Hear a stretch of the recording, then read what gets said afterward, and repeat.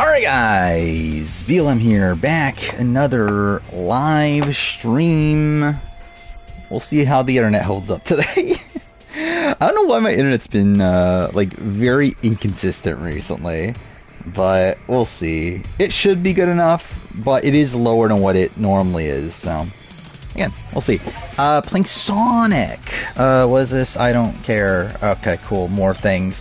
But yeah, we got a decent amount of stuff to talk about, right? Obviously, you got challenge stuff, challenge cast. Got Dondi. We got a little 50 update. And I'm trying to think. I feel like there's something else. But either way. Yeah, Rogan was surprising. I was not expecting Rogan at all. I'm going to play both, right? Yeah, I think I'm going to play both. Yeah, D was expected, but I'm very happy D is there. Yeah, AU starts Sunday night. I think tonight we should do the AU draft. I think this is my plan for drafts right now. No, not continue. Okay, cool. I'm trying to lower the fucking audio first. Okay. I'll go to 40, I guess. Good enough. But yeah, I think tonight we do the AU draft. I think, was it Sunday we do the challenge draft, challenge 41 draft. And I think next Wednesday we do the Survivor draft. I think that's the current plan for drafts. Thank you, Biggest Party, for a 32-month resub. Addicted to Balatro. I feel like I would be too if I had the time. Like, I'm happy I haven't, like, started playing it off stream, because if I did, I think I would be. But, like, thankfully I've kept it just the streams. CK's running Dondi? Sure, I guess. Feel bad for Ashley's chances. In the game, I agree. I think she's pretty fucked. Oh, was it confirmed that Vive was the one that replaced Amanda? What a replacement. What are my thoughts of Jeremy being cast? I think it's funny. Like, I mean, I genuinely, I think he could do well. Like, he seems like a, and he seems like a good, like, I don't know, he gives me, like, Horacio vibes, just probably not as, like, naturally skilled as Horacio. But I think, like, personality-wise, he's kind of Horacio. So it's like, I don't know. I mean, like, I hope he has, like, more of a killer instinct, at least. Oh, you just jump right into it? Oh, thank God. How's your right about America? Yeah, I'm shocked that... So, like, something that's weird about this cast, too, the Challenge 41 cast, is that it feels like a lot of what we heard preseason was just wrong. To where, like, essentially all the Big Brother names that we got aren't on. Yeah, the one, like, America is on, who, like, wasn't part of the rumor mill. By the way, also, really, I think it makes it probably more likely that Amazing Race list was right. Considering Matt Klotz is not on, and also Jared's not on, who were on that AU list. So that's something. Yeah, Cam also isn't on, but to be fair, we heard about Cam not being on like a week ago or so, like a few days ago at least. So like that wasn't as unexpected by the time it happened, but cool. Lou was a part of the rumor mill. I think, yeah, actually, I remember. She was, like, part of, like, the initial group that... Okay, what the fuck am I doing there? I remember that she was part of that initial group that was talked about, but then, yeah, I feel like she just, like, got forgotten about over time. I think it'd be funny if that's where this all leads to, is an America Blue elimination. But, like, I think the overall thoughts on the cast is that I think the rookies are pretty good. I mean, obviously, there's still the, like, random people here and there. Like, you have fucking, like, Justin on the cast. So, like, there's still some randos. But, like, I feel like for the most part, the rookies are pretty good. The vets are complete dog shit, though. Like, especially until today. Like, until the announcement of Ashley, Michaela, and Rogan. Like, this was a dreadful grouping of vets. Oh my god, what the fuck am I doing? Alright. Oh, actually want to see Mackenzie? Well, I mean, I think Mackenzie's also supposedly in the running for Amazing Race, right? So we'll probably see her in Amazing Race first. Blue's for sure going to be early boot. I think America for sure will be early boot. I could see Blue sticking like a little bit longer. Like, one, I think Blue's just more physical than America to begin with. But also, I feel like Blue's a lot more, like, I could see blue fitting in with like bananas more than which, by the way, I think this is like this seems to be a season like poised for. Wait. How do you? It's R2, right? Yeah, there we go. But this seems like a very bananas leaning cast here, and like America is like very openly hates bananas. And also, I feel like she's the type of person that's not going to be able to hide that either. So it's like, yeah, I feel like Amanda very much screams out first boot. I'm not doing a cast assessment for 41. I'm doing a cast reaction. I've actually made most of it already. I've literally, like, I'm made it up to this point in the cast. It's not that long. It's only, like, 16 minutes for everyone that we've gotten so far. I believe all we have left are, what, like, 7 more, like, international rookies or something like that? Is it 7 or is it 6? I think it's 6, right? Either way. So yeah, I've already made most of the video. I assume that's what video on Saturday? It's the runner-up ranking. How was Izzy on Perfect Match? She was fine. I mean, like, when I saw her name, I was like, okay, yeah, that makes sense. I mean, she wasn't, like, the most dynamic presence in the world. I believe, if I remember right, didn't she join, like, late? I know she joined at the very end and ended with Bartiste, if I remember right. But I think even before that, like, I think she, like, got into the game, got eliminated, like, right away, and then came back again at the very, very end. Okay, that's super fucking loud. What the fuck? Yeah, that is insane that Loon got all 3 picks. So I was keeping up with that until... I forgot if I updated after the Ashley grouping or not, but... Yeah, so once we get the full 41 cast, I'll add that to the leaderboard. Oh, you mean win? Okay, yeah. Was taking a long time? Yeah, I mean, it took like a week to edit. And then obviously raw recording was... I don't even remember anymore, actually. What was the raw recording? It actually wasn't as long as what most videos would be, considering the length. But I think it was like, what, 8 hours, maybe? The raw audio? Like, truth be told, though, like, in terms of the prep for the video, like, not much prep went into it. Like, literally, like, the entire video is, like, not scripted. It's just simply I sat in front of my mic and, like, went through every person one by one and talked about my general thoughts on them. So, like, there's definitely videos that have taken long. Like, my runner-up ranking took longer than the 50 guide. Yeah, how to take 4 years to get Sydney on. That's, yeah. I mentioned that in the reaction. It's like, it's surprising they actually went that far back. But I'm happy they did. Again, obviously there's qualms you could have with Sydney as a person, but like in terms of like what she would like bring to the challenge, I feel like she is a perfect pick. What is this link? Tony. Yeah, so in terms of vets, we're done, right? Like no one left is a vet. Like all the vets are revealed. It's just rookies, right? Or replace Shane with someone on this cast. Yeah, so by the way, yeah, Shane is an alternate, which I think is pretty egregious. I'm trying to think of the men, actually. Like, obviously, Aviv is somebody that, like, is easy to swap out, but also, like, she was, I guess, the alternate then. Where am I? Obviously, Anissa, but they were never going to do that. I'm trying to open up the cast real quick. Let's see... I mean, at this point, you could take out Cara Maria, right? Derek's whatever. Both Derek's, really, or whatever, to me. Like, I get why they want Chavez. Kaczynski's kind of random for this season. Naya's fine. Olivia... Theo... Take out Theo, actually. But I guess, like, they want... Like, if you're having Olivia there, I guess they want Theo, like, for that dynamic. But, like why is Theo here?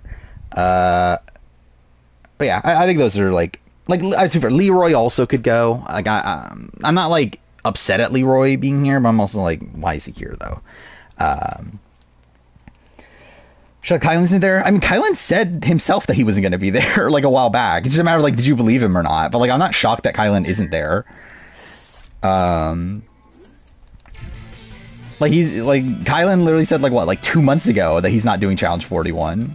Same thing with Devin, which is also funny considering like Devin was on the list of like of castmates or whatever until the actual cast came out. When it's like, why is he on here when he himself has said that he's not going to be on 41? And like obviously he could be lying, but like now we know he wasn't, so why was he even on it to begin with?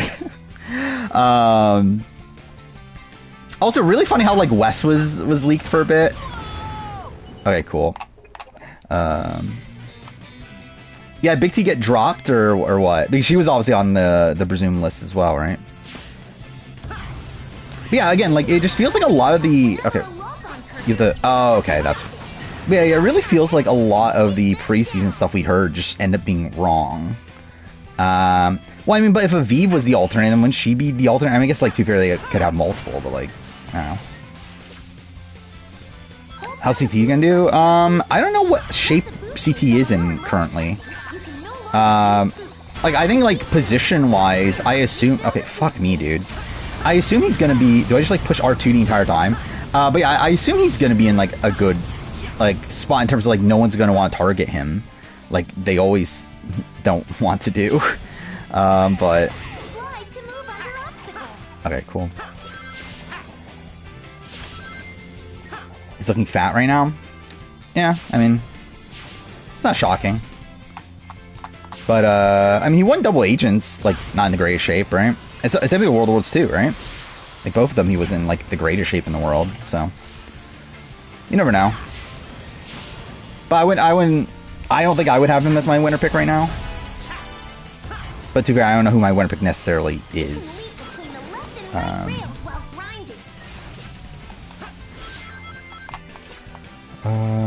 Favorite Ranger team? Like, the team as a whole, probably... is it Time Force? That's the one that came to my mind right away. Like, I have a lot of nostalgia for Lost Galaxy, but I think it's like... I don't know if I would necessarily say it's the best team. I would say SPD or Time Force. Probably SPD, actually. I think SPD is definitely the most, like... Well, I guess SPD and RPM are probably, like, the two that have the most, like, complexity. But I think Time Force has, like, the nostalgia, but also, like, good enough to it. But I don't know. Let's see, update on the Bananas Taylor stuff. Yeah. It's kind of, like, I don't know. It's like, so Bananas is claiming that, like, okay, he was, like... His account wasn't under his control, and that it was like he was like took up a sponsorship with like a cryptocurrency, right? And he was like promoting it, and they were like promoting it by putting the monkey thing, and then they just like didn't take into account that could look as racist. I mean, yeah, I mean, could that have happened? Yeah, sure. Still not a good look. And I still think the way the Bananas handled it isn't ideal, considering the fact that he was just, like, dead silent on it for forever. Like, you would think that if he, like, actually gave a shit about it, he would have, like, commented earlier, which I think he claimed that, like, oh, I didn't know about it until days later. But it's like, how'd you not? Like, you're fucking bananas.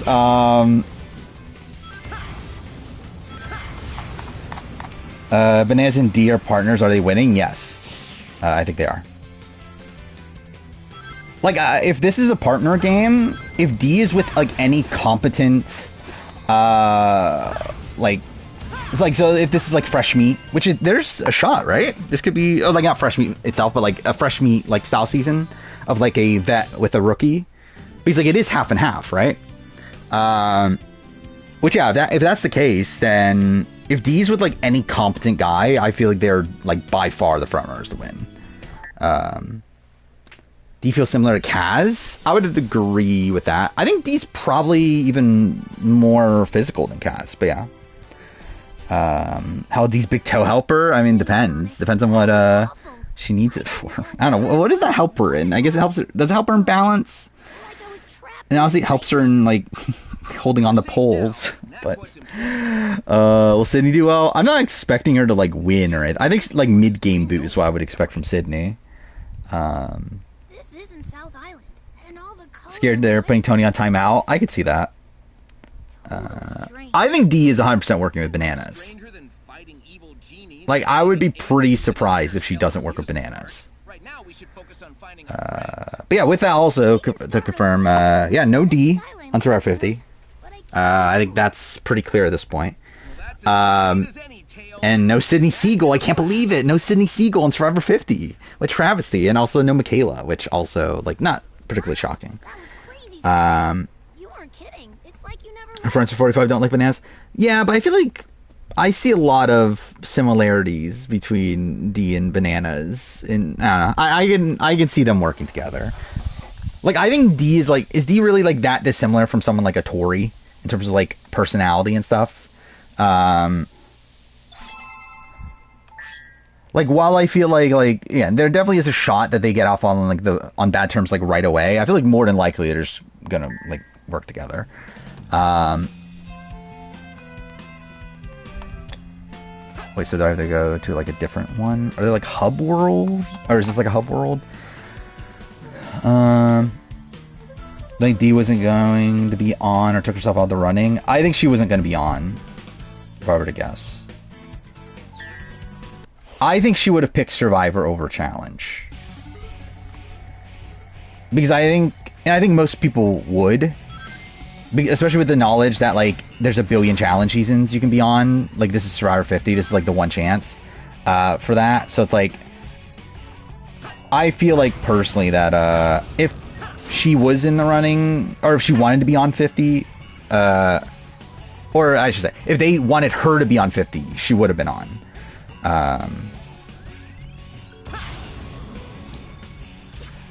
I assumed it was Sydney. Okay, well, I fucked that up.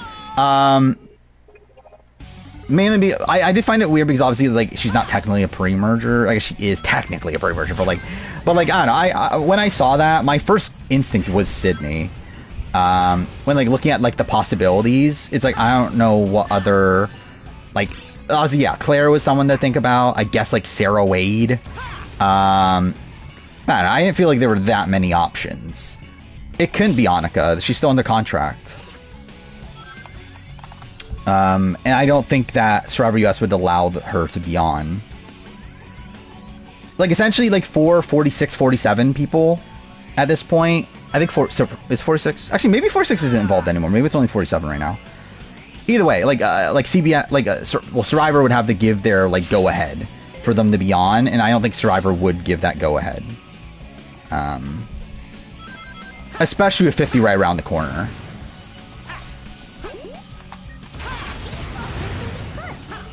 Where again, we already know that like Probst is like very annoyed at how like Survivor players are going on other shows. So it's like I doubt they're gonna like outwardly give their permission for people that were just on Survivor, especially. Okay, what the fuck, dude? I'm terrible playing this on stream. That's fine. As long as I can finish this, I think it's fine. Okay, what the fuck, dude? It's not looking good for winners, but like it's still not like out of the realm possibility. But yeah.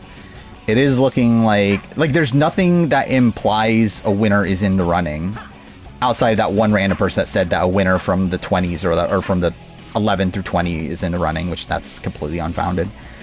But yeah, there is some interesting 50 news though, specifically on one person or between two people. Actually, I want to mess this up. I want to properly look this up. Because I have my opinion on this, but I don't want it to come up like I don't want my bias to like. I'm just simply gonna say like what was said.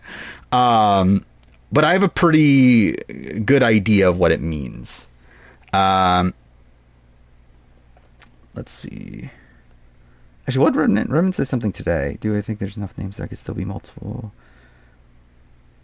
Okay, yeah. Redmond says still expects there to be multi-time players. That was literally a couple hours ago. Yeah, let's see. Try and look it up real quick.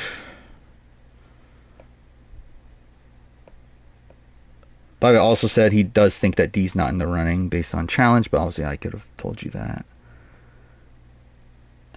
Where is it? Confirm that Wu isn't in the running. I can't believe it. Okay, this is what it is, right? Okay, someone asked him, have you heard of any of the following making it far into the casting process? Rupert, Coach, Amanda, Stephanie. His response is, I've heard of one of those. Which...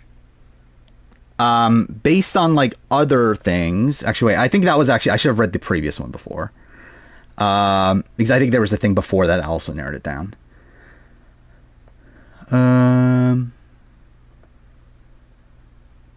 Either way, I mean, like, obviously Rupert's not on. I think that's pretty clear. I don't think it's Stephanie. I have a pretty good idea of who it is. Where was the other one? There was another post that like narrowed it down a bit.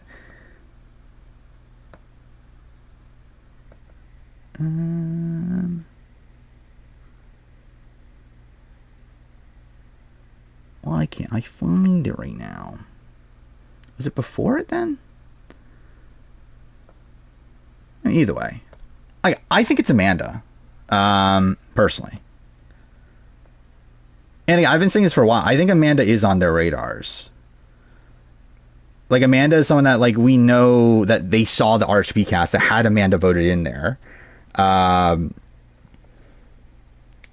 again, if one of those three are in the running between Amanda, Steph, and Coach, like, Coach has said himself that he doesn't want to play again right now. Again, do we take him as word? Don't know.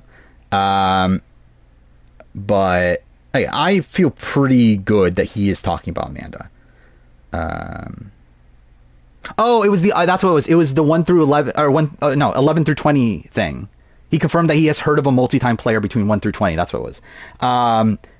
So with that, it's like Stephanie wouldn't count because she's season 10. That's why it's narrowed down to Amanda and Coach. And again, between Amanda and Coach, I do feel like it is Amanda.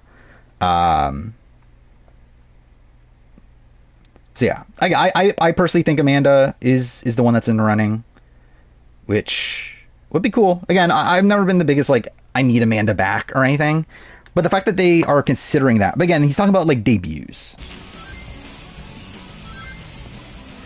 But yeah, like considering like yeah, Amanda is in the running. I feel like that's at least showing like a dedication to like picking people that the fan, like the super fan community, like does want.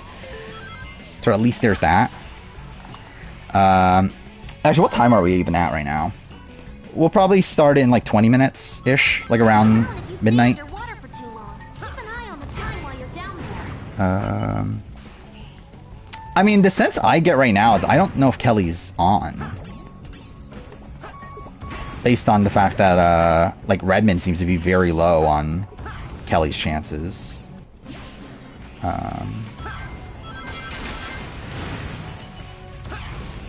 cool. Sydney did before the season was go to a Trump event. Is this really a thing? With Danny Boatwright and Christina. That's so fucking random.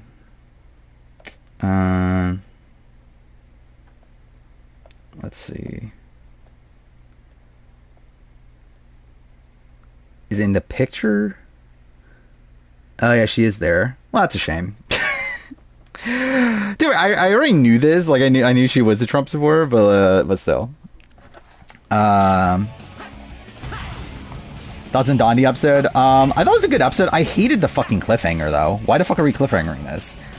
Especially because I would be shocked if it just like CK's going home, right?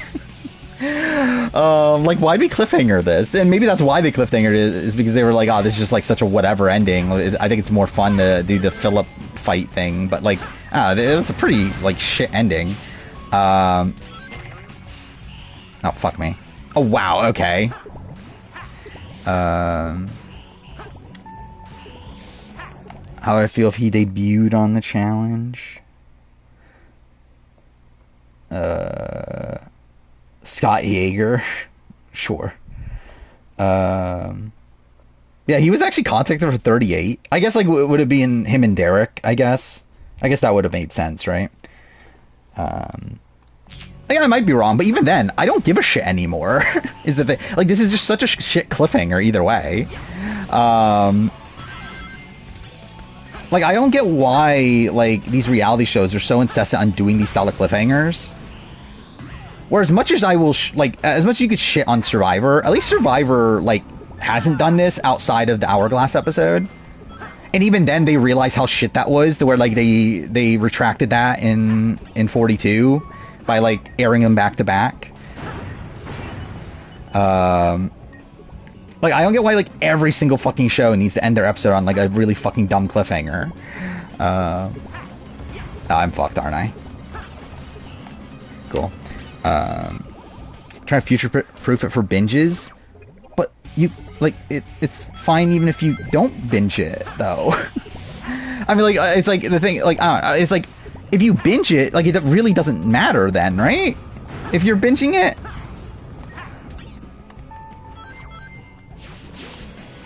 Like, if you're binging it after the entire, like, season is out, like, it doesn't really matter if it's on a cliffhanger or not. Because, like, also, like, what is the difference if, like, people watch it all in a row or if people watch it, like, all within a week? Like, does that really matter that much? Oh, god damn it. Well, I fucked that up again. But again, is it even helping ratings? Like, by the time the next week, like, a week from now, do I give a shit about if CK's going home or not? Like, no, I care about what's happening after that. Like, I don't know who's out there, like, watching Deal or No Deal Island, that, like, sees this cliffhanger, and is like, oh my god, I need to see if CK goes home! It's like, who fucking cares? Would the casuals give a shit? I feel like the casuals even more don't give a shit. Like, if anything, I should be the one giving a shit. Because I'm the one that actually cares about the show. Like, a casual fan, they're not going to give a shit. They're not going to think about the fucking show after that.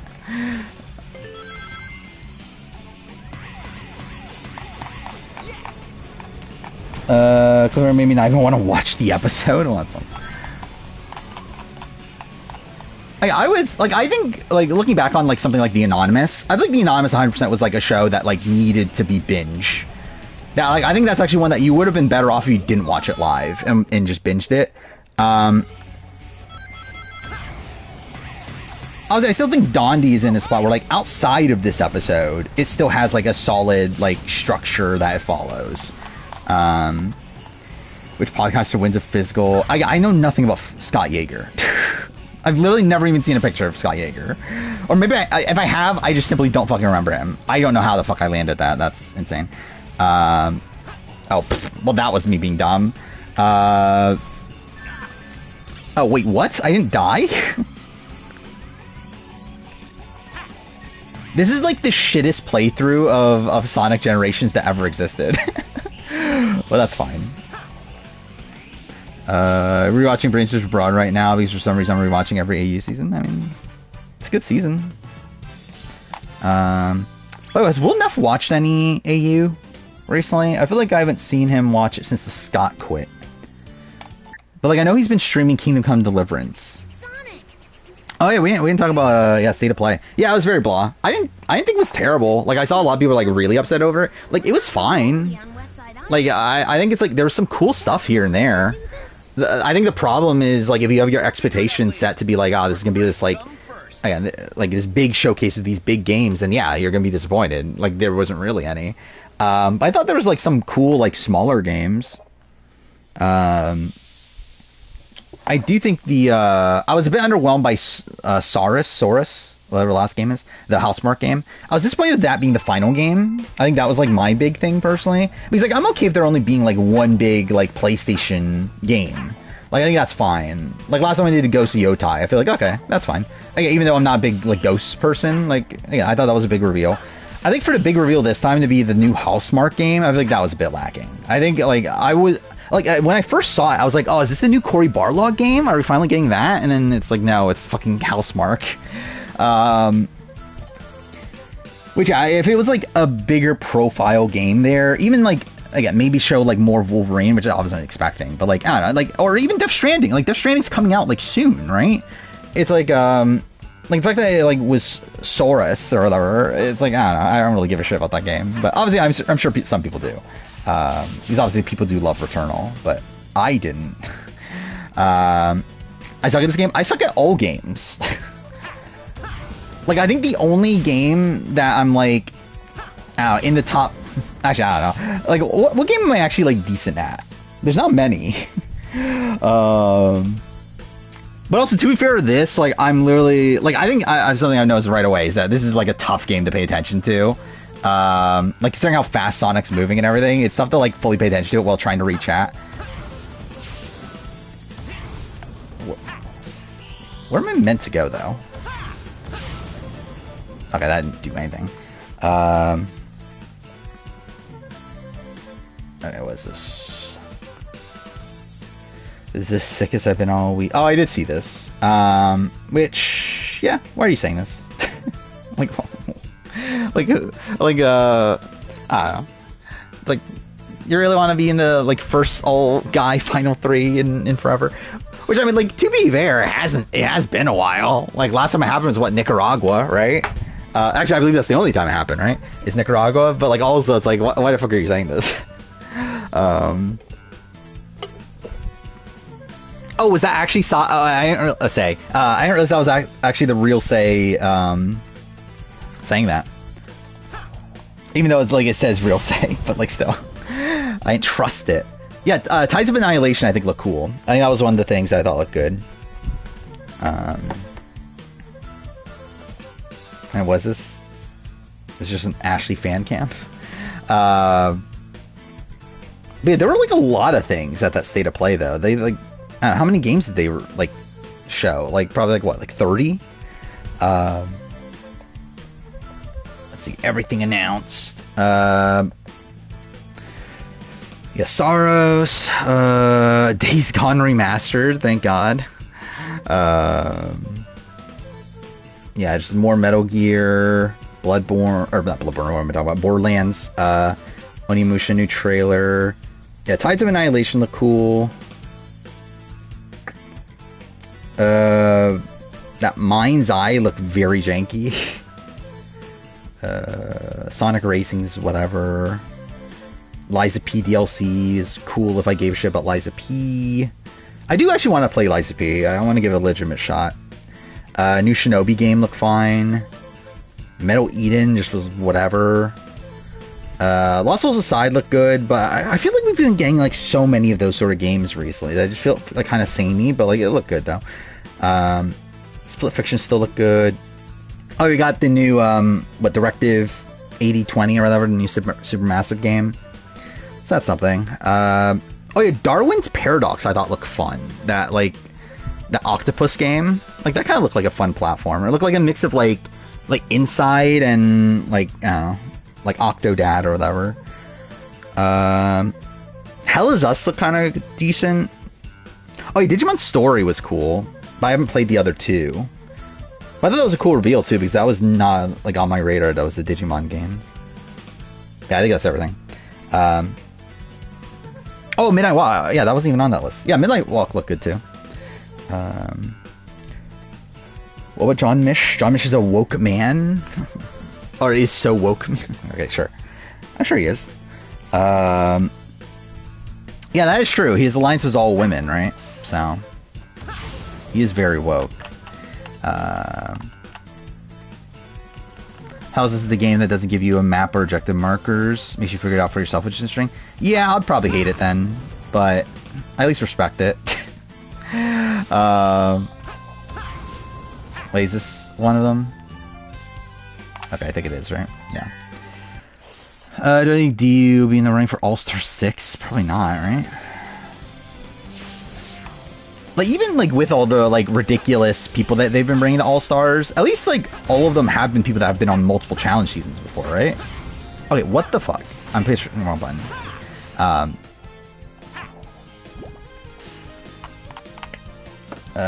What's this? Oh, Dean Wen we're talking about?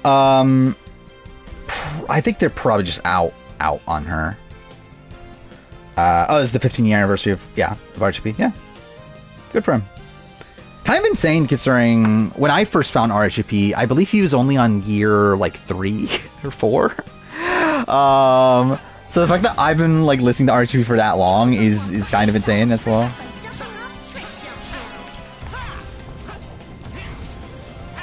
Yeah, John Mish wanted to ruin the season. And super so did Missy. And I guess theoretically Jacqueline did too, right? She was at least like poised to do it. John let a woman win? No, he wanted him to win. Like, actually, that's why he's so upset at Jacqueline. Wait, that's the thing that I think is like, because like the show doesn't give you the context on this. Like, because I believe it was, which tribal was that? Oh, it was after the West Tribal, right? Because like after the West Tribal, like Jacqueline like congratulates or like thanks Natalie, right? For thank you for telling John to play his idol or whatever. And like John gets like really upset. That's why John's really upset. Which like isn't talked about on the show, but like that's why he's upset, is because like he was already in the assumption that it's the final three is me, Natalie, and Missy, and you're just giving points to Natalie now. Why are you helping Natalie win over me? Oh, fuck me. Okay, cool. Marie, Latoya, Dustin, Sarah, Rice, Teresa, Landon coming for All-Star 6. Sure. I think at best, like, one of them. Dude, fuck me. John led an all-girls alliance and vote for a woman to win. I mean... Yeah, true, yeah. I think he votes for a woman no matter what, right? I don't think there's a world where he wasn't voting for a woman at the end. So, yeah, that's true. Because I don't think there's a world where he votes for Keith at the end. Like, that was the only guy left by the time he gets voted out, so, yeah. Why John Mish hated the men? I don't think he hated the men. I think he just... Actually, if anything, he was like pretty close to like Alec, right? And obviously Drew. But I think it's just the way the loved ones played out.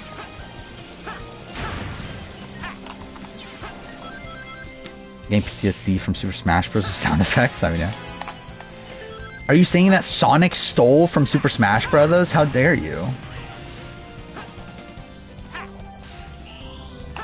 John's mad at them for the way they treated Jacqueline. No, not really. Like, John wanted this, like, what was happening is that Jacqueline was upset how she was being treated. John wanted to stick with them. But then, like, flips because Jacqueline, like, was upset. Like, he didn't give a shit, personally. Doesn't Ryan not being on 41? That's expected. Thank God. Is this the first season, like, in, like, post All-Stars era that Derek and Ryan aren't on the same season together? I think it is, right? Oh, perfect. America Blue feel like Challenge USA picks? Kind of, yeah.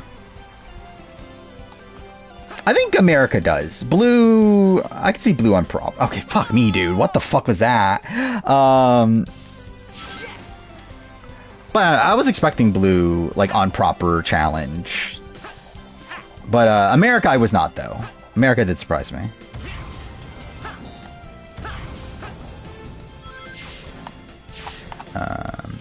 Actually, why didn't they get Jared on? Now I think about it, now that Blue's there, that would be an interesting dynamic, right? Where I know Jared posted a... Oh, perfect. I know Jared posted a, like a tweet that was like just like shrugging his shoulders, right? Wait, why did I just do the same thing again? Jared's in the running for Amazing Race, supposedly.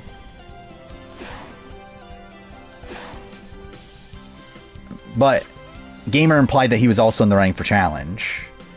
And that they were like upset when he got cut.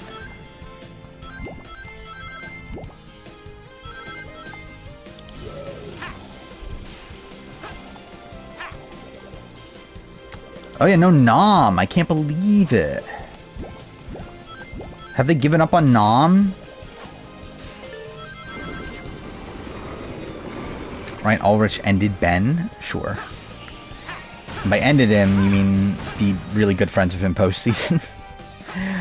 Like being like the only person he talks to? Oh, perfect.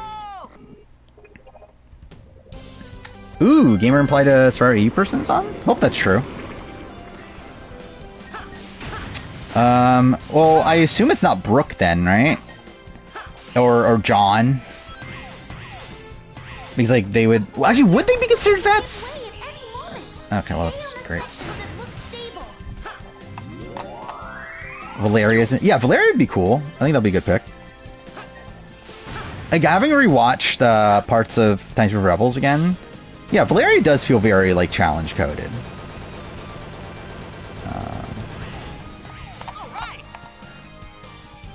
All the vets, at least one made the final. Wait, why did I say one made the final? They all at least made the final. Yeah. I don't know if that's purposeful, but... Well, actually... well, yeah, Naya made a final in All Stars 3. I forgot about that. I still find it so funny how they ran with that. Like, coming into All Stars 3, talking about how, like, Naya made the final. I think Kitty's too old to be a newbie on the challenge. Ferris... I don't need Ferris on challenge, to be honest. I feel like there's other shows I'd want Ferris on over challenge. Like, if we're going this last season, I would say Alex, I would say Valeria. That might be... Maybe, like, I don't know, would Jaden do well? I don't know.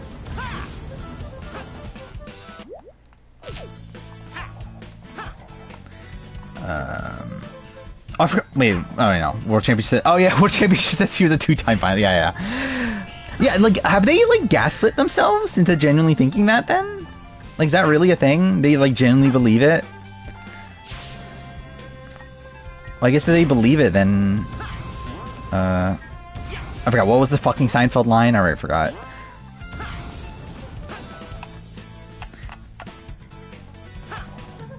Jane is apparently the 4th strongest Australian. Well, thank God. Why couldn't they get the 2nd or 3rd? What if Winna is on the challenge? I think that'd be kind of funny. Oh, pff, wrong way. Raymond for the challenge, obviously. No, we need Kelly on the challenge.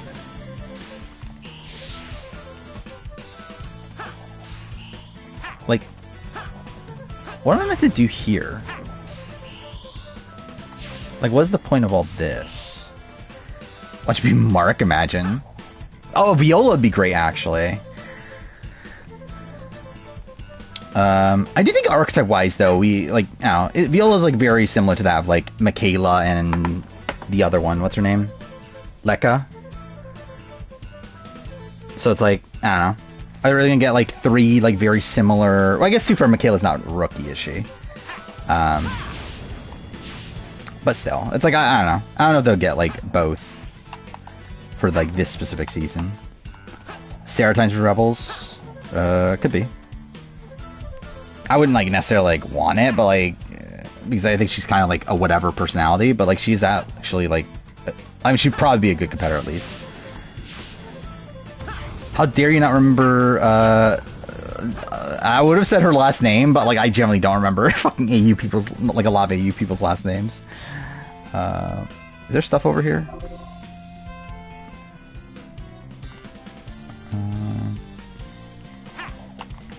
I love Arena. Oh yeah, Arena would be cool.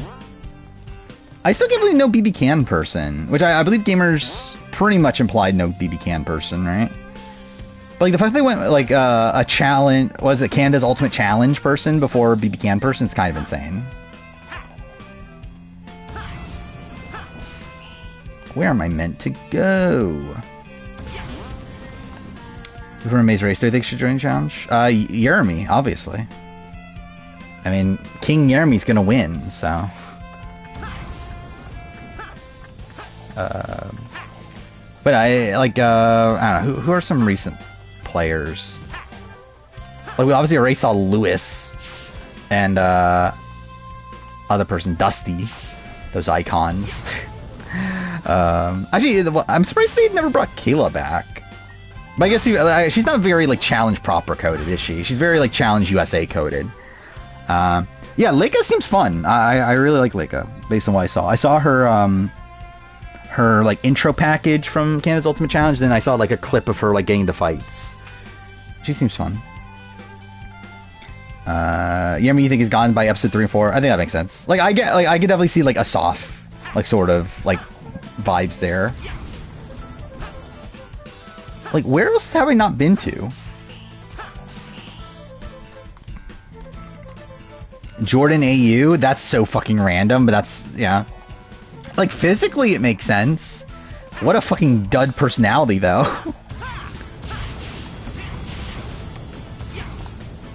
Yeah, so like, where am I meant to go? I don't know. Just like Maria, which that is again, it's true.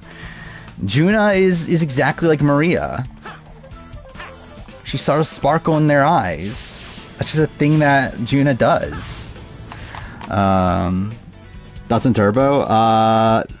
Thoughts on... Oh, do I have to change the character? Is that what that change character meant? Like, there's like more things when I... Was it here that I changed the character? Or not? How do I change the character? Apparently Love Island choices were early boots. Yeah, I assume that's the case. Which was this? Oh, it's just pinball. Oh, did not mean to do that. Yeah, this is going great so far, obviously. This is exactly what I wanted it to be. What is this? Cool. Watch Stephen Parry be on a challenge. David would be fun. I doubt he would do it right now, right? Or really ever. I mean, like, the pay for challenge is, for like rookies and stuff, is like not enough, right? You would think, for someone like David. Would I put Tony at 41? Probably, yeah. Who is it? I mean, it's a person that was on Australian Survivor. What's her shirt say? Cowgirls need to sauna. Thank God. Sangman coming with a challenge, obviously. David Barbie for Ride or Dice too. I mean, that'd be fun. Their skills.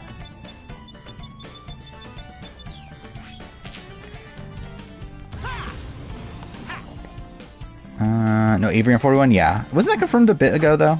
I feel like we knew that no Avery for a bit.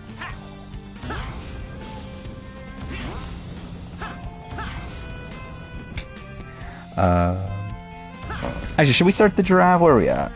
Yeah, I guess we're past midnight. Oh, wait, is that how you do it?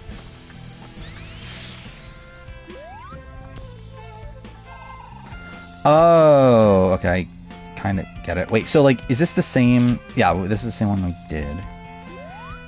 Huijong, imagine Huijong. Imagine Huijong being on reality TV again. That'd be funny. Don't know why people expected Adam. I thought we heard a while back that Adam wasn't gonna be on. Also, Adam does feel very like challenge proper, or fuck, challenge all stars coded instead of challenge proper. But I wouldn't be opposed to him being on there though. Veronica's a better competitor than Polly.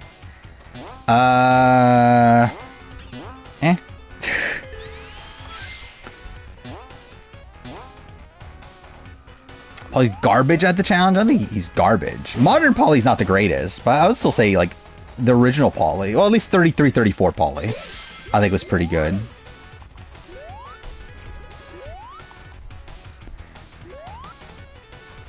Well, yeah, I assume Adam wants to do it, but I doubt they want him to do it.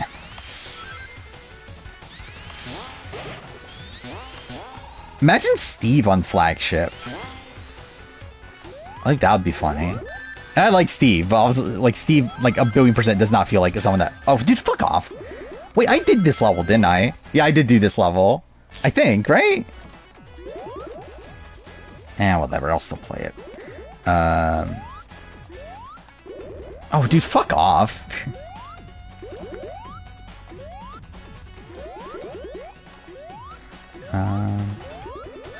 But again, at least he made it to the final. And even then, he still got to the final part of the final, right?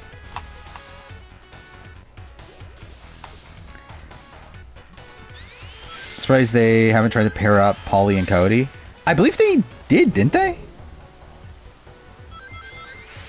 I thought, because I remember, like, Cody was in the running at a point.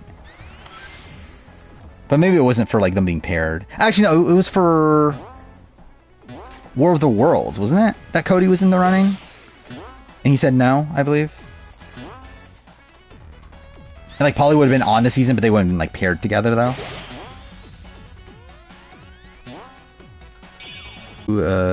Tony, Corey, Ryan. This is Corey Wharton. I'll probably do Tony. Literally, it'll be that order: Tony, Corey, Ryan.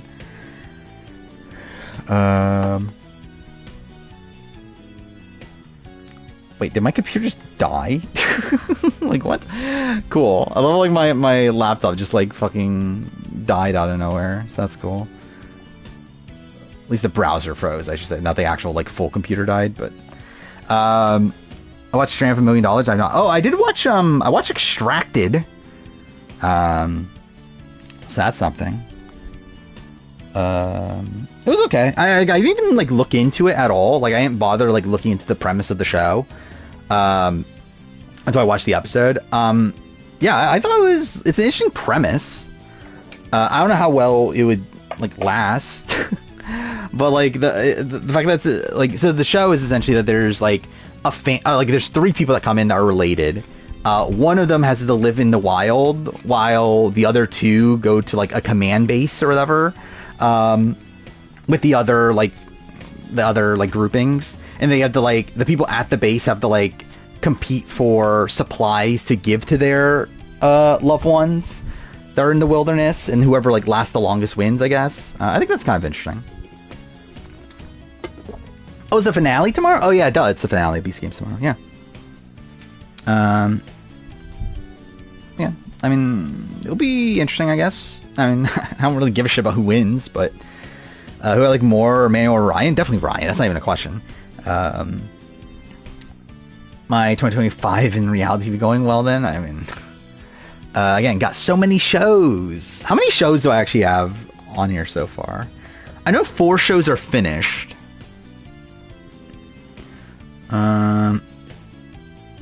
Then, yeah, Beast Games, Dondi, Trader Season 3, Joe Schmo Show. Oh, I forgot to watch Joe Schmo Show. I genuinely forgot to watch it. All Stars Rivals, Extracted, and then Australian Survivor, Survivor 48, and Amazing Race are about to start. So, it's a good amount of things that are already happening, considering it's the very beginning of the year. Who's winning, Donnie? Why is it Letty? My pick would be Phillips still. But Letty has a chance. But yeah, I would say, like I would give the odds to Phillip. Oh, thank God, we got Amy. After Beast Games, you've done 10 shows? What the fuck are the 10 shows? Are there 10 shows that even finished this year so far?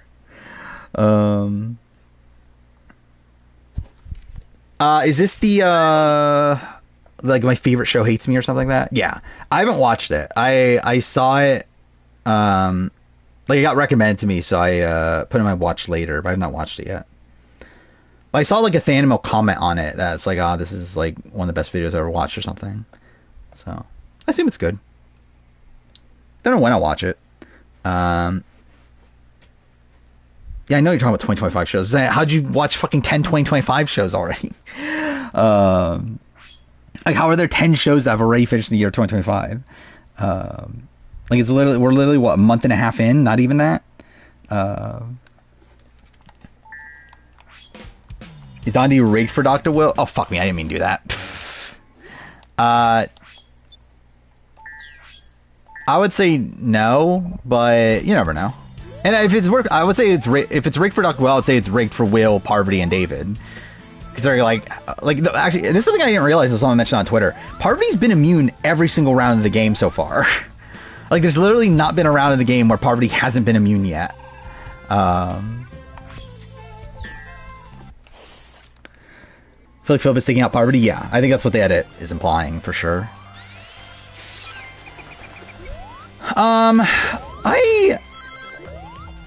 I don't mind it. Like Parvati, like I get Parvati's rationale that like Parvati doesn't want Will to be in the what's it called? Because like at that point Parvati doesn't have her own guarantee that she's safe. So at that point, if Will is somebody that's for sure going to be voting you out, then like getting Will out of the thing, what is it called? The Banker Showdown or whatever, is the optimal play. I don't know if I would have given him a high case. I think that is what I would have said no to. I think you go for a middle case, right? Because giving him the high case gives him a chance at winning immunity, right? Or giving a chance of winning the like power to vote someone in or whatever. But like, I think the idea is correct. I think the execution is flawed, which to be that's probably a lot of Harpy.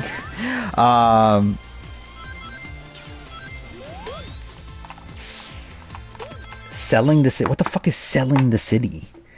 Wags O Riches. Don't know what that is either. Canada's Drag Race. Okay. Celebrity Bear Hunt. Yeah. You put that twice, but yeah. Hell's Kitchen. Did Hell's Kitchen finish already? Esters, you didn't put Challenge on your list? Waiting for Howie Mandel to replace Joe. I'm good with Joe. I think Joe's a fun host. I do really like Joe.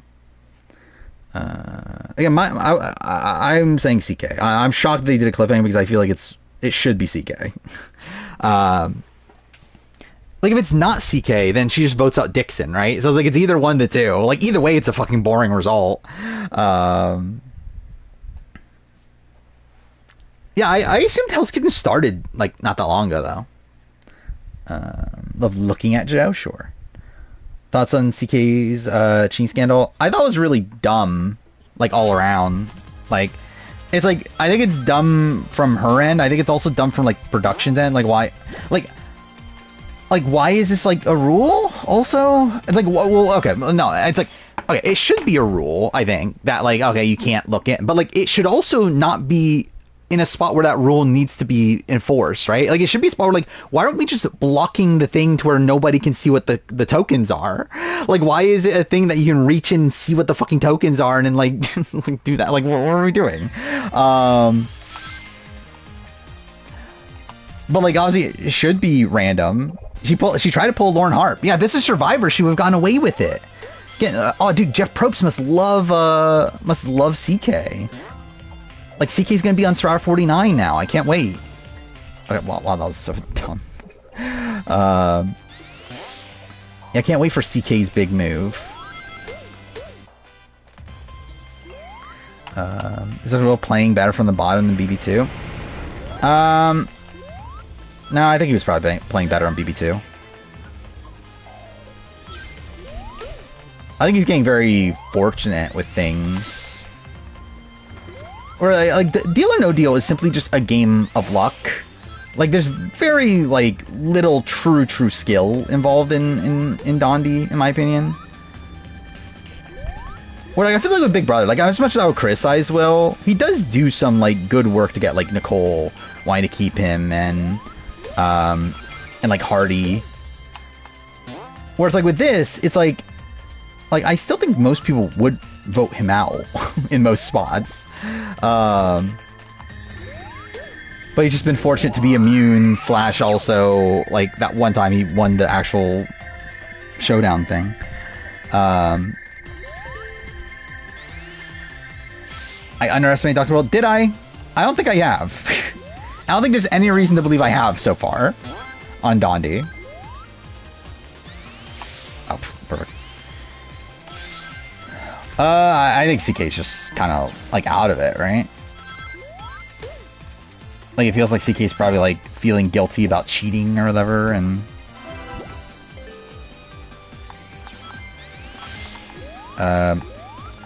yeah, it's just like kind of checked out.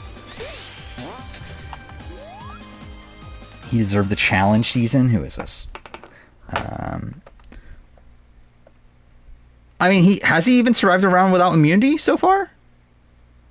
Like, my point still stands. Who the fuck is this? Scott Herman? Who the fuck is Scott Herman? But yeah, oh yeah, we should do a draft. Can't forget about that. Yeah, so we'll do the AAU draft. How should we handle this, though? It's either 8 or 12. I don't know if we have enough for 12, is the thing.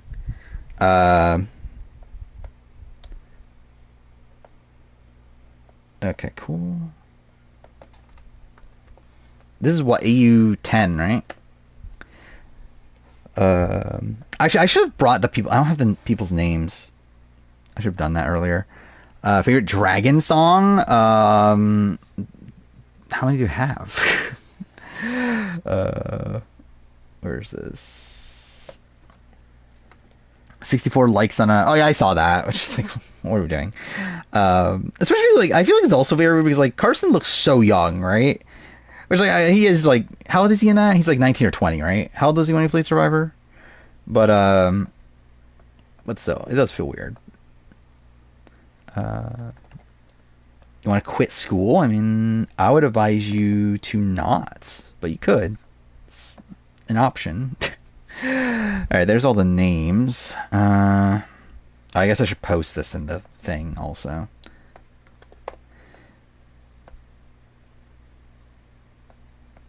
Okay.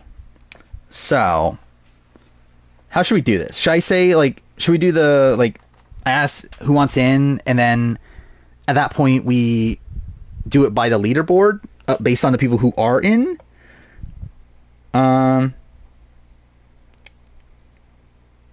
Because obviously this is one that there's only a limited amount of slots because we have to break it down between 24 people. So like, yeah, like the people. Okay, where should I even post this? On the spreadsheet, it's like the list I just posted. That's the current leaderboard.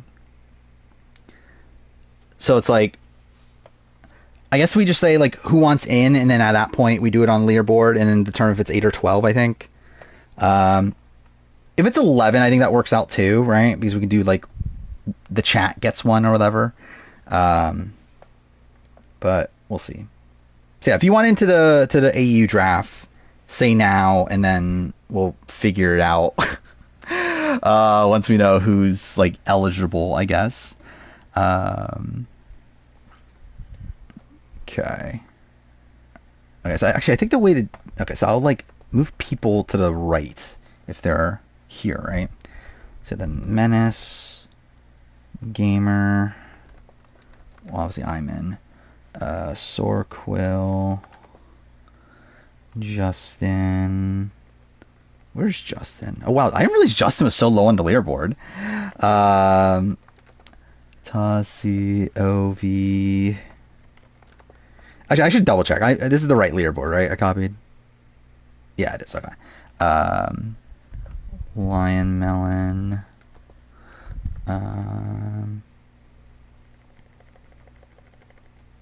Has Lust done one before?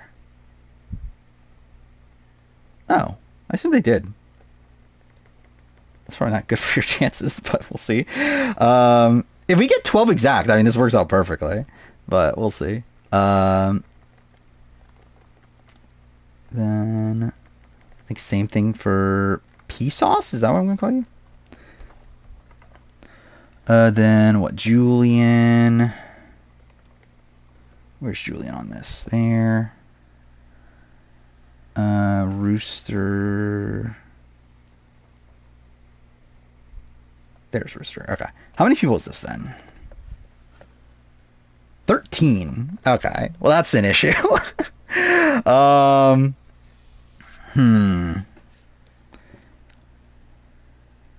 Yeah, I think the way to do this, so with 13, because there's two people that haven't done drafts before, I think we just sadly have to eliminate you, and then we do one for just the chat as a whole, I think what we're going to do. So there's 12 people, each person gets 2. I think is what the best plan is. Or is attack in now? Okay, well I guess that just outright eliminates the chat then. Yeah, because that'll just make it 12, which just works anyway. So yeah, I think that's what we'll do. So we'll do, was it Lion Melon, me, Menace, Gamer, Ovi, Attack, Julian, Ray Ranger, Sorquill, Justin, Tassi, and Rooster. Okay. Are we still doing? I guess to be fair, yeah. Let's still do the. So there's 12 people. Each person will get 2, It's a snake draft. So if you get first pick, then you get last. So, like, obviously take that in consideration. And, yeah, we're going to be picking spots in the draft in order of the placement on the leaderboard. So, yeah, Lionel, you can pick between spots 1 through 12. Which I have no clue what the best spot for this is. Because I like actually really I don't even know, like, is there even like a top contender with AU? I think there's like a few people that like feel pretty good, but there's no one that I'm like I need to have like a top spot to get. 5? Yeah. Trying to think of who's going to be at the bottom is the thing. Yeah, I'll go 6, I think, then. So yeah, Menace picks... You can pick 1 through 12 for your spot in the draft. Yeah, like, I feel like with this cast, it's like... There's obviously some people that I think are just definitely not doing well. But there's no one that I'm like, this person's definitely, like, winning. 3? Okay. Alright, then Gamers next. 1 through 12, but don't pick 3, 5, or 6. Yeah, generally also, I've not thought about the AU cast, like, since I made my cast estimate. Actually, yeah, we stopped getting videos also. They stopped, like, doing, like, the individual videos. Where, like, they're all now, like, just these, like, weird things about, like, like, how hot is JLP? Stuff like that.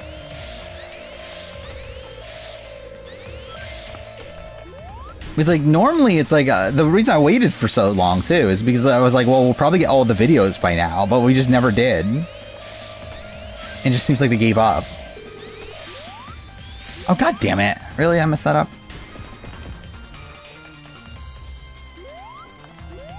Take 7? Okay. So that's after me, right? Alright, OB is next. Pick your slots on the draft. I just want to make sure, which one's 12? 4, 5, 6, 7, 8, 9, 10, 11, 12. M. I guess obviously that makes sense considering it's the 13th letter in the leaderboard. There's a lot here. What's this? Oh, these are... Yeah. I've seen like all the ones they posted online. But, oh, wait, no. These are... Wait, they do have them for everybody. Wait, these were posted like less than a day ago. Okay. Well, that's kind of annoying. I didn't see these. Oh, well. At this point. But yeah, like, they stopped posting the promos on their Twitter, though, right? Like, I've seen, like, the Max one, the... Like, the Karen versus Ursula one, the Kent one, Morgan one, Laura one, Miles one. And yeah, like, recently they've been posting a lot of these, like, kind of, like, just, like, a series of clips of like confessionals from each of the players about like a dumb topic, but like, yeah, I didn't see these like meet whatever player videos. Okay, 4. All right, attack. You can pick 1 and 2, or what is that? No, 8 through 12. Ursula could actually be good TV. Yeah, I can see that for sure at this point. I still don't feel great about Ursula though. But she could be, like, not a dud, at least. Imagine Ursula on the challenge. I love how, like, I'm almost 5 minutes into this level. After Gamer, okay. Julian is next.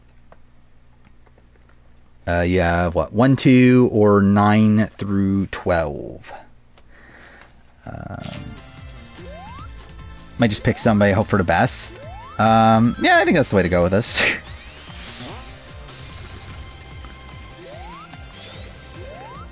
Especially because, like, AU, we get, like, so little information about a lot of these people.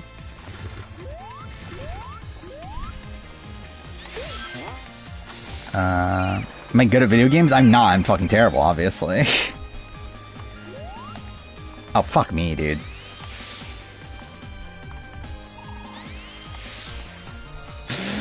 Yeah, imagine like someone's actually just lurking here, like wanting to watch someone play Sonic Generations. Well, I mean, to those people, they definitely made a big mistake.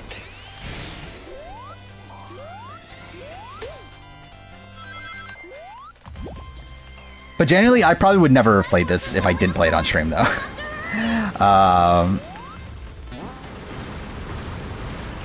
Go 9, yeah. So that is after attack, right? Oh wait, did Julian pick?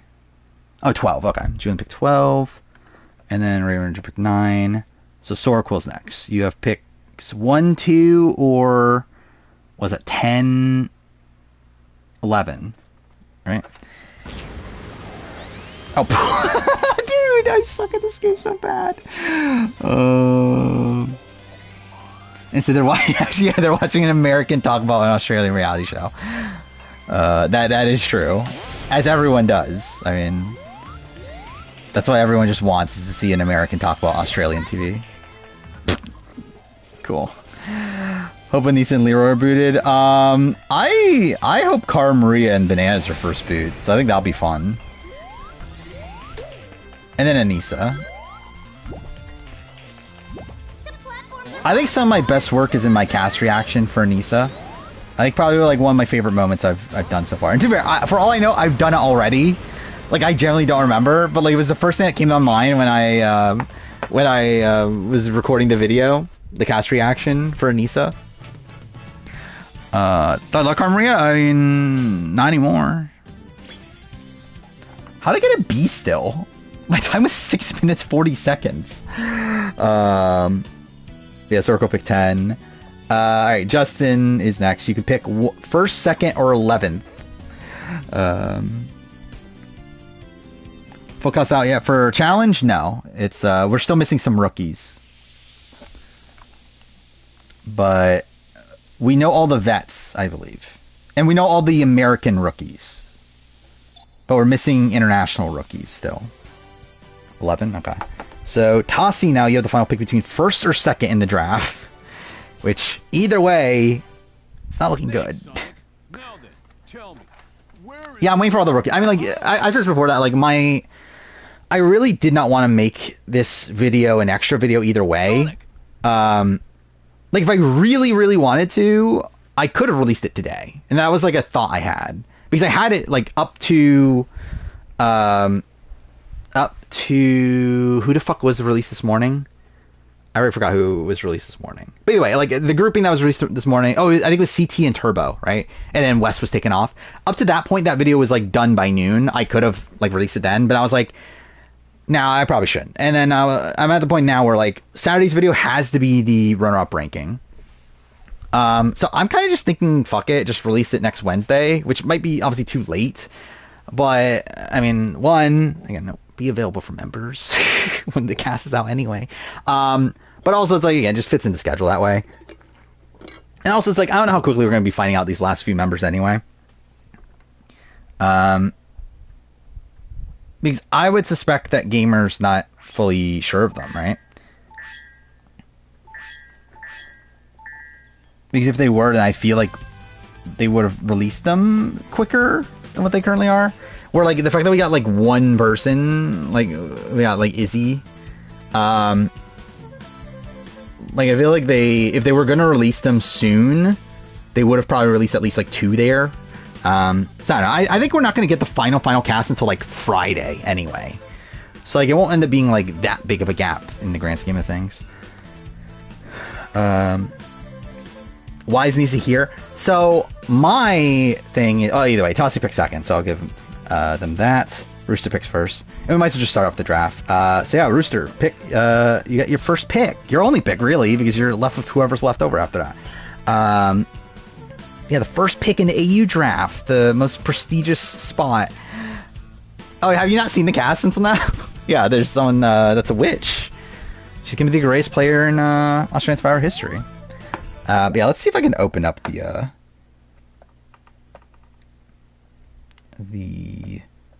video. Actually, I should let the music play because it's going to bother me not having music.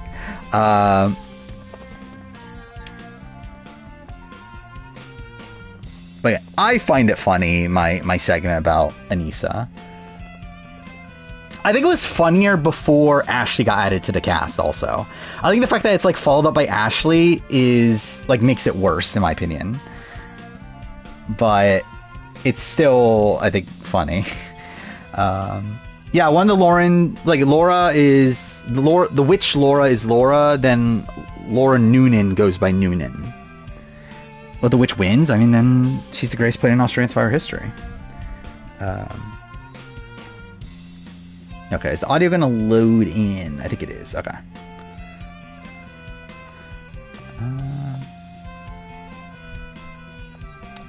Where is it? Here. There's only a real witch if she wins? Is that the qualification? Okay, here. Next up, moving on to Anissa. Why? Next up, moving on to Ashley Mitchell. Again, it was so much funnier in my opinion when it was like Aviv was next. Because like the fact that Aviv is also like a what the fuck person, yeah, I actually like bother to talk about Aviv. I think is like a funnier thing to me than like it being followed up by Ashley Mitchell. The football fan, yeah, I mean that is what's funny about it. I do worry for Noonan. I hope she does well because she is a big fan and everything, but it's not looking great. Why is Anissa hated? Mainly because she's just kind of boring now, and like she's someone that like has no chance at winning. It's kind of like and like it's the fact that she has no chance at winning, but then also like goes on the show to complain about how like no one takes her seriously, when like everyone knows that she has no chance at winning. Like even Anissa in her prime had no chance at winning. Anissa now in her 40s, and too bad like she's gotten into good shape recently, so I mean credit to her for that. But like she still has no chance at winning. And again, it would be fine if you're still entertaining, if you're like Amanda, but you're not anymore also. So you're really just bringing nothing. AJ? Okay, interesting. AJ's someone that I would love to do well. I'm a bit worried about like how like openly schemy he seems to be, but he seems fun though. We got Tossi's next. Watching Anissa win somehow, I mean, it'd be funny. I'm too fair, like, I mean, like, it seems like a recent challenge has kind of like tone some things down, right? In terms of like, well, I guess Super 40 not as much, but like again, she got like, you know, she made decently far into the final last time in 38, so it's like there's at least a chance. What are these? Boss gate. Wait, this is a boss gate key. To get a key, a projectile is removed by clearing one of the challenge. Okay. Caitlyn, yeah, Caitlyn's good. Caitlyn was one of my top contenders. I think the issue would be the fact that is he too good and like too like blatantly good. But yeah, he does seem like very primed to do well. But yeah, Menace is next. Those are Max. Very different than what they were when I did the video. Because I hadn't seen his preview yet. He's kind of insane. I mean, he definitely not like based on his bio. I did not get the sense that he was like as wacky of a character as he seemed to be. Morgan, how dare you? I think it would have been funny if I got Morgan because then I picked Morgan twice in a spot where she's having twins. Again, that would have been funny. Yeah, Ovi's next. But yeah, Morgan, again, I think could do well for sure. I think, again, I picked her as my winner pick. Again, was that gameplay focus? Not really, but I think the worry comes from the fact that she's not like a fan of the show. I think that is something. But outside of that, I think she's like the stereotypical good Australian Survivor player, though. Logan, yeah, Logan looks, or like, no, Logan seems like she'll do well as well. Yeah, Limeout's next.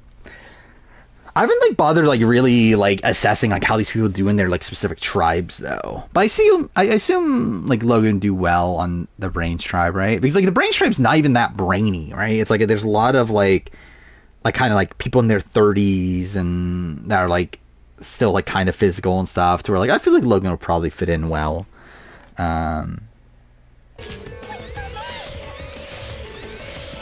First season of WoW where I have no clear-cut winner pick or idea who's gonna make a deep run. Yeah, like yeah, I picked Morgan, but obviously like the reason I picked Morgan was like kind of a joke. So, like, I actually don't genuinely feel good about, like, anybody to actually win. Oh, is this supposed to be like a race? Miles. Okay, yeah. I assume Miles would have been taken early. Oh, I didn't take off Morgan there. Yeah, again, Miles, like, seems to be someone that they're, like, hyping up. Like, I think he'll be a fun character. I still feel like I would, like, I would expect him to be, like, kind of like a mid-merge boot. Like, I kind of see, like, Eden sort of vibes from him. But, yeah. Yeah, she's the wife of an AFL player. But also, like, considering they put, like a footy fan on the Brawn Tribe, wouldn't that be enough for her to be on the Brawn Tribe? Like, why is she not on the Brawn Tribe? Like, she's actually more connected to the sport than Noonan is, right? Either way. All right, who do I pick? I think this is kind of... I actually don't even remember who I was high on. I remember Candy was one of my contenders, right? She's a big fan. She's... I don't know. Looks like Courtney Yates. Actually, something I didn't realize, though, until I... yeah, I'm probably not going to pick Candy. And the reason for that is because, like, I didn't notice this until I was listening to the cast assessment from RHP, that, like, Candy's, like, the smallest person on the cast, and I did not realize that. Like, I assume, like, Candy looks, like, pretty physical. Like, I assume Candy was, like massive. Like, I thought she was, like, I don't know, like 5'9", like, super muscular. Supposedly she's, like, 5 foot. They were, like, I don't know. I think that's a bit of a worry. So, like, I don't feel as confident about her, like, longevity. Jessie is someone I know, like, Shannon picked Jessie as her winner pick, right? Which, like, I could see it. I still feel like he's probably someone that's going to eventually be looked at as a threat. Who the fuck is Kate? Oh, he's a DJ, right? DJ's Kate? Polly exists. Rich is probably going to be too big of a threat. Yeah, I think I'll go Jessie, I think. Actually, I don't know. Don't want to go Mother. If I'm going Mother, I'd probably go Kate, right? Kate's very Mother. But I guess, like, I'm not beholden to go Mother on on these sort of drafts. But,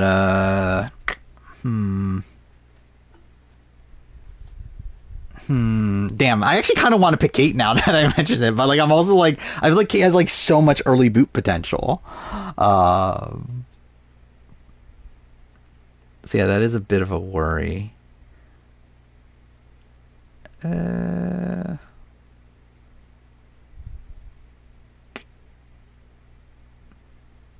I'll go Jessie. I'll go Jessie. Yeah, I'll pick Jessie. Gamer's next. He's gonna pick Zen. I mean, I'm sure somebody will eventually. I mean, I guess like by the nature of the draft, someone has to. Oh, fuck off. No. Wait, how do you go down? Oh, do you just wait? Okay. He was almost first boot. That is true. Okay, cool.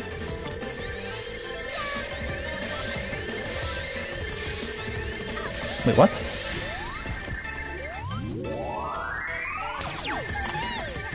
Take your winner pick, Ben. Yeah, I was kind of between Ben and Jessie if I was gonna go that archetype. I feel like Ben is someone, or I feel like Jessie is someone I have more faith in to be a bit more under the radar, but also I feel like Ben is someone that knows the game better. So, like, yeah, I think it's tough between the two. But yeah, Attack's next.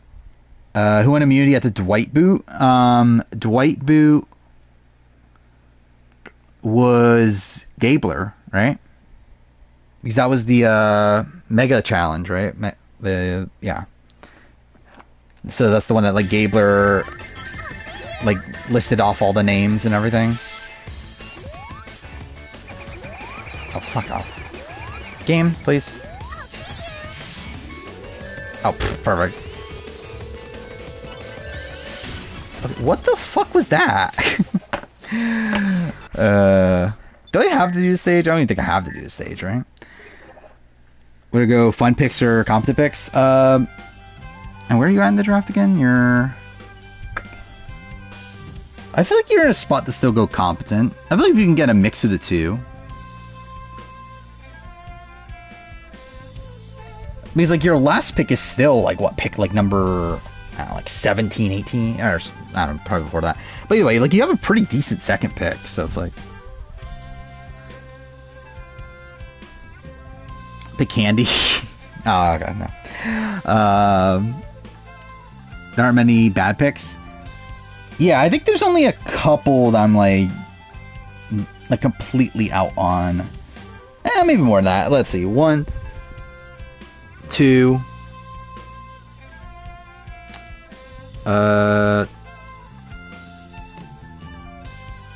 Wait, who the fuck is Laura? Oh, the witch. I'm a fucking idiot. 3, 4. Yeah, I think I'm only... Oh, no, 5. I'm completely out on 5 people, I think. Even the witch... Yeah, the witch isn't horrible, actually. That's not one of the people I'm out on. Actually, I didn't even bother looking at my my power ranking. Let's see. Yeah, what was my power ranking? Morgan 1. Yeah, Candy was 2. Logan 3. Kaylin 4. Then what? Max was 5. That changes. I should redo my power ranking before the premiere. Considering, like, I feel like my opinions, like, seeing more of the videos and stuff is very different than this. Because I would have Max at 5. I would have Candy at 2. Again, I thought Candy looked pretty good preseason, or like when the bios came out. I assumed she was like this big physical presence, but then also like the fact that she's like a super fan, had a like a Survivor like birthday party when she was a kid. It's like, I don't know, she seems like really into the show. Do you think Zach Nichols will be an All-Stars eventually? Not soon, if he is. Where's Ben? Ben I had at 8. Did I have Jesse above Ben? Oh, I didn't even have Jesse above Ben. I could have sworn I did. Maybe I should have gone Ben then. Goddamn. I could have sworn I had Jesse above Ben. I had Jesse at 10. I had Paulie at 6, which, like, I probably still stand by that. That Paulie's probably a better pick than Jesse, but I also, like, I don't know, I still haven't gotten that much from Paulie. But he is a fan, at least. Just if you're 17th, I don't know. I think the thing about Jesse is that Jesse's like somebody that, like, I think is like super affable. I think people are gonna really like him. To where, like, I think if he gets to the end, I think he's gonna win. The issue is obviously, is he gonna be able to get there? But also I feel like there's probably other like inherent bigger threats on the board than him. So, like, I don't think it's like implausible to think that he could get there, but obviously it's still a tough road. His best picker on the board. Who's left? Oh yeah, I would say Paulie, right?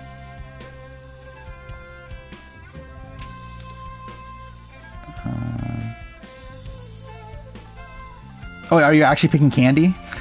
Attack. I don't think. I still Candy's like a decent pick. Like, I could see Candy being like, I guess a younger Pia Miranda, I guess. But I do still worry for her, like, more than I like expected to. Okay. So yeah, Ray Ranger is next. So Robson on the challenge? Not really. I think I'm good. Who's my worst player pick ever? PETA. Like, yeah, I think it has to be PETA, right?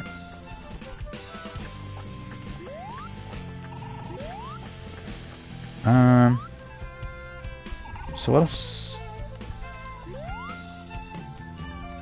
Go Paulie? Okay. Yeah, I like Paulie. I think, like, there's a lot of like green flags there for Paulie, but also it's just like I haven't like gotten to like know him that much from like any of the videos that I've seen, so it's just like I just didn't know what to do with him. But he seems to be good based on like his bio and everything. But yeah, Sorquel's next. Snow by PETA for being a strong female player. Yeah, Yeah, I mean, in retrospect, I should have, who should I have picked in retrospect? I forgot, who's my other person? Like, who was second? I generally don't remember anymore. Where is A? Oh my god, Au's at the fucking front of the thing. Did I have Ferris number 2? No, I had Ferris... No, I had Ferris 5. But I have 2. Oh, I had Frankie. Yeah, I should have gone Frankie. I should have had the, yeah, I should... Actually, third was Viola. Wow, oh my god, wait. Yeah, my top 3 were all pre-mergers. You got Ursula, interesting. Yeah, I don't know if I would have gone Ursula in this spot, but again, you do you. Justin's next. Top 2 are Eden and Frankie. Where did I have Eden? I think I was high on Eden, right? I had him 8. I forgot I was high on Eileen, too. She was 6. See, I had Peta 1, Frankie 2, Viola 3, Valeria 4, Ferris 5, Eileen 6, Raymond 7. I forgot I was that high on Raymond. Eden 8, Charles 9, Scott 10. That worked out.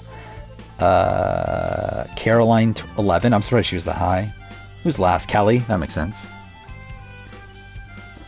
Rich. Yeah, makes sense. I think that's probably who I would have gone for at this point. Like, if I remember right, there were like red flags in his bio, but like everything I've seen of him seems good. So yeah, Julian has 2 picks now. It's possible Natalie Anderson's on 50. Very unlikely at this point. Like, it's theoretically possible, but it's not. Yeah, it's not likely.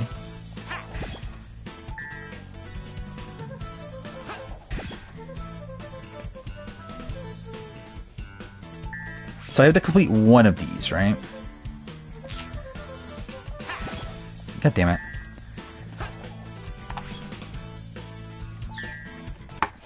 Yeah, where did I have Rich? I had Rich 9 on the newest one, but I think...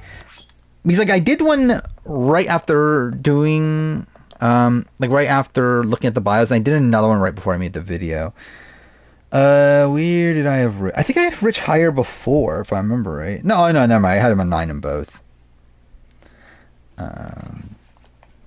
For big characters, hope for the best. I mean... Who are the big characters to you? Max and Nash. Okay. Max, okay, I could see it. Like, there's like David upside for Max. Nash, I don't know. I don't think it's looking good. But Max, I could see it though. Yeah, I don't like. I think his overall personality and everything is like a lot like more extra than I was expecting. But like, I can at least see the path. Nash, I think is I would be very surprised. Well, yeah, I mean, Nash is very unlikely to be first boot. At least there's... I mean, if he is the first boot, that's so funny. Like, if he's literally going to Russell Hantz it. But, yeah, it's, like, very unlikely. Especially because we see him getting into fights, right? But, to be fair, I guess Russell also got in fights in his first tribal, didn't he? Or I guess his only tribal. So I guess you never know. But, yeah, Justin's next. Will they ever put Bear on the challenge again? No, there's no fucking way.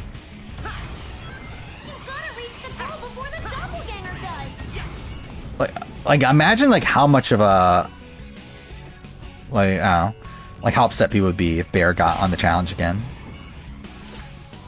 Oh yeah, I did see that. I did see the John Rocker thing. That's insane. The John Rocker almost got into a fist fight with what was it, Patrick Mahomes' father, right? Like that's so fucking random. I think I saw that like now they're like setting up like a boxing match for the two. So that's something. Oh, perfect. The funny thing too is that John Rocker supposedly, like going by like the cast of San Juan do Sur, like supposedly they love John Rocker post show. Like supposedly he was like actually like kind of a nice guy. But like, yeah, really funny that like this. Okay, I'm hitting all the wrong fucking buttons. Noonan, interesting. Yeah, Noon's someone I'm very worried about, but I hope does well. Like if they make it merge, like if Noon makes it to the merge, I think Noon like definitely is like one of the top contenders. But I think it's gonna be tough getting there. But yeah, Soracole's next. Hope Rogan does well. I hope he makes good TV. I don't know if I'm dying for him to do well. Was this cool? I mean, like, how much of this was just a stunt to get this fight? Like, I would not be opposed. Like, I would not be surprised if that was the case. That all this was just this, like they had already set up the fight beforehand. They were like, hey, how do we promote this? We just like pretend we get into a fist fight on on the street or whatever. Or not picking the witch. Yeah, I'm surprised no one's picked her yet as like kind of like a meme pick. Who's in my Trans 41 thumbnail? As of right now, I've actually changed it a lot because like literally I've been working on this like as it's been coming up. Like as we get people, I've been recording it and then like editing it, and like I've been like adding people. Like I made the thumbnail initially from that first group, and then I've been like adding people and taking people off as we go. Let's see, where is it? Yeah, who's the current list? Currently, it is America, Ashley Mitchell, Coy, D, Justin, Michaela, Rogan, Sydney, Turbo, and Jeremy. So that's who it is. There was so like obviously Wes was on it when Wes was on the cast, but obviously he got taken off. What were the other people? Nani was on it at a point. I eventually took her off. Lekka was on it at a point. I took her off eventually. Derek Chavez was on at a point. I think even Aviv was on at a point. Because I think initially I was going to try to keep it like half and half. Give Kate a go. God damn it. I was hoping I would get Kate on the way back. But, oh well. Ray Ranger's next. But yeah, initially I was trying to keep it like half and half vets, half returnee, or half rookies. But then I kind of realized, like, when making it, I was like, well, the fucking vets suck. Like, I don't want to fucking put, like, Aviv on the fucking thumbnail. I don't want to put, like, I don't know, like, Leroy on the thumbnail. It's like, that's fucking boring. So, at this point, it's, what, 7-3? I guess it's 6-4, actually. I forgot Michaela counts as a, yeah. So I guess it's 6-4. I guess it's not as bad as I thought. But I'm not trying to keep it balanced, though, at this point. I'm trying to keep it balanced gender-wise, at least.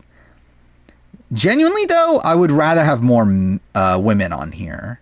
Because, like, I do not need, like, Justin or Coy on here, realistically. Like, I would rather have, like, some of the women. Like, I would rather have Lekka on here. And I would rather probably have, like Blue. The problem... Actually, no, Blue works now, doesn't she? Because initially I didn't put Blue on because like her and America were right next to each other and they have the same cast photos and it bothered me. But now they're not going to be next to each other. So actually I could put Blue on now. I wouldn't be opposed to putting Izzy on. But yeah, I'll probably still try to keep it equal gender-wise at least. But Zara. Okay. Zara's fine. Like another one of these, like if she makes the merge, I mean, there's a chance. I think the issue is that I don't know how much of a fan she is, but yeah. Tex next. Who am I going to be left with? I think I'm good. Yeah, I think I'm definitely not going to get one of the people that I said I think I have no chance. Because I think Nash was one of those, and he got picked already, and it was already at the point where. Yeah, so I should be good to get somebody that has no chance. That I don't wait. Fuck. I should be good to get somebody that I think at least has a chance. Bureau pick Zen. He is shockingly one of the people I think has no chance. Can't believe it, right? Oh, I haven't talked about the Montoya drama, have I? That's kind of an insane thing. What a fucked up reality show that is. Like, just in general, Temptation Island's, like, really fucked up. But, like, especially, like, at the point where, like, people are actually, like, seemingly constantly cheating on that show. Because, like, I feel like in the US version, like, you'd have, like, okay, maybe a person, like, cheats here and there. And I think the fact that they show it, too, is even more fucked up. I think that's also, like, a really fucked aspect of it. Oh, fuck me, dude. Yeah, just in general, that show just seems so fucked. With Brandon Nelson's on 41, well, he's not at this point, right? But also, it's like, eh. Oh, fuck me.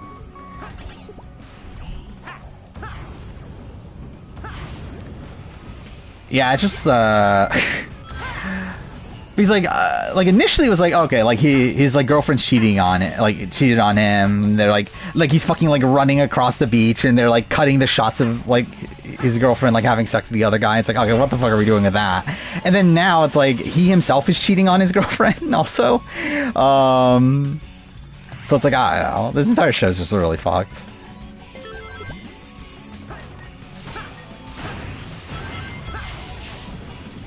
Getting an ad for women's slippers? Okay. That's really rare. Okay, what the fuck is that? Okay, well, I fucked this up.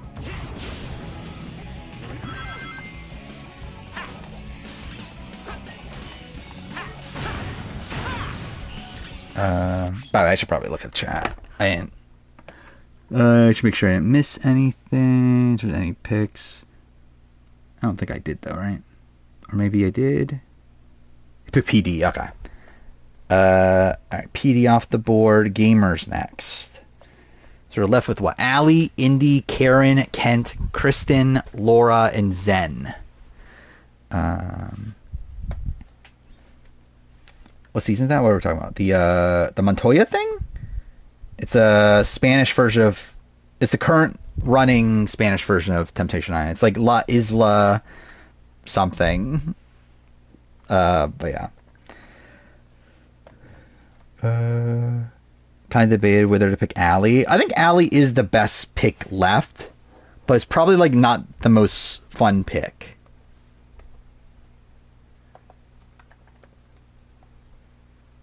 Yeah, this is the show. Don't want to be laughed at for your pick. I mean, who are you going to pick? I know who I'm picking based on who's left.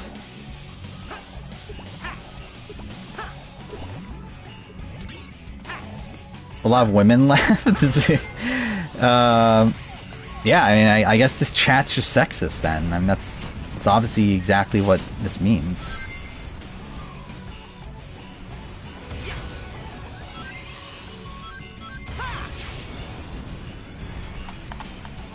The cast finishes tomorrow in Montoya. That'll be fun. Actually, I was like, that was a potential stream title at a point where if I remembered Montoya existed. Is that, yeah, like get Montoya on challenge. I think Kent could be a player. I think Kent has potential. I mean, he is a big fan. I would not bank on it, but he at least has a shot. You picked all women? Yeah, it's true. I mean, actually, how many women got picked in the first round? Is it only 3? Yeah, only 3 women got picked in the first round. That's pretty fucking bad. You'll take him? Okay. You'll pick Kent. Alright, I'm picking Laura then. Is Laura winning? Probably not. But I think it'll be fun, though. So I'll pick Laura. But again, I think Allie is legitimately the best pick left. But I'm not doing that. But yeah, Lion Mountain's next. The only reason... Wait, the only season of the US version I liked was season 3. Yeah, I never watched Temptation Island. Like, I know of Temptation Island. And I've always known that it's a pretty fucked up, like, concept of a show. But, yeah, I've never actually watched it for myself. But, like, I assume in the US version, they don't actually, like, show people having sex like that, right? There's no way that makes, like, US television, right? Taking Allie? Yeah, that makes sense. Why is no one picking, Zen? How dare people not pick Zen? What have Laura in my power ranking? I think she's, like, 10 or 11, right? What is she? Oh, no, she's, like, 16. I thought she was higher. 3 of the top 4 picks from the RHPAU draft are still on the board. I didn't listen to that yet, but that's kind of insane. Who got picked? Like, really? They got picked? Why? Why'd these people get picked? I did listen to the Dr. Will podcast actually recently. Like I finished it literally like earlier today. Yeah, it was such a weird podcast. By the way, Will spoils the Amazing Race Big Brother season, that podcast. Where like he talks about like how like Big Brother players are going on all these shows, and like he lists like Amazing Race. Just like I feel like that was definitely like because of this. Especially because like people have known about this since like October or something, right? Go Karen. Okay. I would not have picked Karen in this spot, I don't think. That's fine. Mess is next. I got the sense that he would do traders. He didn't like officially comment on it, but like I think he will do traders. Like I am personally expecting him on season 4. Oh, 100%. Yeah, that was the thing too. Is that yeah, like Rachel like hinted that Wes being on 41 on the Traders podcast. So where like when his name came up, I was like, oh, did like Rachel actually like spoil it? And it turns out I guess Rachel was wrong.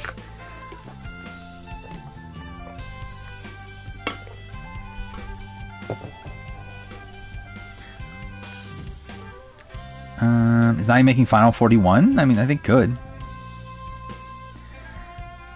That's a pretty fucked draft order. Karen was first pick? How was Karen first pick? Is he a name that I think Gamer was thinking? Probably? Maybe? I think it would make sense if he was. That would be fun. Hatch and Will on Traders. No, I probably won't do a Dreamcast for season 4. I'm not opposed to doing it eventually, but like probably not for season 4 though. I think the schedule's filled enough as is. Okay, I don't get what I'm meant to be doing to progress the game at this point. Like, is it just do these? Eddie McGee, imagine Eddie McGee. Yeah, you got Indy back. Yeah, that's what I assumed you were gonna pick. Indy's someone that, like, again, another one of these people that if she makes the merge, Indy could do very, very well. I do very much worry if she can make it though. But yeah, Tossi's next. Final pick: Kirsten or Kristen or Zen. Is BS right? What is this? Oh, I forgot Sporgle was still around. Oh, this is saying Rob got called for 50? I can see it. I don't think it's like complete BS. Like, I don't know if Spoiler Girl themselves know. But, like, do I think that Rob could have been called for 50? I get the sense yes, to be honest. But I don't know for sure. But I did listen. So, like, someone was saying that, like, Rob was, like, definitely a no. Like, the way that he reacted to Will, like, definitely signified that he wasn't on 50. I didn't get that sense from listening to the podcast.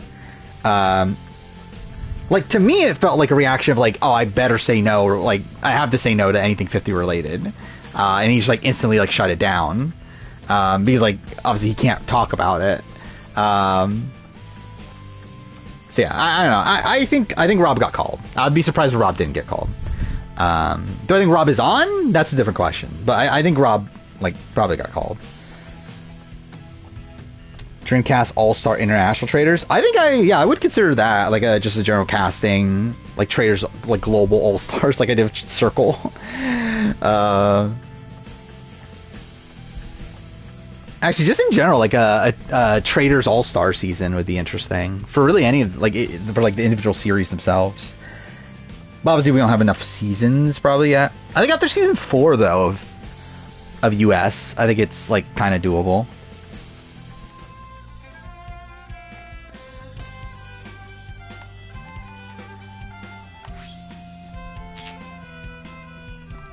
Is Bus Rebel locked for traders also season? I would assume so, right?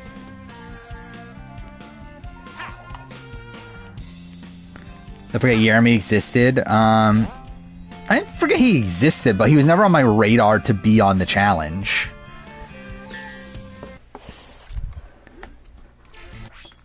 How dare I be low? What is this? Oh yeah, the confessional.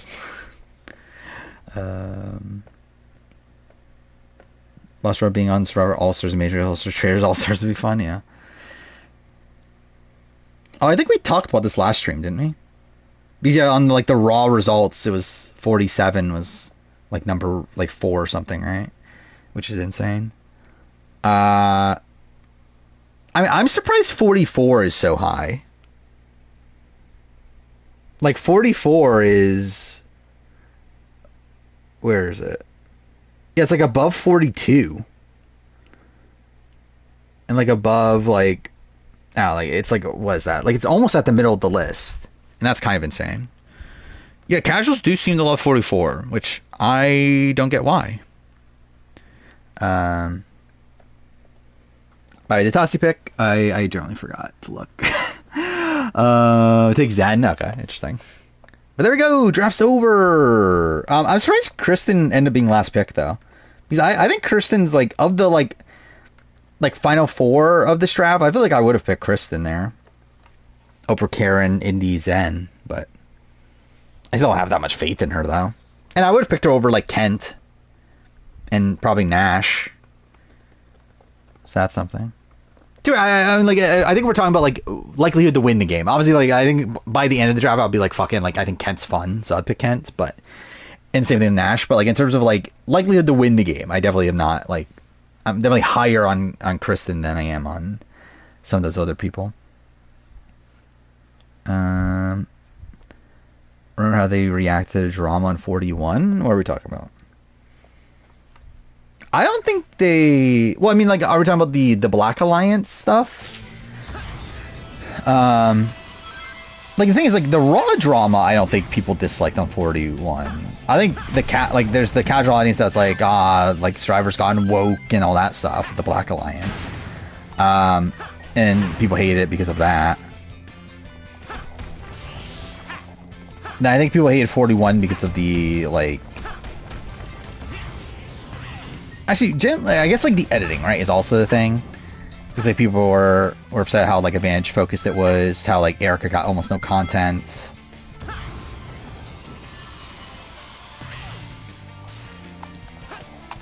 Any 50 news? Essentially, Redmond implied that one of Amanda or Coach are in the running.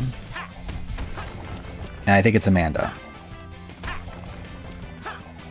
Technically, okay, this is the technical thing. Technically, Redmond said, like, someone asked him, have you heard of Rupert, Amanda, Coach, or Stephanie? He said one of them. And then previously he has said that a returning player from 11 through 20 is in the running. So mixing those two things, it's Amanda or Coach. Which, again, I think it's Amanda.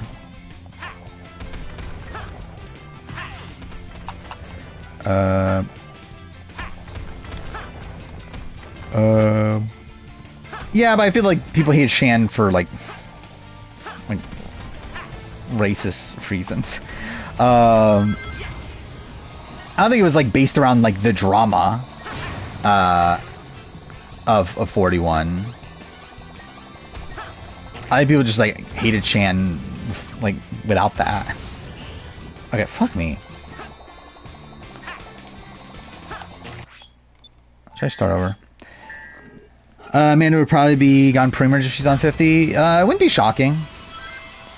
Like, obviously she's not particularly well connected. Like, again, looking at like who I assume would be on 50, I would assume not many people that she's interacted with will be there. If anyone at all, really. It's like, how many other players from that era of the show are going to be on? Like, probably none. Because again, like, looking at the way it is now, and there's the people we know are in the running, it's like, again, if Sean Rector's on, he's probably like the only like pre-All-Star representative, probably. Then like you would think like Amanda would be like one of the only representatives for that era of the show. It's like, I'm not expecting like that many like 30s people to begin with. So yeah, I do think it is probably looking rough. Will Dre ever be on Survivor again? Redmond has said no. Like Sister Nina we're talking about? Yeah, there's a shot, but I'm not banking on it.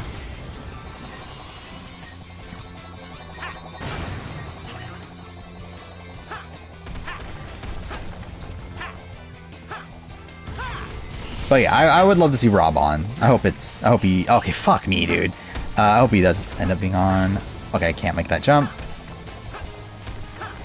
We don't know anything about cast size.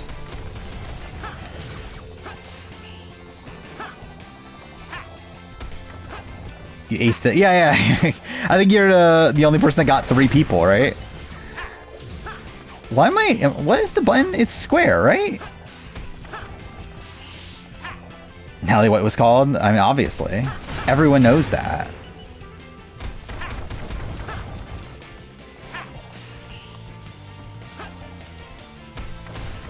Yeah, I think it's... My gut says they're going to keep New Era format. Because I think they're going to... Like, I think they're looking at this as, like, the like, culmination of the New Era. Or, like, I think they've been, like, keeping with this, like, similar formula for every season up to 50, and I think the way they look at 50 is that this is going to be, like, the final test of it. And I think after that, they'll probably shake things up a bit, but... Yeah, I think my gut says 3 tribes, but... Like, 3 tribes, 18 people, but also it's like, do they have the restraint to do that? Because, like, are they really, like, not going to cast, like, more than 18 people when they have so many people to pick from? It's like, I don't know.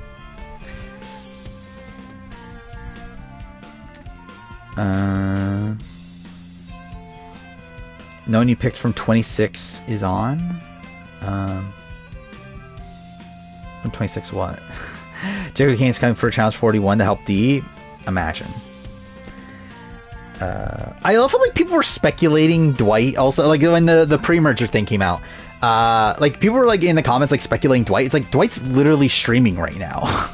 Like, streaming right now, reacting to the Challenge 41 cast. It's like, Dwight's definitely not on. Okay, genuinely, what am I meant to do? I don't know what, like, if this is actually what I'm meant to do to progress this, like, the campaign.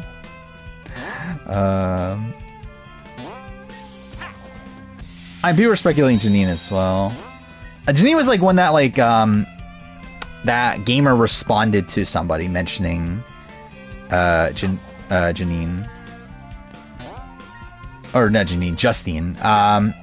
But also, like, that should make it clear it wasn't Justine, right? He's saying, like, they literally said that I don't know who this person is, yet they responded to a thing saying that Justine's, like, queen and stuff, like, as if, like, as if gamer knows who Justine is. So it's like, it's not Justine then, right? Yeah, I saw someone mention J Maya too. I think a lot of people thought it was Claire, right? Yeah, I saw the tweets of Summer, which it's funny, in my opinion. Which, I mean, I don't know. Are they... it's like, it's not inaccurate.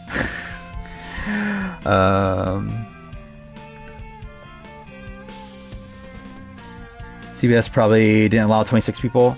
I would guess not, especially now that Amazing Race is happening.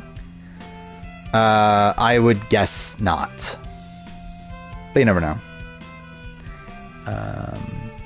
By the way, it would be really funny if America's still on Challenge and Corey goes on Amazing Race. They're both, like, filming shows at the same time. Because, like, theoretically, like, Amazing Race is filming next month. And Challenge films over, what, like, 3 months? I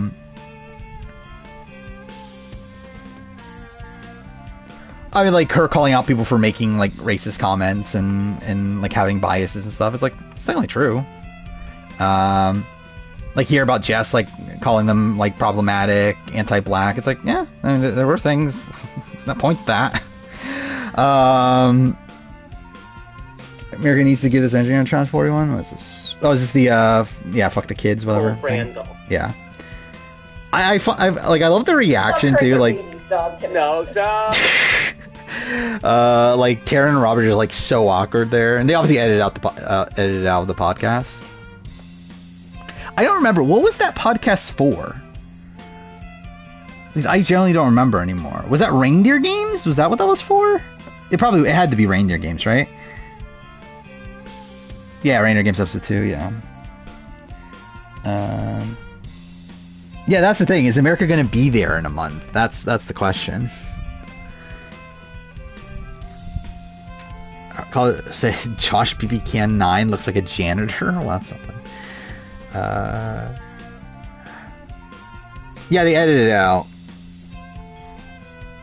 Like, that's why, like, you only see the clip on Twitter and stuff. It's like they literally edited out the podcast. Like, you go to the YouTube video, like, it skips it because they edited it out in the YouTube, like, editor. And they obviously edited out the podcast they released. Yeah, yeah, that is true. She literally, like, backs out the comment, like, immediately.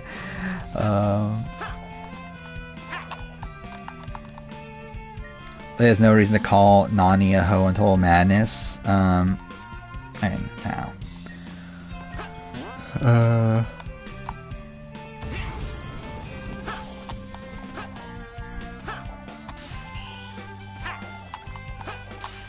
But yeah, I think America still should be fun though. Like America, like I'm expecting America to be a fun, like anti-vet sort of presence here. And obviously, like they're probably gonna be paired up with vets, I would assume, like based on how it's being broken down. But like again, like she's definitely gonna be very anti-bananas at least. But America's an Ashley fan, that makes sense. I think you kind of get that vibe. Thoughts on Dondi ending? I thought it was shit. I already ranted about it earlier. I feel like the cliffhanger is fucking terrible. Smashly dominating? Hopefully. I doubt it though. Like, it's not looking good for her from a vet perspective. I don't think she has like any allies going into the season. But hopefully. Watching BB20 clips, Bailey was so unlikable. I don't know if people didn't like Bailey. I mean, like, obviously, like, you had the Falcon. Like, I think Bailey was, like, very divisive. That should only be women? Who would I put if it's only women? I think the problem is that the vet women suck so bad. Where's it? Let's see. So... why is this not opening? There we go. America, Ashley... like, these are people that I would consider putting on the thumbnail. America, Ashley, Blue, D, Izzy, Leica, Michaela, Nani, Naya, Olivia, Sydney. Yeah, I guess I could, actually. Yeah, it's not that... like, it's definitely feasible. Well, yeah, Joker's hated Bailey, but that's Joker's.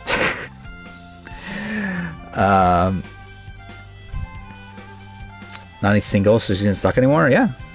That's why she was going to be on the thumbnail at first.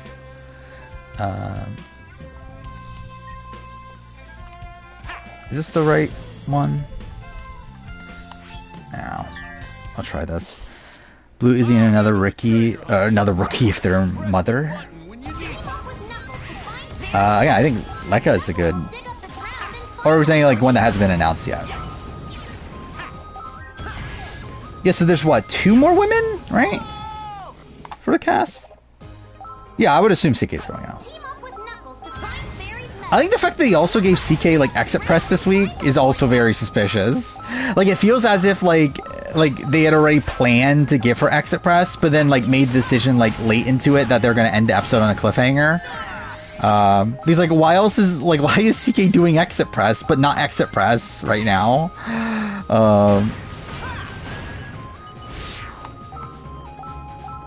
cool. Yeah, I can't wait to have Valeria on the thumbnail. Well, yeah, I mean, whoever the Australian Survivor person is will probably end up being on the thumbnail. Because, like, my priorities for the thumbnail are people that, like, obviously are on the shows that I cover. Okay, what'd I miss? Is he a lock for traders? No.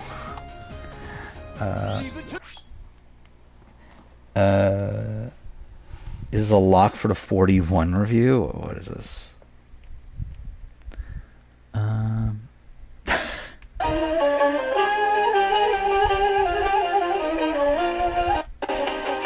Monday, Sunday, Would this get copyright claimed? I think that's the question.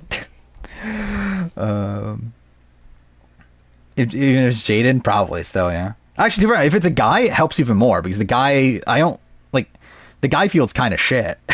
I was actually hoping for a better guy to put on the thumbnail.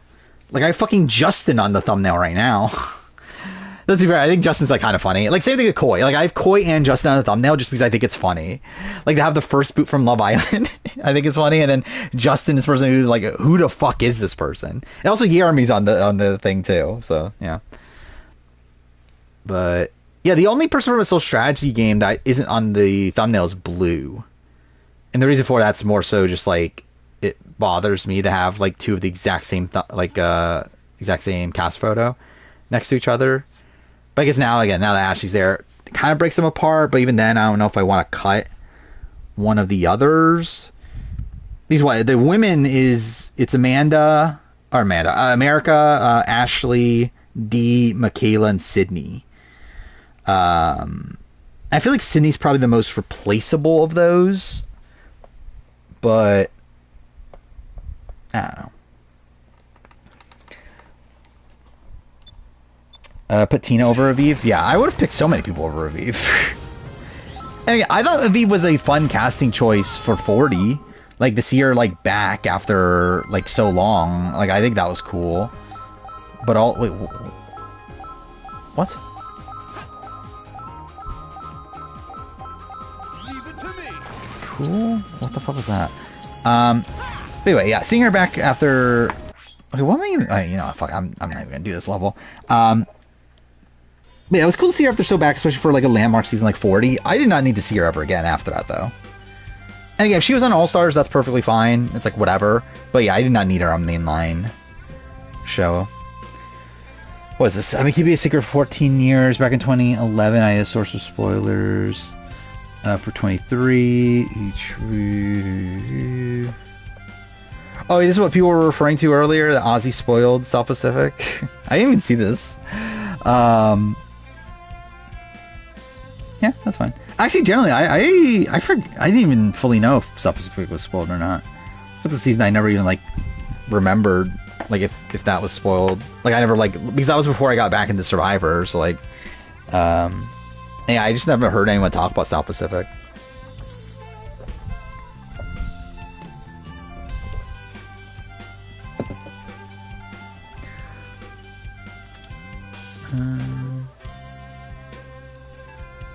Yeah, it's interesting. So maybe Ozzy has no chance of being on Survivor anymore, even though his chances weren't that great anyway. Oh yeah, I forgot about that. Yeah, it was supposed to be Melinda too. Yeah, why isn't Melinda on this season? Yeah, Amber obviously would have been great, but yeah, I don't know if Amber wanted to do it. He wanted the men to DQ early, so Shane is on. I mean, I know Gamer was like hoping that, right? How many winners would win Redemption Island if they took Boston Rob's spot? I don't know how many of them do. I'll say, like, I think the overall like reaction to like Boss Rob like having such an easy win on Redemption Island is like so overblown. So like, I don't know how many other players could have done what Boss Rob did on Redemption Island. Legitimately, I don't know if a single one can win the way that he did, at least. Like, I think, like, obviously there's people that can be on Redemption Island and go on to win, but, like, I don't know how many of them are going to be able to have, like, that much of a stranglehold in the game that Boss Rob did. Like, even Kim. Like, I don't even know if Kim has that, if she's on Redemption Island. Like, I think the gameplay style, like, I think Boss Rob's gameplay style, like, is one that just, like, perfectly fit that sort of, like, grouping of people. Where, like, I feel like with Kim, it's, like, it's not going to be the same. Like, Kim's not going to be this person that, like blindsides Matt Elrod in the way that Boss Rob does. And, like, creates this, like fear within his allies that, like, oh, like, I can't flip against them because we saw what happened to Matt and stuff. It's like, Kim Sprout's not doing that. Yeah, like, Heidick maybe, I guess. But, like, also, Heidick had, like, I feel like Heidick's just such, like, a lot more of, like, a sketchy guy, though, right? Where, like, Boston Rob at that point came off as this, like this family man that, like, most people looked at as, like, a hero coming out of Heroes vs. Villains. Towards, like, most people liked Boston Rob. Like, people don't like fucking Brian Heidick. feel like Suri could have done that. I don't know if that's a good cast for her.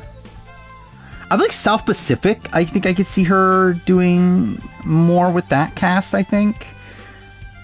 But like Redemption Island, it's like, I don't know, is Suri really getting along with Grant Matos the greatest? Like, is she really like leading Grant Matos along? It's like, I don't know. Does Dr. Will have a chance of winning? Dondi? I would be surprised. This is the cast of Redemption Island, obviously. And this thing also is like, people like act as if like the entire cast is bad. Like, Zapatera is not that bad. Like, Zapatera is actually like a decent group of like players. Like Mike Chisel's like actually like a pretty decent player. Like Steve Wright had potential. David Murphy was like a very dynamic player. Casey new girlfriend. Does Casey already have a new girlfriend?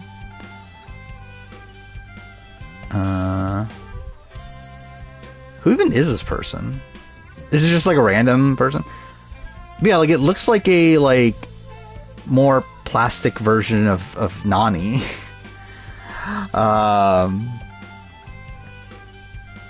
Edge of Extinction was a death sentence for returnees? Yeah. Yeah, I don't know if any like player would have had a chance on Edge of Extinction. I think the setup could have been different. She aligns with... Yeah, I think... Yeah, Suri definitely works more Francesca and Christina. Like, does she work with Philip? I don't know how that necessarily works. I could see her working with Ashley Underwood. I feel like that definitely feels like a very, like, Suri, like, sort of ally, right?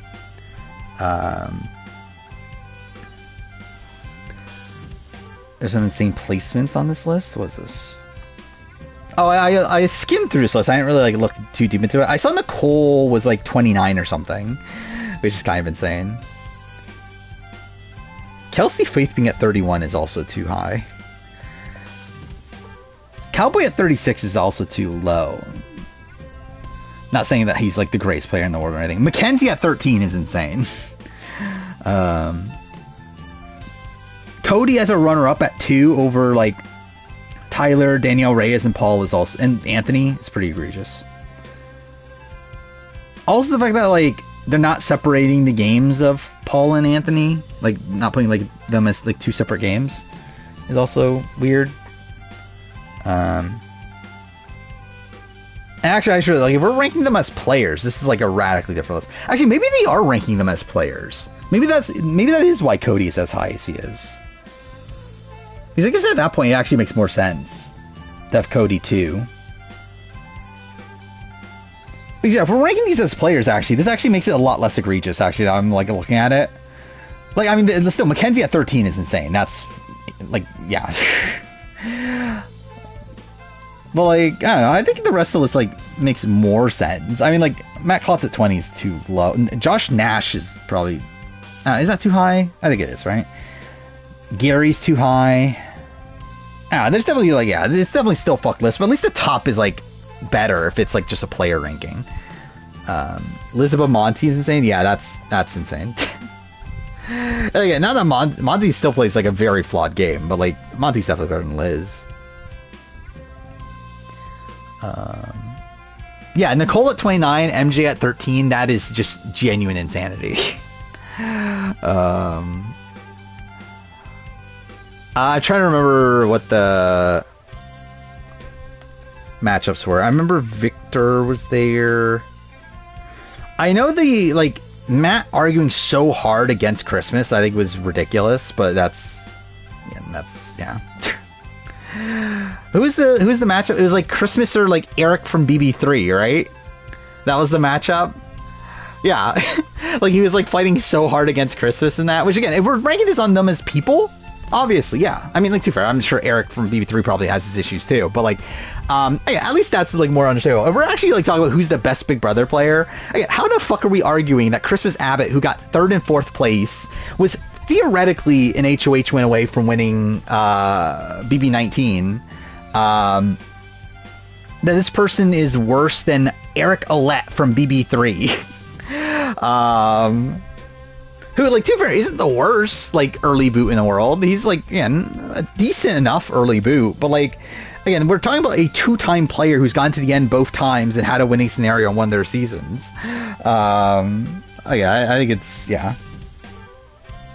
I'll say that. It's like, yeah, it's fair. Victor versus David, like, the fact that, like, they were, like, actually considering, it's like, yeah, Victor's way better than David. And then, like, Cedric versus Tiffany, same thing. Like, Cedric's way better than Tiffany.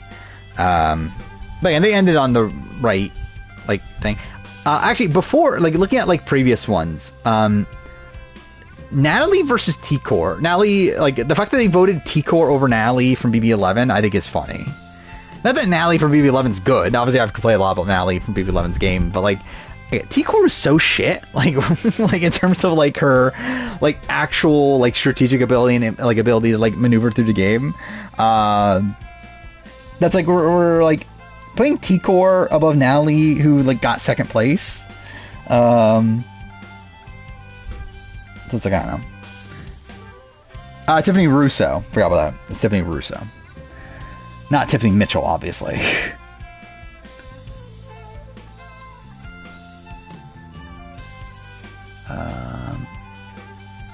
Yeah, that's the thing. I think the criteria they utilize is very arbitrary. And I think purposely so, because, like, obviously they have all the different guests, and through that there's always going to be this, like, this lack of consistency anyway. But yeah, I do feel like for, like, I feel like Matt in particular, I feel like Amon, like, even though Amon makes some, like, very wacky decisions, I think at least they're, like, I feel like Amon's at least, like, rationale for things at least, like, makes sense based on his, like, view of things. Where I feel like Matt's is just, like, there's points where he goes gameplay, there's points where he just goes, like, pure on favoritism, and, like, I feel like he just, like, shifts on a dime. Vanessa and Tiffany for Riot Eyes 2. I wouldn't be opposed to that. That'll be fun. Never happening. Okay, well, yeah, that one was insane. I guess that's the one that I think is, like, genuine insanity. Picking Johnny BB Can 3 over Cassandra. To be fair, I think he was kind of goaded into that by Jordan Parhar, but still, like, that's an insane pick. If any Archie people ever does Dire Room for Survivor, who do I want to be? I believe Mike Bloom has already talked about it. Which I think it has to be Mike Bloom. Mike Bloom or Shannon. The thing is, I don't know if Shannon has the, like, knowledge of Survivor history that Mike Bloom does. The problem is also, though, that I don't know if Mike Bloom has the, like, game-centric mind. So, like, I think I would want it to be Shannon and Mike as the two, right? If we're doing, like, two people to do it, it's like, yeah, I think it's those two and then the guests every time. I think that would make sense. Because I think they're on, like, the two ends of things. Of, like, Shannon's this, like, very game body sort of person. Mike is this person that, like, knows the history of the show, very knowledgeable about, like, again, the goings on the show, but, like, also, like, again, maybe not the most, like, game savvy person. They show so real for not jumping, I guess. I mean, she could have gotten immunity, but sure. I'm trying to remember, what was Mike Bloom's episode? Wasn't that the one that Jonathan Bennett went, like, he voted for Jonathan Bennett over Corey Brooks? That was Mike Bloom, right? Where's that episode?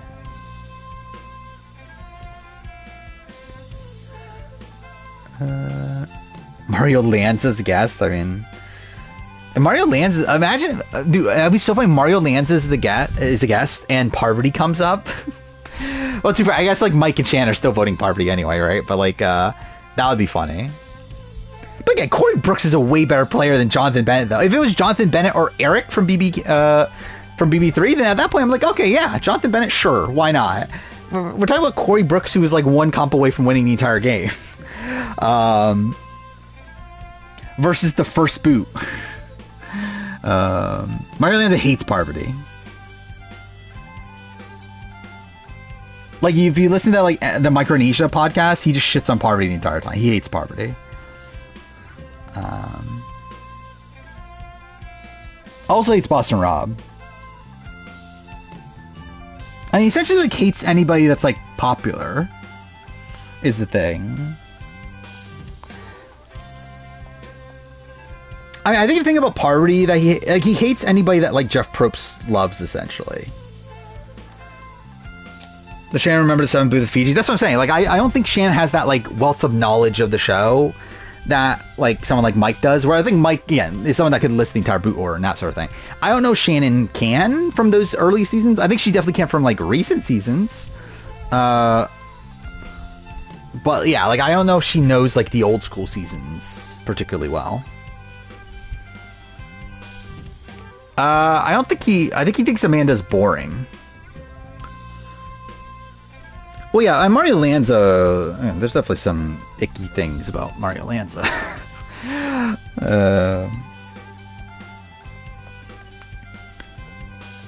He praises Boston Rob as a character on Marquesas, but he hates Boston Rob on All-Stars and Beyond. Where, like, All-Stars, like, he blames Boston, and to be fair, I think it's fair, but he blames Boston Rob for, like, how shit All-Stars is. And All-Stars is, like, one of his least favorite seasons of all time. Actually, I think All-Stars is his least favorite season of all time, right? Where, like, I know he's very anti-returnee seasons. How's Mario Lanza problematic? He thinks the Ted and Gandia situation's funny. He's essentially, like... I think he's essentially has the opinions of a casual from from the early days of Survivor. Like, I think that's like Mario Lanza. And that's because, again, if you don't know who Mario Lanza is, he is the main person of the Survivor Historians. He's a person that's been in the Survivor community for forever. He used to be a writer for the show back in the day. He again was this like insider, like would get a lot of inside information. What was it? Like wrote a whole bunch of articles. Like he wrote I know he wrote like this massive fan fiction. Obviously he wrote this funny 115. That's what he's most known for nowadays. Which, if you don't know what that is, it's a like series of posts about the 115 most funny moments in Survivor history. Which was initially for one through one through Guatemala, and then he redid it like a 2.0 for Panama through Here's Villains, and then more recently, I think, did he finish it, right? I don't remember if he finished it or not, but he did 3.0 for 21 through 30, and then he's not going to do another one because he says Modern Survivor is not funny. Mario Lanza is around. Survivor Historians does episodes like once a year. They're actually ending this year. They announced that they're going to do South Pacific, and that's it. But then Mario Lanza wants to do a Worlds Apart one, because he's a big Worlds Apart guy. But it'll probably be separate from that. What was this? Oh, yeah, he's a big Hayek fan. So, yeah. Again, he's a big Thailand fan. He loves Survivor Thailand. No, he still watched seasons here. He has, I don't believe he watches New Era.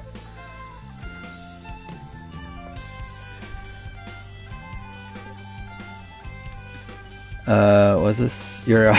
Yeah. I mean, again, like he constantly like talks about that, which super. I don't think that's necessarily the worst thing in the world. Like to reference the 150 to 200% thing, but he watched the start of 45, did he? Yeah, I know he's not like he doesn't constantly watch the show anymore. I know Jay, the other Survivor Historian guy, like just doesn't watch at all at this point. Well, yeah, like I think if Mario Lanza were to rank the seasons, I think he has like all like the first 7 seasons, like pretty much almost all at the top. Where I know Pearl Islands is his favorite season, but obviously, like I think he loves all the early, all the first 6. He hates All Stars. I think he's like kind of fine on Vanuatu. I think he likes Palau. I think he's kind of whatever on Guatemala. I don't remember his opinions on Panama. I know he hates Cook Islands. I don't remember his opinions on like Fiji and like China. I know he doesn't like Micronesia. I don't remember his opinions on Gabon. I know he loves Tocantins because of Coach. Then yeah, don't remember Samoa. I know he doesn't like Heroes Villains. Then yeah, he's like kind of like lukewarm on Micronesia, and then hates Redemption Island. Yeah, I feel like I remembered him like kind of liking Fiji, but I didn't know for sure. He thinks Fiji's underrated but not amazing. That would make sense. And yeah, he generally thinks Worlds Apart's like one of the best seasons of the show. Same thing as South Pacific. He loves South Pacific of the modern seasons. Like, I think because he put out a ranking for the 30s, I believe. I think his ranking was like, I forgot if Worlds Apart or South Pacific 1 and 2, but I think like, wasn't Kageon 3? Or was it, wait.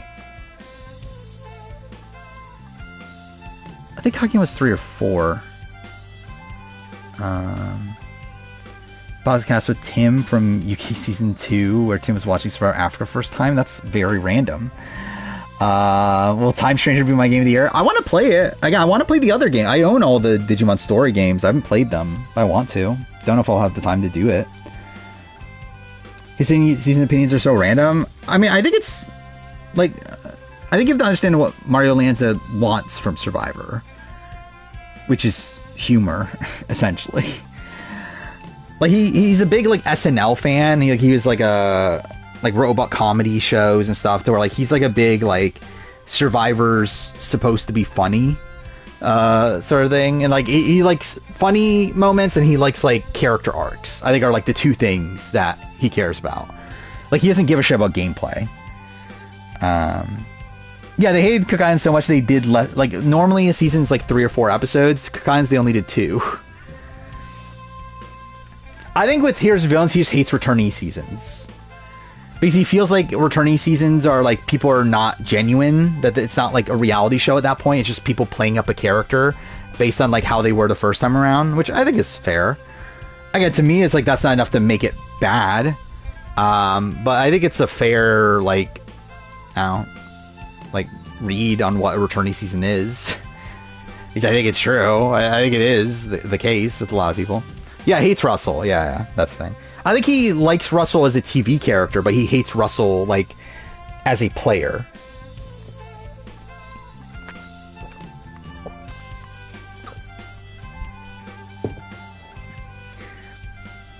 People change on returning seasons? What do you mean? Yeah, but that's the thing. He hates most of the legends. Like, he hates Parvati. He hates that Parvati's, like, the super, like, popular player. He doesn't like Modern Boston Rob. He was, like, pretty much, like, against, like, everybody that came back for All-Stars. Like, the entire, like, notion of All-Stars existing.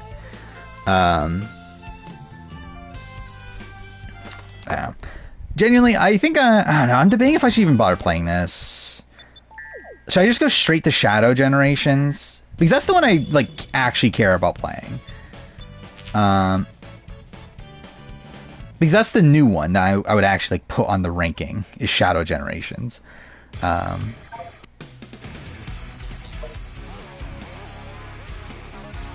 should I do this now, or should I wait for next stream? Camilo beat Tim Spicer in a physical elimination? Sure. What is this? Top 5 Fiji episodes? Wait, Fiji's more on par with Amazon than you think. Both seasons have lackluster pre-merges. Yeah, again, I think that's around how I would assess it. Yeah, I'll try out Shadow Generations. That way, if it turns out I don't like this either, then I can just move on next stream to something else. But this is the one that I actually meant to play. But like, I wanted to play Sonic Generations because I never played Sonic Generations before. So it's like I might as well play at the same time. Sought to create the ultimate life form. He called his creation Shadow. Is Will the best character on Dondi? Probably, yeah. Yeah, I think it's probably as well. Yeah. A series of tragedies befell the Ark. I do find I actually kind of like David more on Dondi, I think, than like even on Austrian Survivor. Like, I don't know, it's like, for some reason, like, I think the juxtaposition between, like, what we're seeing of David on the island to the confessional is, like, that much more drastic on this season for, like, to me. Like, the fact that we, like, I absolutely adore the moment of, like, Will calling him out for, like, potentially being on Australian Survivor. Like, I just love, like, the way that David reacts to all that. The fact that we see him, like, so straight-faced in person, but then we cut the confessional where he's, like, his, like, really over-the-top self. Like, just something about that just feels, like, ow. It just feels, like, different to me. To protect her beloved planet and all who live there. My Sonic guy to begin with, I've played Sonic games. Shadow was Like, I played, like, Sonic Heroes is one of my most played games as a kid. Then I had, like, the Mega Collection. Actually, I literally have it right here. It's literally right next to me right now. Yeah, on GameCube, which was what? 1, 2, 3, Sonic Knuckles, Spinball, Dr. Robotnik's Beam Machine, and 3D Blast, which I never played much of 3D Blast, but I played the other ones quite a bit. I played a lot of Sonic Riders. But no, I'm not like a massive like Sonic super fan or anything. Yeah, I mean, obviously, yeah, if I end up like not caring about this, then I'll move on to Balatro. But he gave up at the D. Marianne Tribal. That wouldn't shock me. You know, halfway through 42, haven't watched since. Yep, that would make sense. I feel like he's the type of person that would be upset by that, right? Sure, I just want to make sure. I think I turn this down.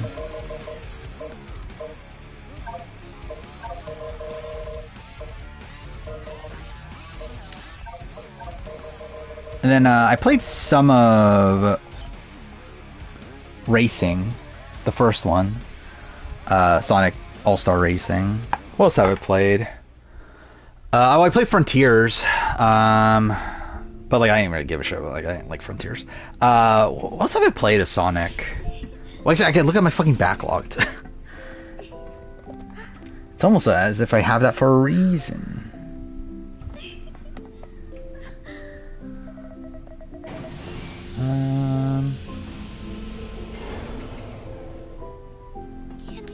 So far, setting in plot, AC3 isn't hitting you.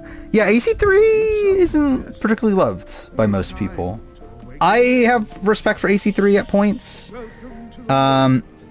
It's definitely a mixed bag, though. But yeah, most people did not like it, especially like after the Ezio trilogy, where people just love Ezio.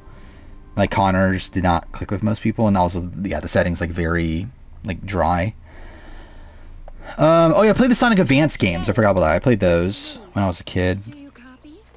Okay, that might be it. Yeah, I guess just the Sonic Advance games, Frontiers I played recently, Sonic Heroes, Sonic Riders, Sonic All-Star Racing, then the OG Sonic 1, 2, 3, and Spinball.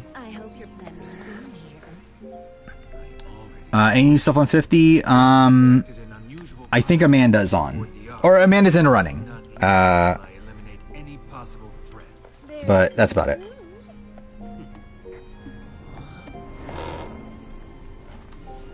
Who wins Hall Brawl? Actually, I should close this.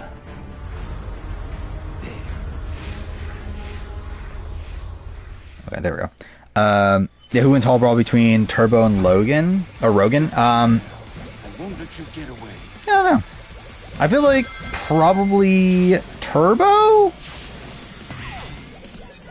But like we've seen Rogan like do very well, right? Well, we haven't seen Turbo in Hall Brawl.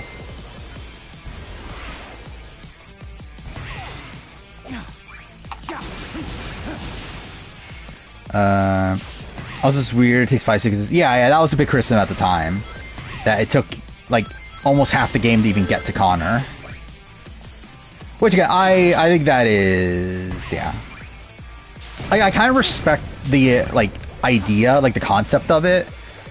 But yeah, I do think the fact that you don't even get to like what actually is the bulk of the game until like over a third into it, it's a bit fucked. Yermi does Spartan races? Well, that's something. Why is... Wait, okay, I want to see something real quick.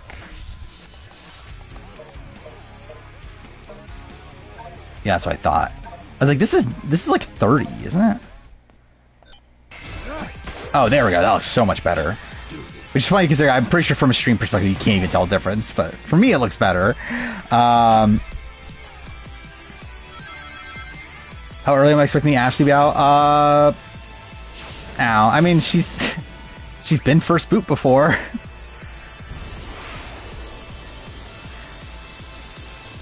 Amanda's hot? Yeah, sure. I think that's what most people say.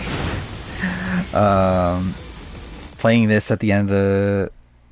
Is this a different video? Oh no, this is the same one. But, I would consider if I didn't get claimed. I think the issue is that this seems like an actual official song, right?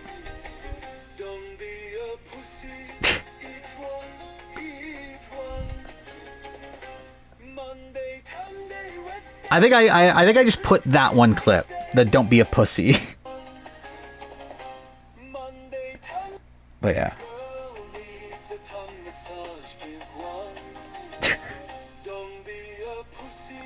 Yeah.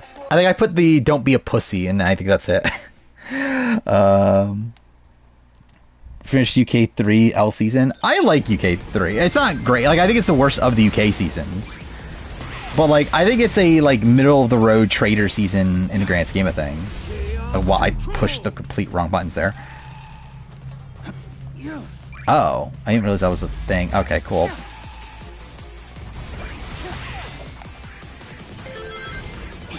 Do we think we'll see King Tony Reigns on Challenge against him? Probably not. I mean, like, not, like, I don't know. Maybe for 42, but, like, I don't know. I'm not, like, fully expecting it.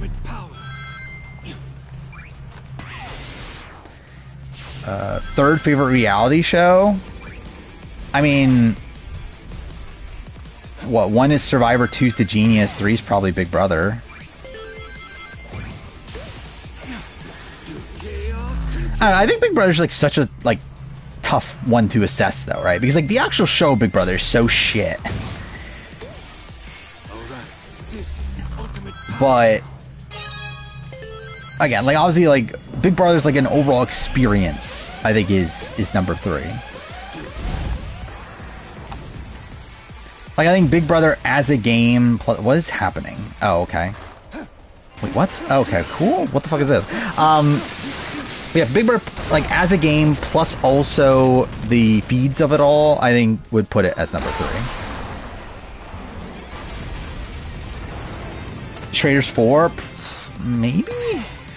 I think it's tough with Traders, because, like, Traders has, like, the opposite issue of Big Brother, right? Where, like, the game is kind of shit of Traders. But, like, the presentation of it and, like, the actual, like, editing of the show is really good.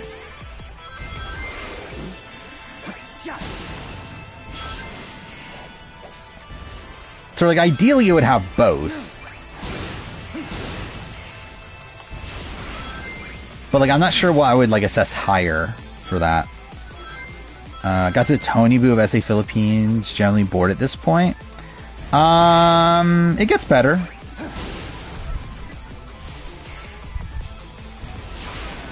But yeah, again, that's the rough part of the season. I'm personally, I find it, like, I personally find it the Tony boot to, well, I mean, maybe, yeah. I think there's 2 episodes that I would consider, like, kind of bad. But it's, I don't know. It gets better. Would I play Dondi? I don't know. I wouldn't, like, I'm probably not as opposed to it. But I feel like it would be weird for me to go on Dondi and not Survivor. I feel like it would be a thing. Where obviously, like Dondi, obviously, there's more chances of winning money and that sort of, or like at least you can win more money, and like the overall experience is a lot easier. But I feel like for me, it's like if I'm going on one of these shows, I probably would just have to go on Survivor. I think it would like bother me to not, but also I have no interest in actually going on Survivor.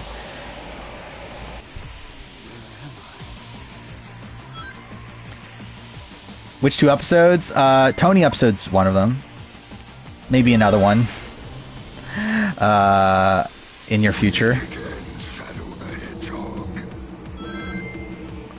Like the Palessa boot episode, the like Shanae boot episode. Like I didn't find those. I think those were pretty good still.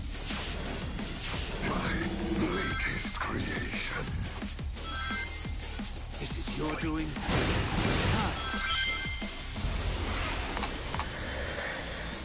I mean, you have the sea.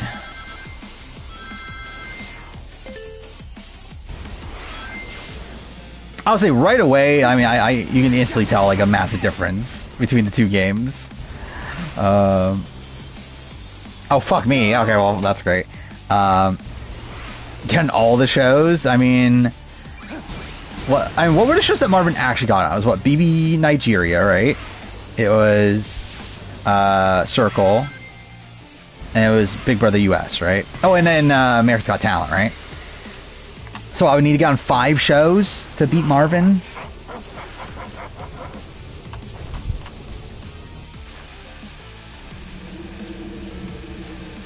The promised time will arrive. What was that response to? Oh,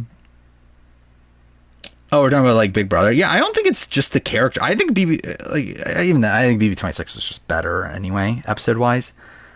But I think like when it comes to like BB25, like I think that was a season where like the feeds were really great, but then the editing of the episode was just outright fucking awful. And like I think some of that has to do with the fact that like they have a tough time editing like very dynamic gameplay, and it's like way easier for them to edit something like BB26, which is like not as complex. And Invincible Season 3 started. That's something. I still never finished Season 1. What is happening right now?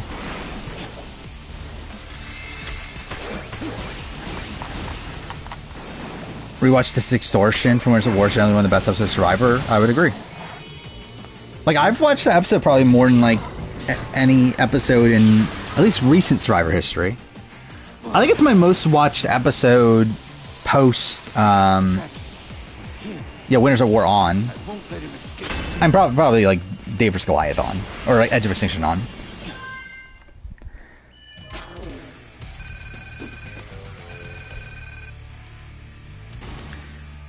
But yeah, I think the thing about Big Brother too is that like even Big Brother at its best, like BB26, like even like when it was like a very well like packaged season, I think the editing of it was a lot better. Even then, you still get a lot of like, I don't know, like ridiculous like confessionals, and I just think like Big Brother as a show is like very difficult to take seriously, because of how like unserious the producers themselves take the show. I mean, we're actually getting story.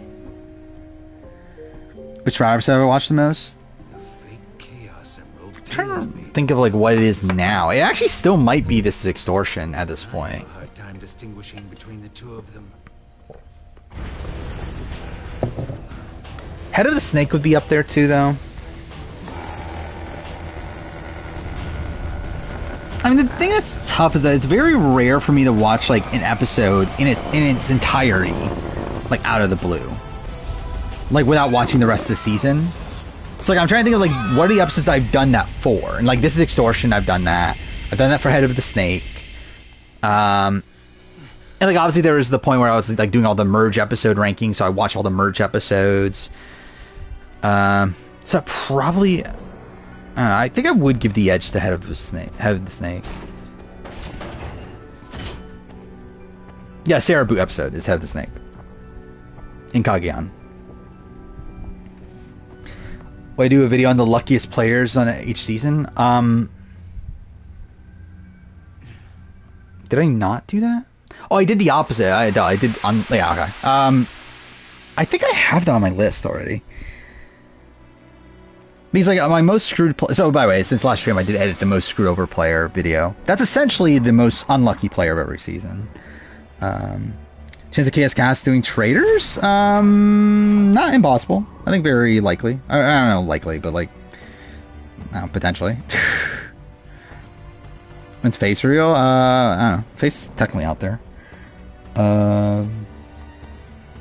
Like in terms of like streaming and stuff, yeah, I'm not opposed to it at this point. I'm like trying to like I need to actually buy like a proper camera and stuff, and like actually because like the big thing before why I didn't do it at the start is because like I don't really have like a setup at this point. I do have a desk here, so it's like I don't know, if I just bought like a couple extra things I probably could properly do it at this point.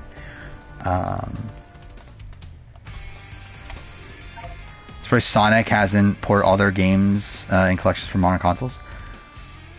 Have they not? Like, I haven't focused on, like, I didn't pay attention to that, but I'm surprised they haven't. Like, what was on, so I know there's the Genesis collection. I assume all the Sonic games are on that, right? But, like, but yeah, like, have they not ported over, like, the, like, Saturn games and, like, Sonic CD and stuff like that? I'm trying to find the, where is it? I own it. The Sega collection. Yeah, there we go. Sega Genesis collection. Yeah, like, what's on this? I never pay attention to that. Yeah, so all this... Oh, no, Sonic 3 isn't on this. Yeah, 3D Blast, Spinball, Sonic 1, Sonic 2 are. Why is Sonic 3 not on this? That's so random. But, yeah, I haven't paid attention to the rest. But, yeah, you would think that they would by now. I mean, like, considering, like, Capcom's, like, releasing, like, everything. It's like, you would think that, like, these other studios would do similar things. Like, also, like, what? Konami did the Metal Gear collections. Like, there's so many, like, other collections out there. By the way, I need to play Metal Gear at some point. It's still shocking that I've never played Metal Gear properly. I played 2 back in the day, but, like, I knew nothing about what was happening in that game back then. Like, it was back when I was, like, I don't know, like, 15 or something, which I don't think I had the most critical mind for games. I thought about doing react streams. Depends to what. Like, I've thought about, like in the way that, like, Corey and Taryn, like, react to, like, Survivor and stuff like that. I think the issue for me... Like, one, I would need a proper setup, because there's no way I'm gonna stream like this and do a react to that. Like, that'd be ridiculous. Like, even if I did have one, I think it's tough to do shows like that, because I'm doing reviews of them, so I'm, like... Most of it is, like, I'm, like, intensely taking notes when watching these shows. So if I were to do it, it would be for something like Survivor Michigan or something like that. It would be like something like not like something I'm not doing I didn't realize the timer started, right? But yeah, something I'm not doing a review for. Like Dondi would, like, I could do it for like Dondi or something like that. Because I don't review Dondi. Or like videos like that, yeah. Like I don't know. I feel weird about that though, because I don't like the idea. Like, because I'm kind of anti, like, that as a concept of that these people that, like, literally just watch other people's YouTube videos on stream. It's like, I don't know. Oh, well, that was pathetic. Bloody Games Season 3, obviously. Or I should watch, like if I were to watch Bloody Game Seasons 1 and 2 on stream, that could be something.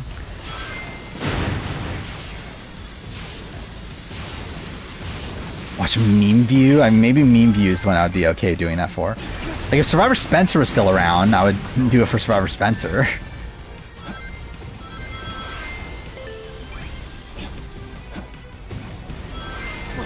Oh, cool. That's what I get for looking away for like 2 seconds.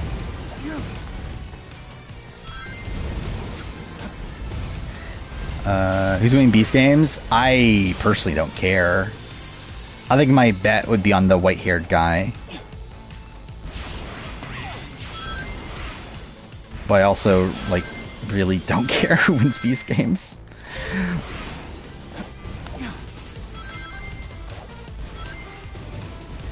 I don't believe Meme View's Survivor Spencer, right? Again, legitimately, I've never watched a Meme View video. I don't fucking know. But I don't believe that's the case. I feel like I would have known that if that was the case.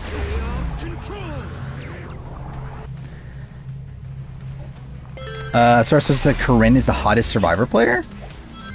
Sure. I mean, everyone has their type. Wouldn't be my personal pick, but there's their own. Oh, cool. Smashly cleared. What is this? Stream reaction to Ozzy Secret Adventures. I think I'm good. Oh yeah, by the way, I didn't watch the challenge episode, but that's, yeah. I'll watch it tomorrow. So the whole, like, redneck thing is so incorrect. So you had, like, a fight this episode? Oh yeah, it's the one that was in the trailer, right?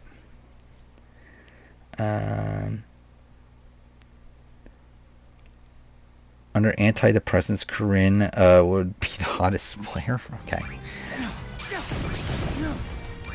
But didn't he make a Corinne has lost her mind video? So I guess that did that ruin Corinne for him?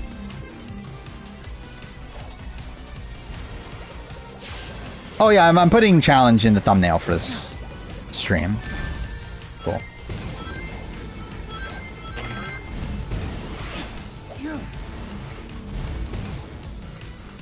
Is Adam Larson MAGA? I could not tell you. Wouldn't be shocked. I think it makes sense, especially based on like how he acted like in the past or whatever. But legitimately could not tell you.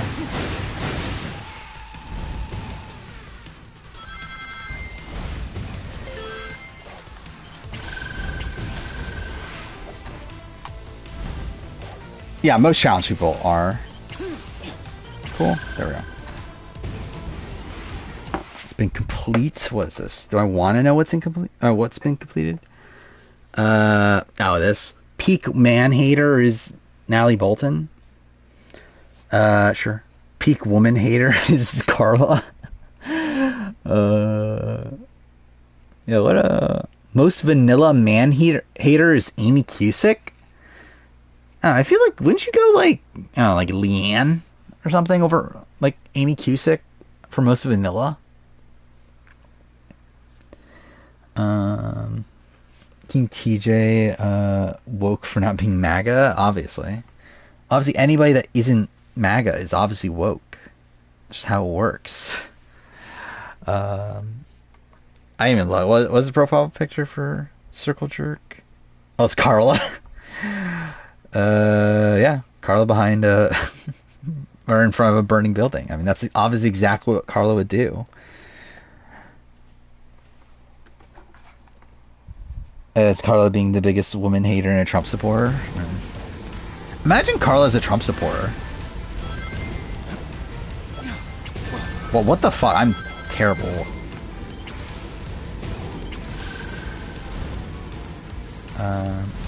Rank the purple player? I mean, I've done a top 10 purple player video. And that was one where people said I was running out of video ideas. Yeah, I genuinely wanted to make that video. Carla or Anissa? I mean, I assume Anissa, right? Well, yeah, I mean, obviously, yeah. Yeah, I knew they were obviously just joking around about Carla's 43 stuff with Cassidy.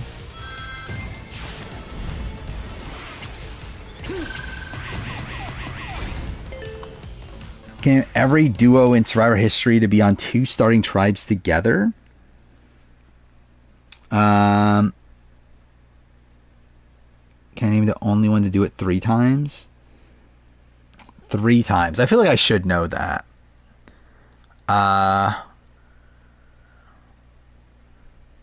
It would be James and Amanda, right? Would be the 3 times.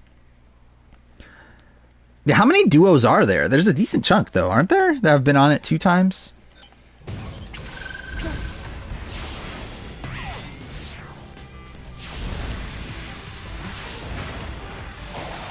He's like just thinking about like. Actually, I guess All Stars. Are there many on All Stars? Maybe not. Maybe they separate them enough on that. He's like Jenna and like Rudy were not on the same starting tribe, even though they were on the. Well, I guess Jerry and Tina, right? I mean, you're jumping forward in time. I'm just trying to start from the beginning. No, literally Jerry and Tina. What the fuck? There's fucking wings in this?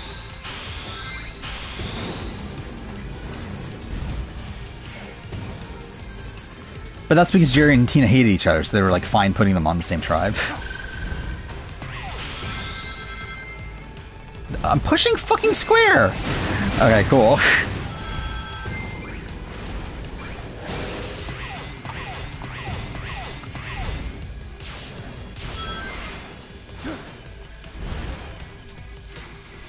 We got Parvati and Penner, right? for Micronesia.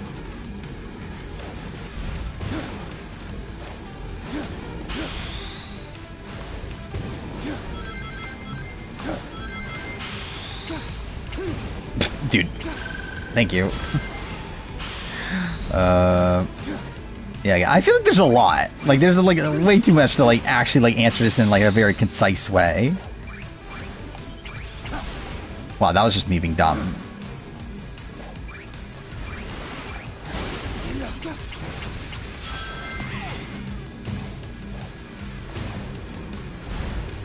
$21? That's way too many. Alright, cool.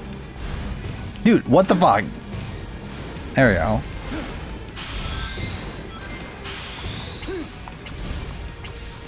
Hit the thing. Oh yeah, I forgot about Eliza Amy.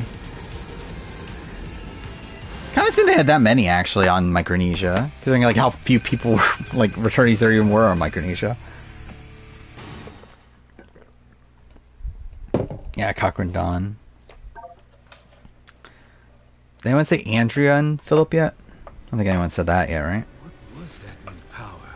Was Aaron ever in true contention? I know she was in the running for Blood vs. Water, It's not something but everyone was. I do, yet it felt I mean, maybe on 50. Probably not though. to be causing these mutations.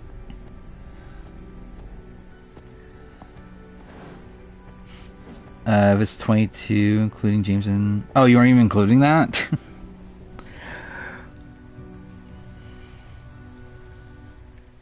Yeah, Ozzy Surion, Game Changers. Were Kim Powers and Alex Bell ever contacted? I don't believe so. At least I've never heard their name. For all we know, they could have. But I've never heard their names as being in the running.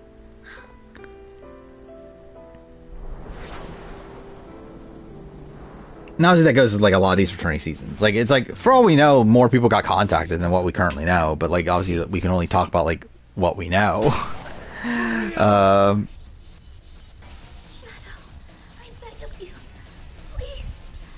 Yeah, Poverty, Rob, Sandra, Tony. I don't think anyone mentioned that yet, right?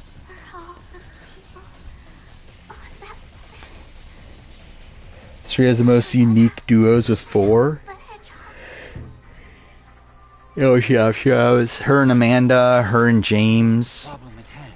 her and well, no, Dreams. no, not her and Poverty. Her and JT, her and Ozzy. Yeah, is that it? I mean, I could have confirmed that back in 2003 that Alex Bell was the LGBT ally. Deems Gears kind of locks special powers locked inside the power sealing devices. Cool. Thank you for that tutorial. Calls to me. Keyword is still. I mean, I assumed if he was an ally in 2003, he wouldn't have changed by now, right? Like, if someone was an ally back in 2003 where it was, like, abnormal for you to be an ally, I feel like it's very strange for you to, like, retract that, like, 20 years later.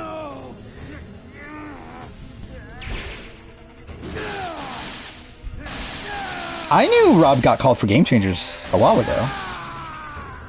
Like, I knew Rob got called for Game Changers back around time 40, where he himself said it on, like, Patreon casts.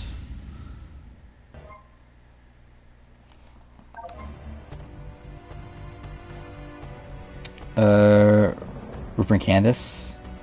Yeah, I guess. Worst player, Cass or Dreams? Cass, probably.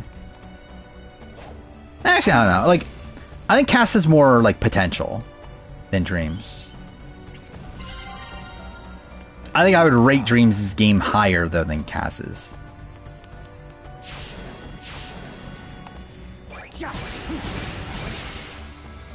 Actually, I'm thinking about it now. Would I? I think it's actually kind of close.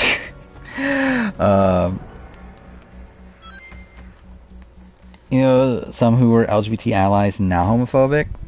I feel like that's very strange to... I mean, like, especially if you were, like, an ally at a point where, like, no one else was now. Like, if you were an ally, like, a couple years ago and now are homophobic, then I'm like, okay, that's at least more, like, plausible than if you were an ally in 2003 but now are homophobic. I feel like that's very... Like, that would be very fucking weird.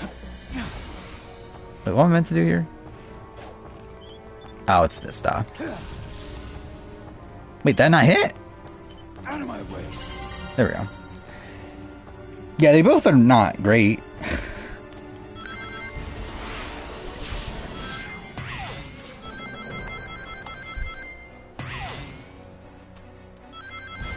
Yeah, it's been I feel like it's been a while since we knew that Rob was in the running for those seasons. Because I'm pretty sure it was like in the off season between 40 and 41. Where like he confirmed that.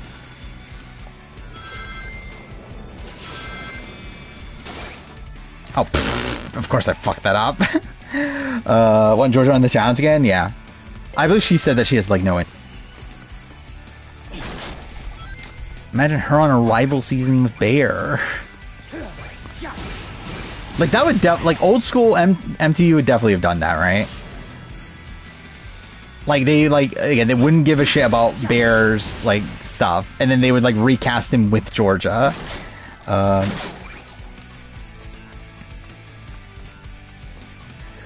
What early boot I think could have been a multi-time returning player and legend if they lasted longer?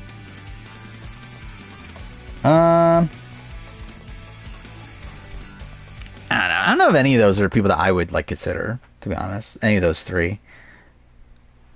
Well, I think Drew Christie is only notable because he's such a big flame out on that season. Like I think if he like were to do better, like I feel like he's not as interesting.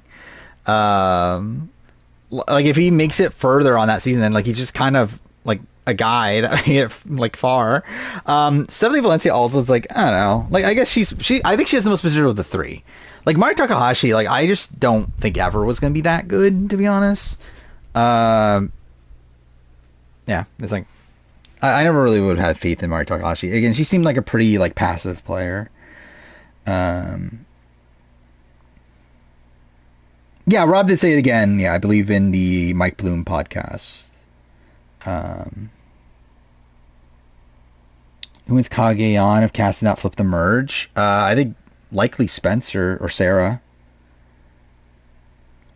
Because I believe the way that like side of things was broken down is that it essentially was like the core three was Sarah, Spencer, and Jeremiah. They had like a final three alliance. And then like Morgan was like kind of with them, but like not fully. But like I think like Morgan was like a number for them to use, and obviously like at the end of the game it's like who knows, like obviously there's gonna be people flipping against each other and like all that, but like I think it's probably one of like Spencer or Sarah or like the front runners. Like I think probably like if they actually got down to the 6, which they probably wouldn't, they probably would flip along the way, but like I think Tasha's probably the first out. Unless like actually they could flip against Sarah. I think that's still possible.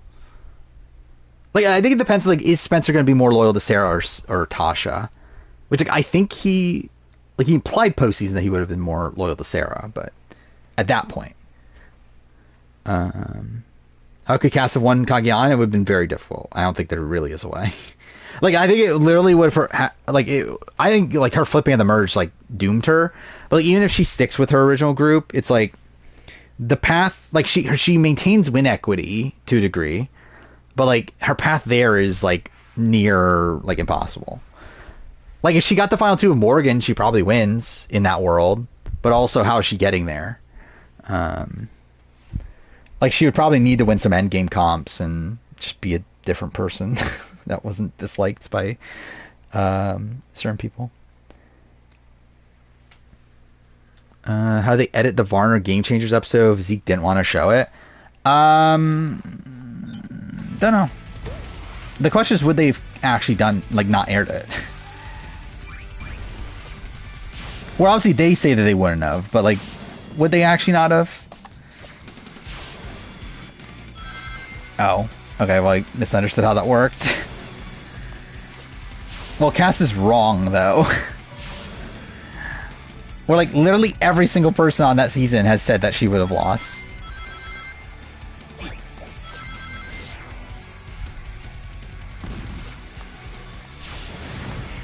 Like, even LJ, who is a pro-Cass person, says that she would have lost.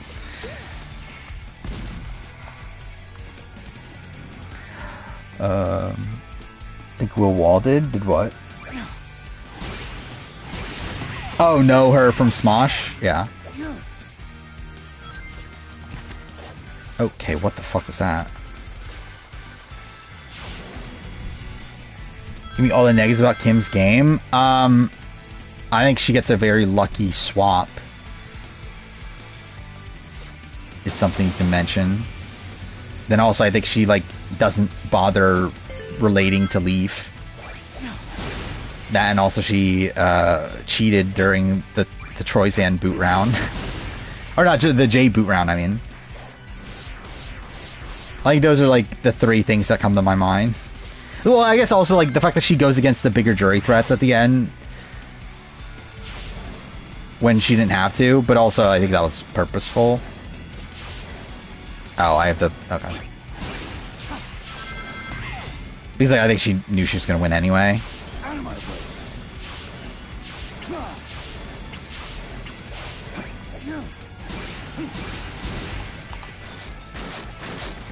Her cutting Cat was bad. Yeah, that's fair. I think yeah, she should have gone for Tarzan first. I think if she cut Tarzan first, then Cat, I think it's perfectly fine. Like, at the end of the day, like, it doesn't really matter, because, like, it doesn't matter, because, like, again, like, it's not like Alicia was going to want to go to the end for her anyway. But, like, an optimal play would have been, yeah, to get rid of Tarzan first, and then Cat.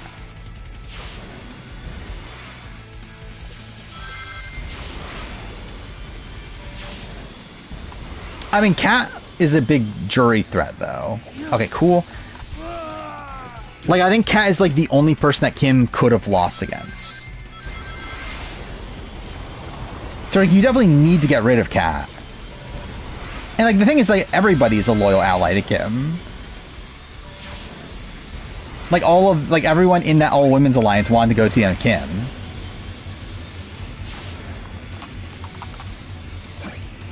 Cool. Mind you, Christina probably had, like, less, like, personal attachment to Kim, but she was still planning on going to the end of Kim. Cat was not a goat. Cat was loved by, like, all the men. Like, Troyzan literally leaves and talks about how he's gonna, like, root for her on the jury and everything.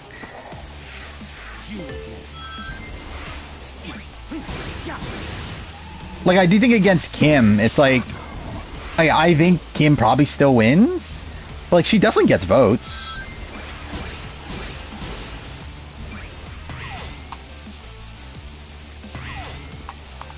Hey, Jaw. Troyzan's burner. What was the pose? Kim should have been ejected for the One World cheating. I mean, obviously. Can't believe they would allow for that to happen. Yeah, too bad. I actually thought about it. Yeah, it probably is still the same vote count. Because I think it's still Troyzan and Leaf that don't vote for Kim. But also, I feel like Troyzan would have been a lot happier voting for Cat than Sabrina, though.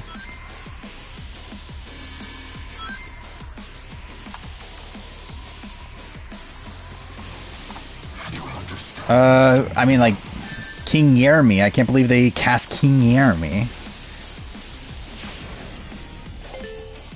I mean, other people I know, well, I guess America I'm, like, a little surprised by.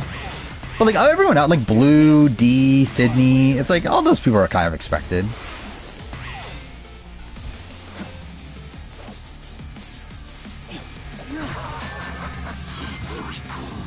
Then Leaf, vote for Kim. Who else votes for Kim? Yeah, I think it's... Or vote for Cat.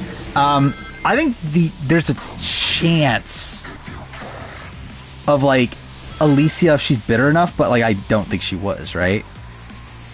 So, like, really nobody. I don't think it really... I think it's still a 7-2. But I think, like, Cat was, like, Troyzan's, like, #1 person that he wanted to vote for.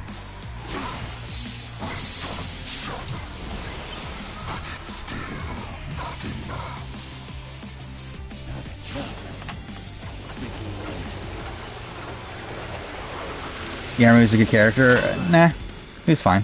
He was okay. I'm being facetious when oh my god, dude, I can't even say the fucking word. But when talking about Jeremy, I mean Jeremy's fine. Like I don't like dislike Jeremy, but he's also just like a person that exists.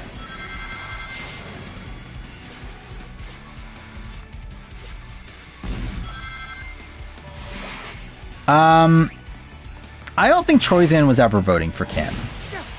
Leaf might have. No, Leaf votes for Tarzan, I think.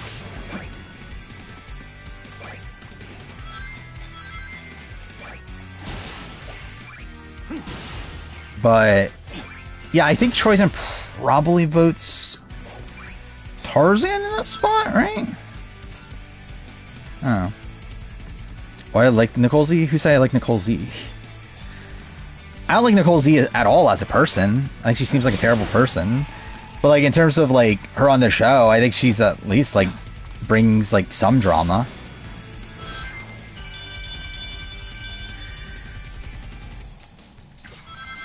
I mean Rogan is the big surprise on the men or on the vet side of things. Oh, god damn it! I looked away for like a second. Most toxic Nicole is Laylog or Layog. Is she? Is that the number one like worst Nicole? Probably is, right? I mean, Aviv, I'm not like I don't know. I always thought it was a chance. Like I'm definitely way more surprised by Rogan than I am Aviv.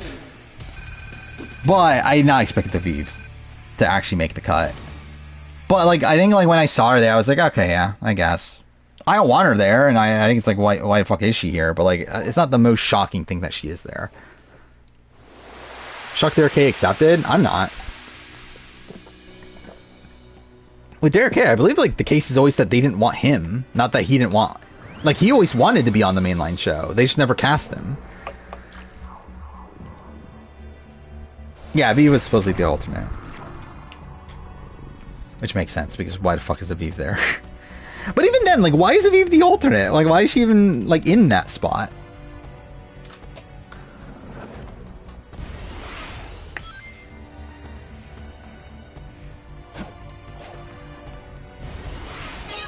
Okay, what else am I meant to do?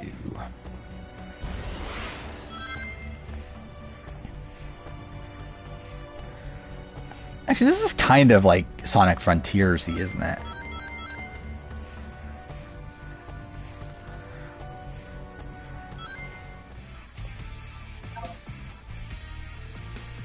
Oh, it's Act 2, okay. Taylor... Wait, had the worst treatment for contestant Big Brother ever? Probably not ever, right? Like, I mean, like, is Taylor better or worse than, like, Candace, I guess? And, like, Howard. But, certainly up there.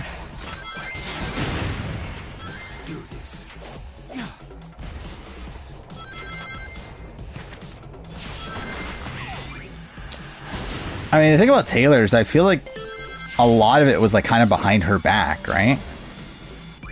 Like outside, like obviously the Daniel and Nicole stuff happened to her face, but like I feel like a lot of stuff like in the early game like happened behind her back. Where it's like with Nicole and like Howard, obviously it happened like to their face. Oh, perfect. Particularly, like, I think Candace in particular. I would say it's probably worse than Howard, probably. You know, obviously both are bad. This is accurate? What is this? What do you think the casting for All-Stars look like? Seems there's an emphasis on archetypes. Alright, let's see. Jervis is in top 12 with Sean's an alternate. That's probably fair. I think Jervis was someone that they were like on the fringes of. Rudy with Clay is the alternate. That's fair. Hatch with Varner, yeah. Roger Pascal, yeah. I don't even know. Was Pascal even in the running? But yeah, I think Roger's someone that they were considering. Kobe with Ken as the alternate. I mean, Ken in general is the alternate, but like I guess that's a 1-for-1. Big Tom, yeah, sure. I mean, like the fact that like he was just on, I guess. Lex, with John as the alternate. I don't think John was in the running, was he? I haven't heard that John was in the running.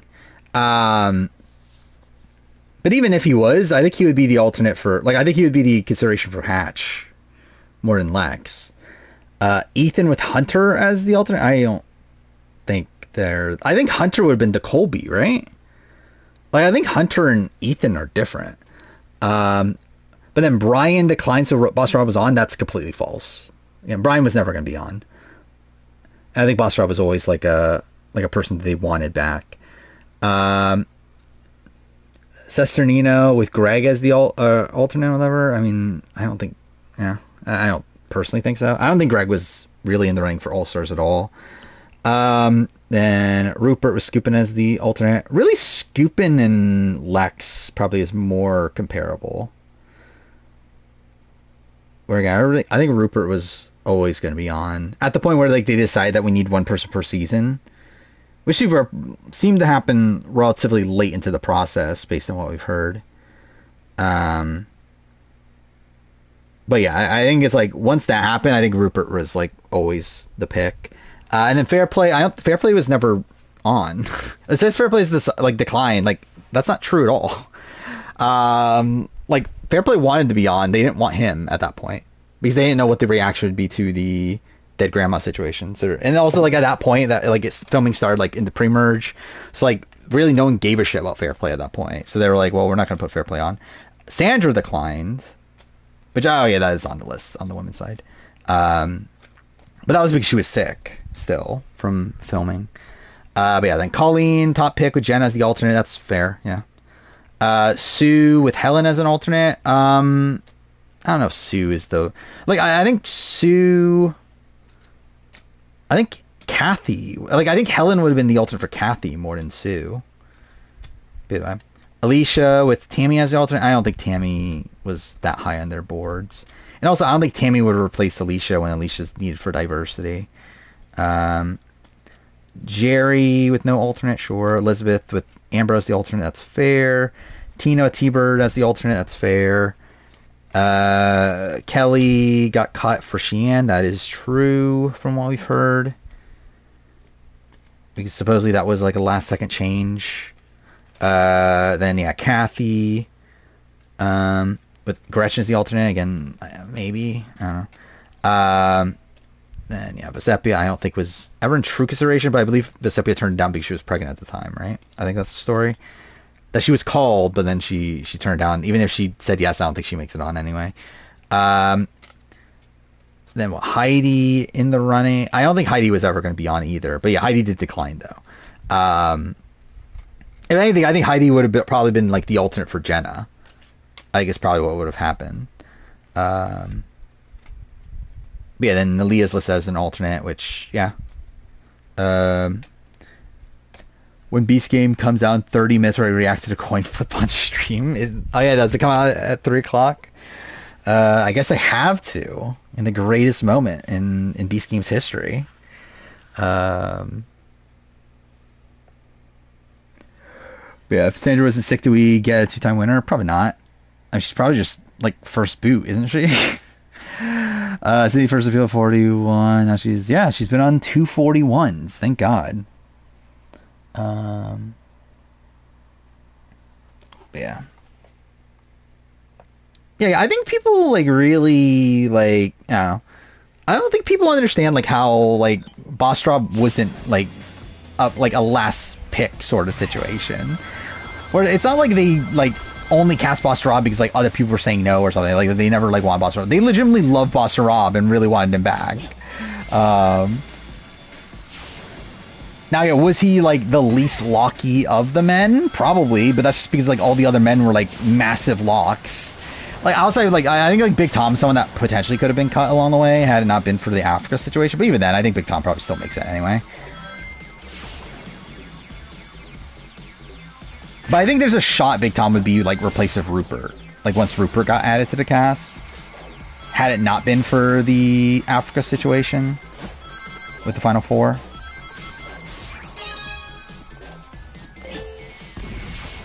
Why was Big Tom on All Stars? Why was he definitely on the All Stars? Because the Final Four situation on Africa. Like, I think there's a billion things you can talk about Big Tom. I don't think there's just like I don't think bland is the word I would ever say for Big Tom.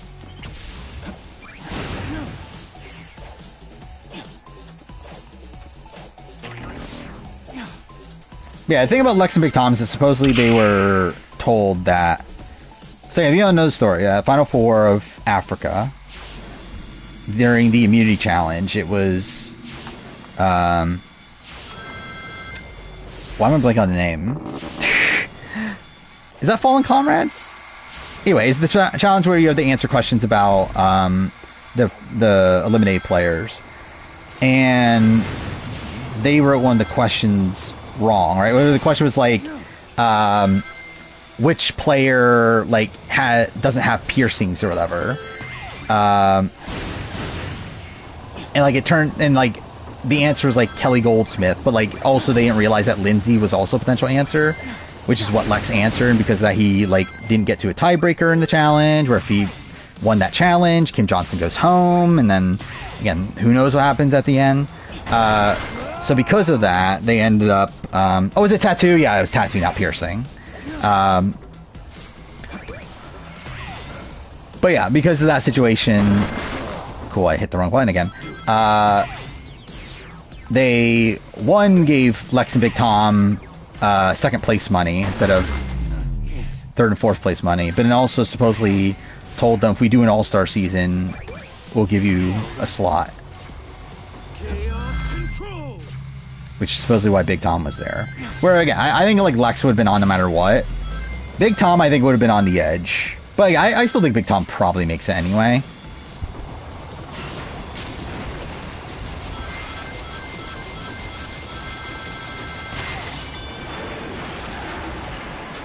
Was Big Tom a go on All Stars? I think Big Tom was a massive jury threat, wasn't he? I mean, he has, what, Lex? Well, I mean, I guess it depends on who he's up against, but, like, he has Lex all the time. I think he has Kathy in most situations. I think he has Rupert in a decent chunk of situations. Could get Sheehan, depending on who's there. Rob beats Tom. Let's see, counting the votes. So Lex votes Tom. Kathy's up in the air. I think that one's really up in the air. Then Alicia votes Tom. Sheehan votes... actually, I don't know. Does Sheehan vote Rob? I think that one's up in the air. Then Rupert votes Rob. Jenna votes Rob. Amber votes Rob, depending on how, obviously, it depends on who votes out who, but again, let's say Tom wins final immunity, votes out Amber. So yeah, it really comes down to Kathy and Sheehan. Which, I don't know. I think Sheehan's weird, because like Sheehan's like one of these people that like initially thought Rob was running the show, but then by the time she leaves, she's like, oh, it wasn't Boss Rob, it was Amber that was running the show. Well, also it's like Sheehan and Rob had like, yeah, or Sheehan and Tom had like a good relationship, so it's like, okay, cool, how'd they drop that? But yeah, I don't know how that necessarily goes. And also when it comes to like Kathy, it's like, yeah, Kathy votes for Rob over Amber. And I think probably votes for Rob over Jenna, even though that's not 100%. But I think when you're like doing Rob versus Tom, someone that she also had a pregame relationship with, that also like again didn't betray her in the way that Rob did, it's like, I don't know. I think there's a shot she votes for Tom, especially when all of our other allies are voting for Tom. So yeah, I think that one's close. I'm not entirely sure where that goes. Okay, so that one's done, right? Wait, where's that marker telling me to go? Up there? Oh, okay. If Rob wins All-Stars #1 the winner ranking, depends on how he wins. I would say he's definitely above Redemption Island, Rob, I think. I think against Kim, I think it depends on what world are we building up. Like, I think it depends on, like, what is his actual win equity. Like, if he is still in the same spot, it's just that he gets, like, Xian's vote against Amber, then no, I don't think that's enough. If he's in a spot where, like, he beats everybody, then, yeah, I would say he is. But, like, also that would just mean he played a different game.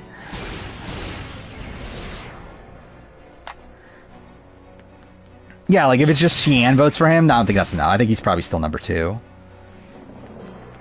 I think Kim's still 1. Where am I meant to go?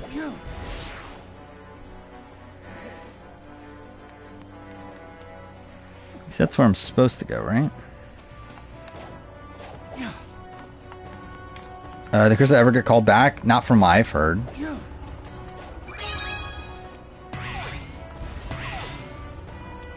Yeah, I've never heard of Krista being in the running at any point. Cool.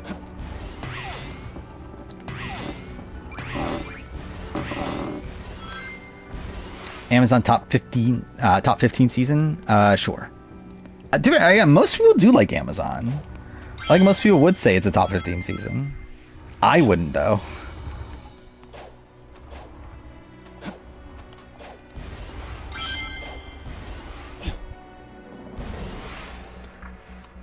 So in the world where Rob wins All Stars, he's ranked 2 or 3 best winner? Yeah, I think so. I think at that point, like, he's, like, comparable to Redemption Island. Like, there's differences in the fact that I think All Stars is a cleaner game. Like, All Stars, like, if he wins All Stars, from a navigational standpoint, it's probably one of the cleanest winning games. I think the thing you'll criticize is Final Four. But even then, he like, is able to get Jen to the flip. But still, like, the fact that he was even, like, in that... I guess, to be fair, that's comparable to, like, the Tarzan at 6, right? With Kim. So I guess it actually is, like, kind of similar. Dying to Hill, that Amazon's a bottom 5 season? Yeah, I don't know if I'll say that.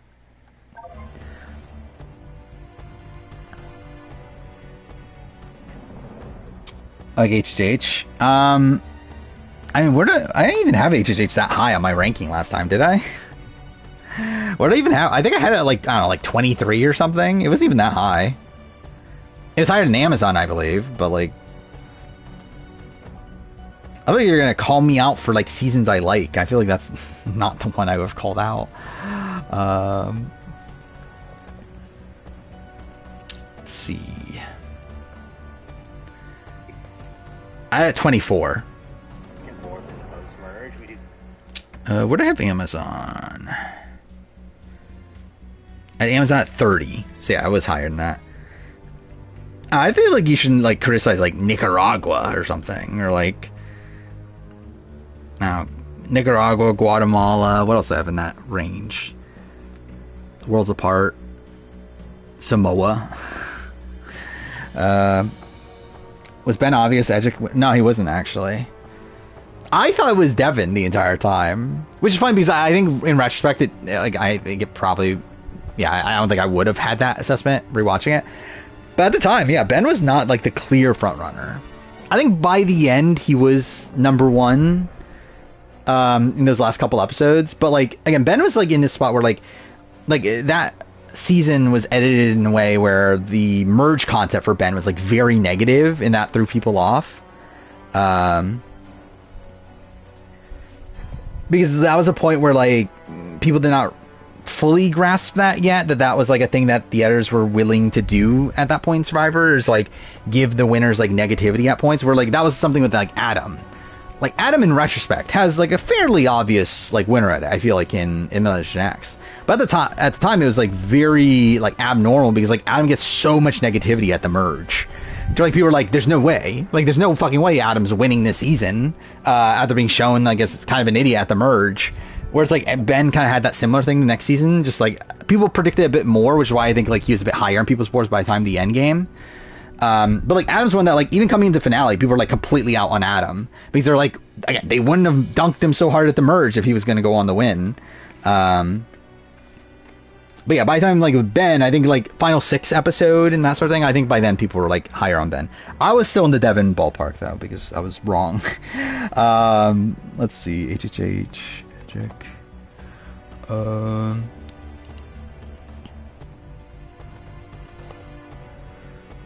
Here we go. I'm looking at the HHH.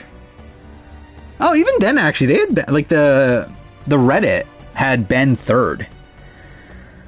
Yeah, they had Chrissy number 1 coming into the finale,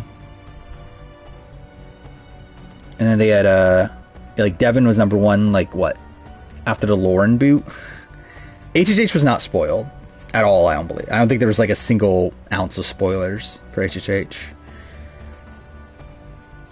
Yeah, it's actually weird though at the time, because like Legend X was the same thing, right? I believe like the odd seasons were not spoiled. Like odd as in like the first record, because like also Ko Wrong was not spoiled. And also San Juan del Sur wasn't spoiled. Actually, really, there was like a decent chunk of time there where like seasons weren't spoiled, was there? Because I started watching the show again with Philippines. Philippines was very spoiled. Mind you, the spoilers were wrong because they said Scoop in 1, but that's its own separate thing. But everything else was right. Karamoan was like really spoiled. Blood vs. Water was really spoiled. Kageon was not spoiled at all. Actually, it was spoiled. Like people thought Jatia was winning coming into Kageon, which is funny in retrospect. Where I remember that was like a spoiler. I don't remember what the source of that was, but I remember there was like someone like claimed to like see the final 6 and it was like 2 black women, so people like assumed it was Jatia and Tasha. Like Jatia and Tasha both made final 6, and it was just assumed that Jatia won for some reason.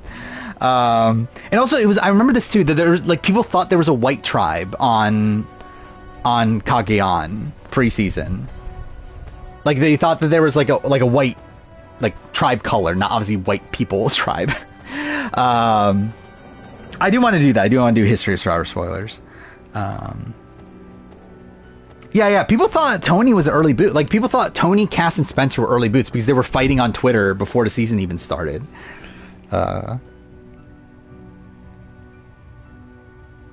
Beauty, it was after episode 2. Yeah, sadly.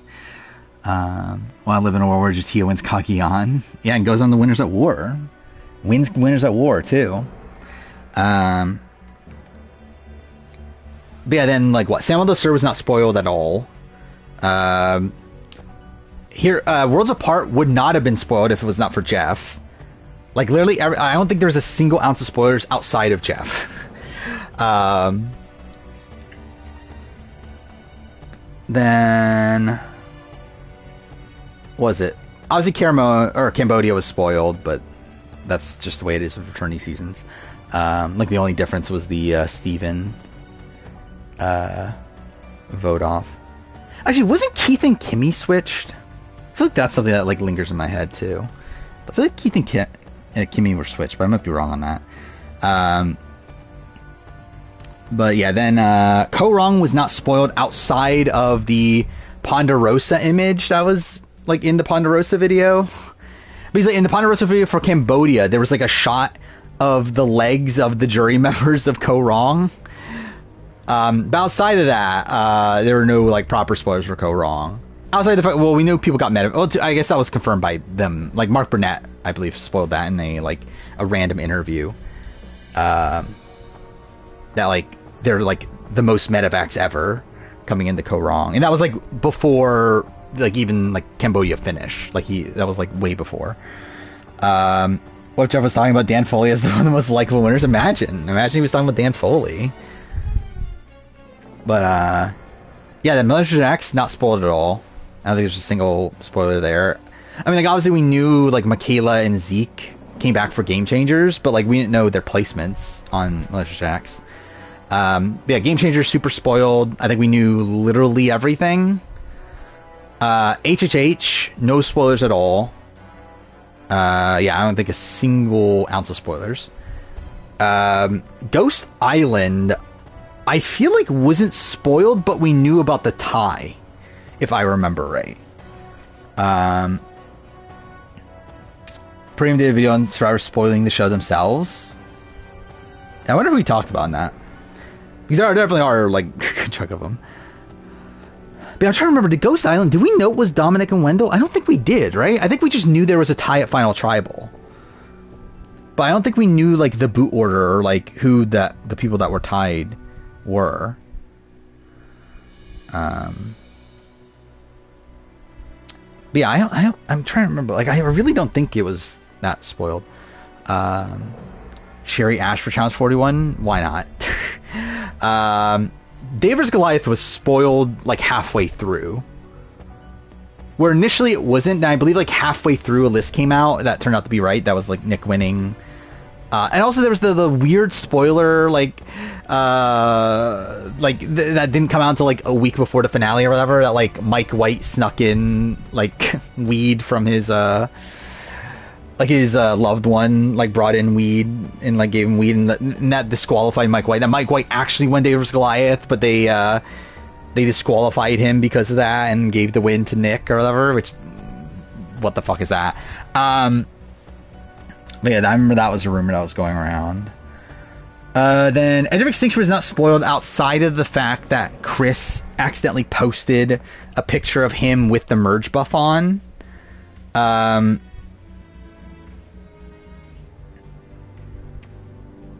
was a Russell thing? What was a Russell thing? Oh, that, I believe that was a, like you're talking about the Mike White thing? I believe that was a Spoiler Girl thing. If I remember right. Yeah, Chris, I mean, like, yeah, I never thought Chris was winning. I don't think anyone thought Chris was winning, but we did know that Chris came back from the Edge. So yeah, that was the thing. And then IOI's the last season I, like, followed spoilers during the season.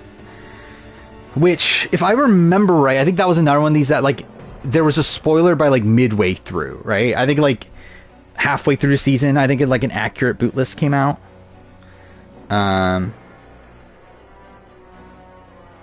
But yeah. And then Winners at War, I got spoiled, like, a few episodes in. But obviously, spoilers were... I assume the spoilers were out there the entire time, right? I actually generally don't know. But I assume they were. That's the way it was for, like, Game Changers and, like, Cambodia. So, I assume it's a similar thing. Then, yeah, beyond that, it's obviously whatever. Do I even want to play anymore? I'm kind of out of it, to be honest. I'm playing more. Like, I'll continue on this next stream. But, it's only 3 o'clock, though. I say that as if, like, it's funny I say that, like, because obviously 3 o'clock's still late. Which AU seasons were not spoiled? I don't think that many were spoiled, were they? It's like, think of AU... Well, I guess, like, betting odds fuck things up. IOI, they spoiled who went to Tribal before the Immunity Challenge. Well, like, the Source did? Yeah, All-Stars was spoiled. Like, spoiled from outside of betting odds. Yeah, All-Stars definitely was... I don't remember. Was 2019 spoiled? I don't remember. I don't believe 2018 was. I don't believe 2017 was. I think 2016 might have been. But I don't remember. Yeah, should I play Balatro? I wouldn't be opposed to it.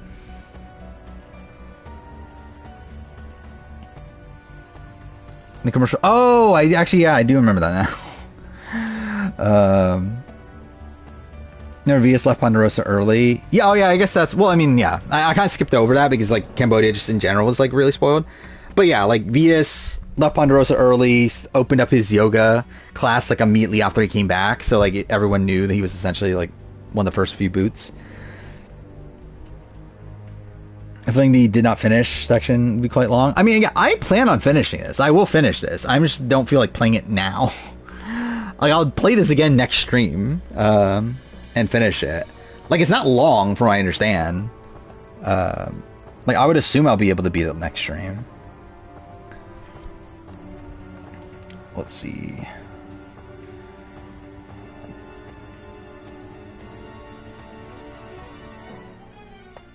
I mean, it says 6 hours for Sonic and Shadow Generations, but I'm not sure if that's just, like, the shadow part, or if that's literally both.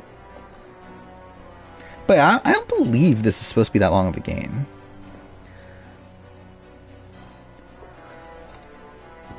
We're like to return Alec or Vetus? Probably Alec, but neither, obviously. Oh yeah, Beast Game's reaction, yeah. And it's only 2 minutes away. I think the Vetus was this huge lock of the brains. Blood vs. Water shocks you. No, again, they loved Vetus. Like, if you like, Jeff like really gloated about Vetus at the time. So yeah, I was like a no-brainer. He was coming back. I think the thing that was shocking though is that Hayden wasn't in the running. Was more of the thing. Where I think it was expected that like that Vetus and Sierra would be back. I think everyone assumed it would be alongside Hayden. Yeah, I used a Spectral card last time.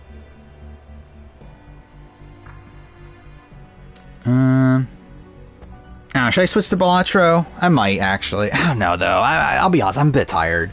I don't know if I really want to play, like, an actual run of Balatro.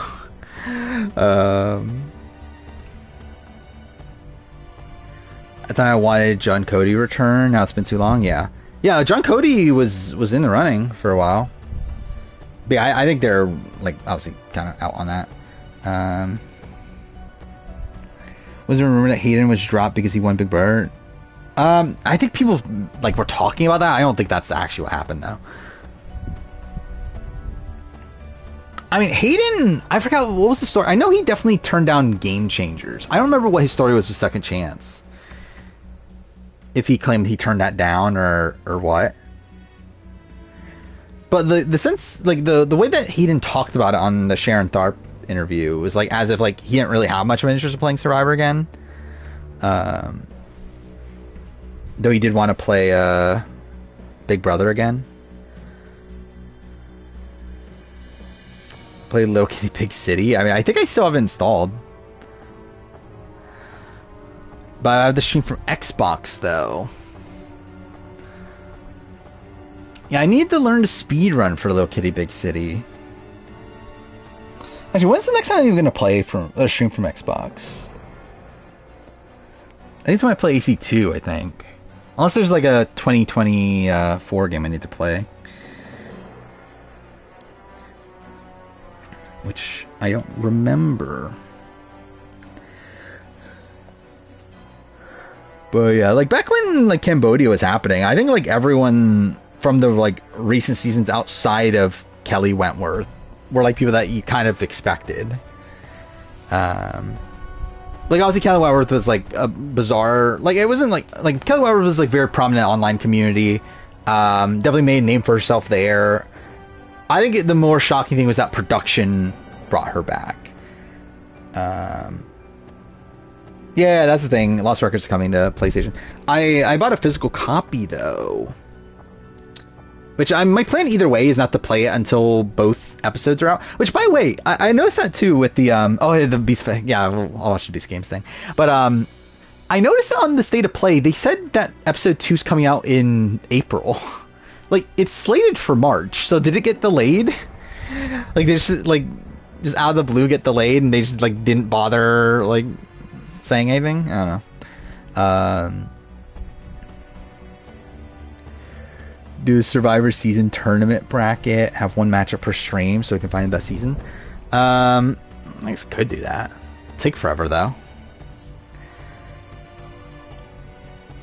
The way AU or Little Kitty Big City stream was the one with the AU first of all spoiler talk. I mean, obviously, it's where we needed it to happen. Yeah, I'll look up the beginning of Beast Games. Watch it still get claimed, but wait, am I logged in on this computer? I don't remember.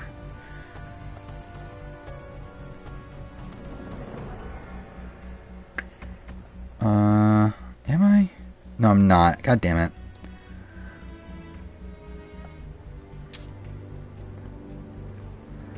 I get sued by Mr. Beast? I can't wait. It's my life's dream is to get sued by Mr. Beast. Okay, I'm logged in. How long is the finale? Oh no, it still says coming soon.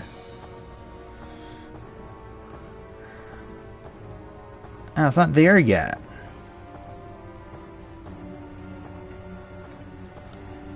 It's there. It's not when I'm there.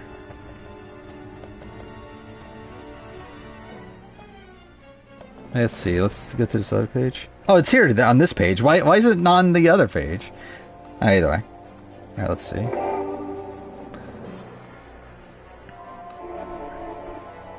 Thank God it's called they named it after the coin flip.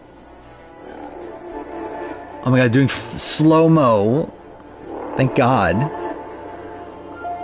Cut up from a YouTube VOD? I could. Probably won't though. We'll see how it turns out.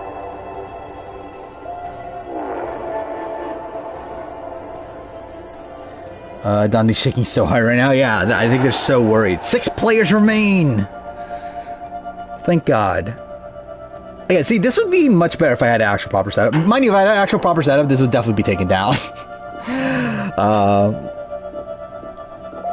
One will win. I can't believe it. 974. You are now assuming all the risk. Yep. Even though other people were interested Swallow in the doing winner it. myself to give us a live reaction. I don't think I give a shit is the thing.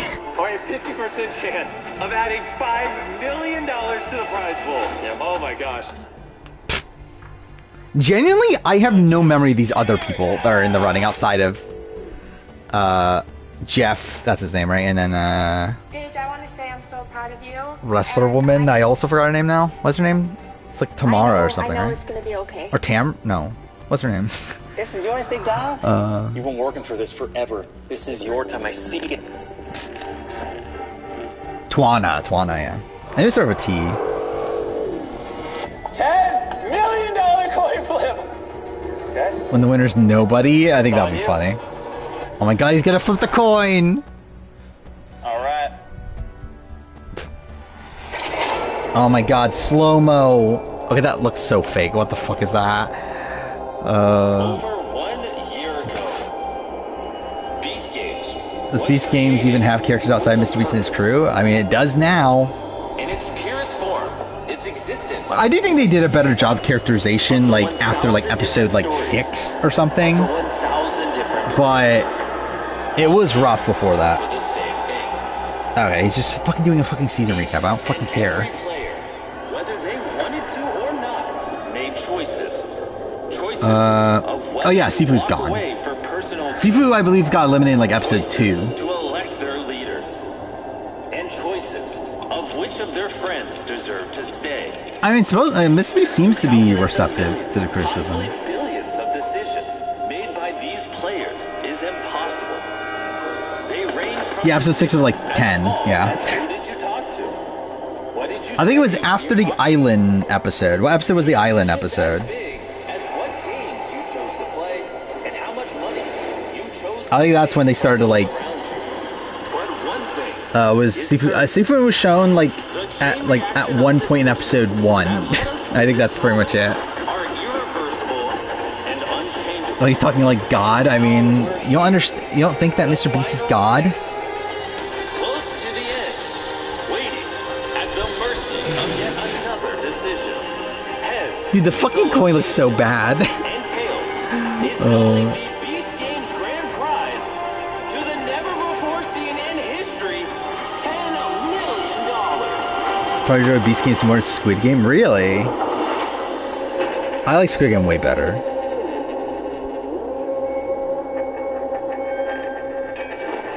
Isn't that heads?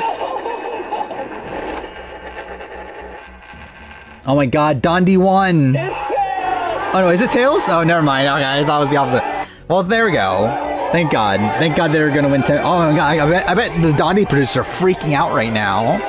Like, Joe Manganiello is probably, like, so pissed off right now.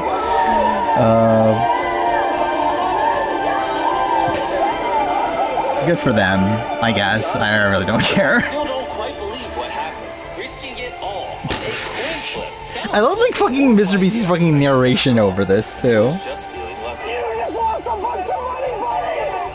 Yep, because Mr. Beast is certainly taking that $5 million out of his pocket. That's certainly a thing he does. Yeah. What a moment. Yeah, Joe's like so pissed off right now. He's like, screw you, Mr. Beast. Coin for the guy's still not winning? Probably not. I didn't even know who he was until like last episode. I'm not gonna watch the entire episode. That's for sure gonna get claimed. Too bad this is probably still gonna get claimed. Watch it get blocked. Yeah, I probably will actually, because I know my Survivor. Like I forgot what I was playing. Was I playing God of War?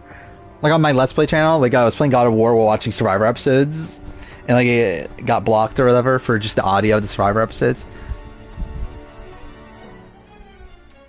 Mr. Beast during the trolley problem game was so dumb. You acted like every problem. Yeah. Yeah, some of them were like just kind of obvious. Actually,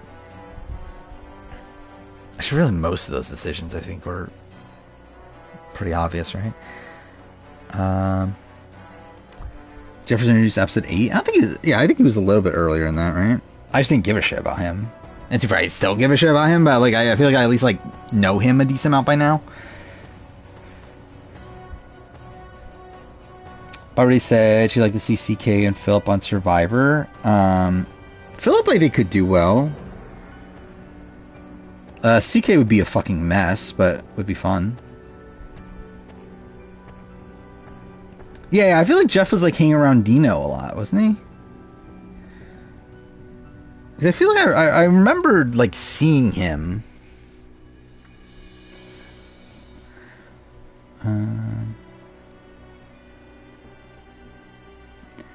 Yeah. It's only 3:10. Straight, I'm so fucking tired. Like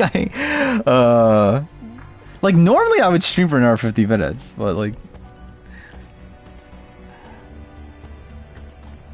do I play Balatro? I think the issue of playing Balatro is that I feel like if I were to go Balatro, I just like wouldn't bother properly playing it. So yeah, I think I'm just probably better off just like staying here on the screen.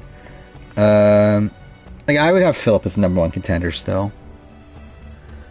I'd say Philip and then probably Letty.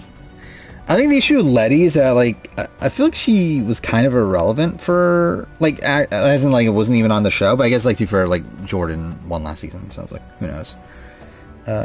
Maybe get a good night's sleep. Imagine. My sleep schedule is so fucked at this point. Like, it's actually, like, really terrible. Especially considering the fact that, like, nothing has happened. Like, it's not like... because, yeah, back when, like, I was working on those, like, video game videos and staying up till, like, 6, 7 o'clock in the morning, at least that was more reasonable. Like, recently, I've been, like not going to sleep until 5, 6 o'clock, despite the fact that I have nothing going on. Like, I just, like, couldn't go to sleep until then, so...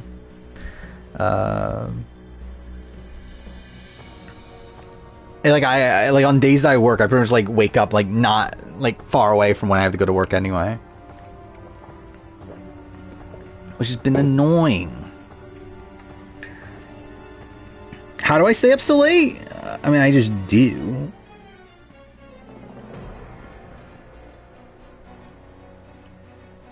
I mean, the thing is, like, my sleep schedule is less, yeah.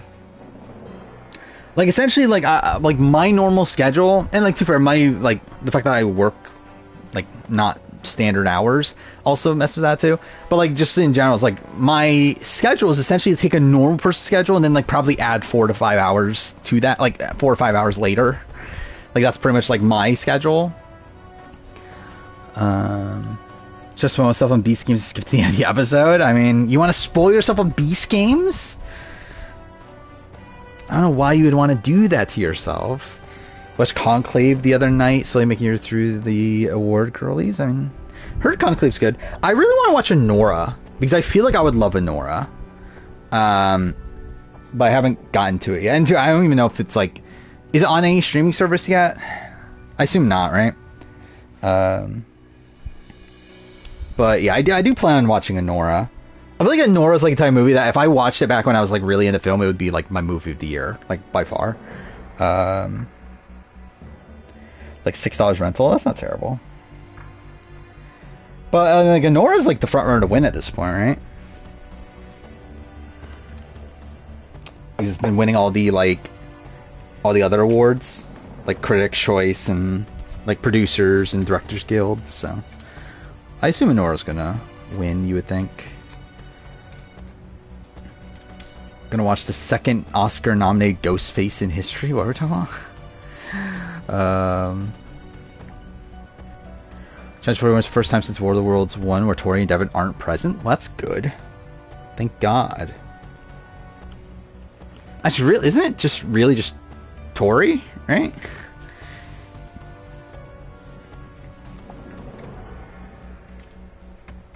Oh, is that who she was in that? I knew she was in Scream. I didn't realize who she was in Scream.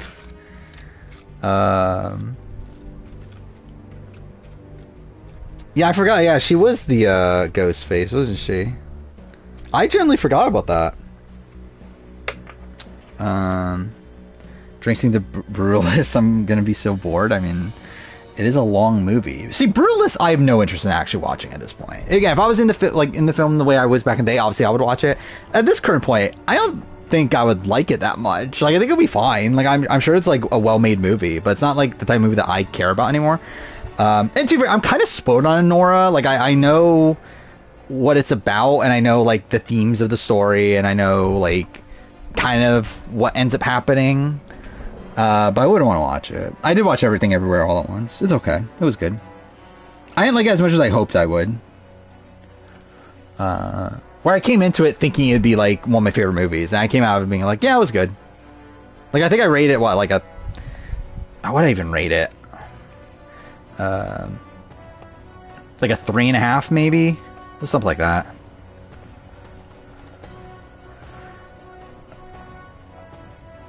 Let's see... Was it 3.5 or 4? No, I rated it 4, but either way. Would we rewatch Parasite? I wouldn't be opposed to it. Probably would rather watch things I haven't watched yet, though, at this point. Considering there's so many movies I haven't watched yet. Oscars 2028 are the 100 ceremony, Best Picture ranking, obviously. I have thought about this. Like, if I do ever get to the point where, like, I actually properly get back into film and watch a decent amount of movies, I think I will start doing a, like year in film sort of video. And I don't know if it would be a, like I think it depends on, like, what movies I watch. Like, if it's all movies that came out that year, like, if I watch a lot of movies that come out that year, I think I'll do, like, the year in film, whatever sort of thing, like I do with gaming, and, like, reality TV. But I think there's also a show I do, like, the my year in film or whatever, where I just, like, talk about, like, all the movies I watched in that year. But obviously I would have to watch enough movies to bother doing that. Watch Dune? I want to watch Dune. I've just been distracted with so much other shit. But yeah, there's been, like, a lot of shit I've been trying to watch, though. But I do want to watch Dune. The issue with Dune is that it's, like, fucking 3 hours, right?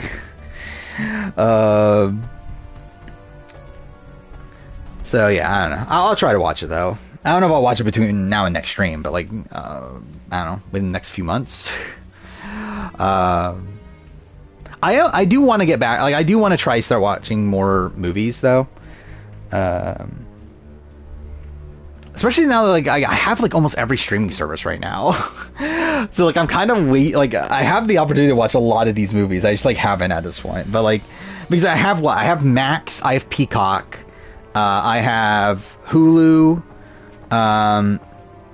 what was it? I have Paramount Plus, I have Netflix. Is that it? I think that might be it. Oh, and Amazon Prime. So, like, through those, like, a lot of them, like, bigger movies, like, are on those streaming services. It's like I have access to them. I just haven't, like, bothered actually watching them.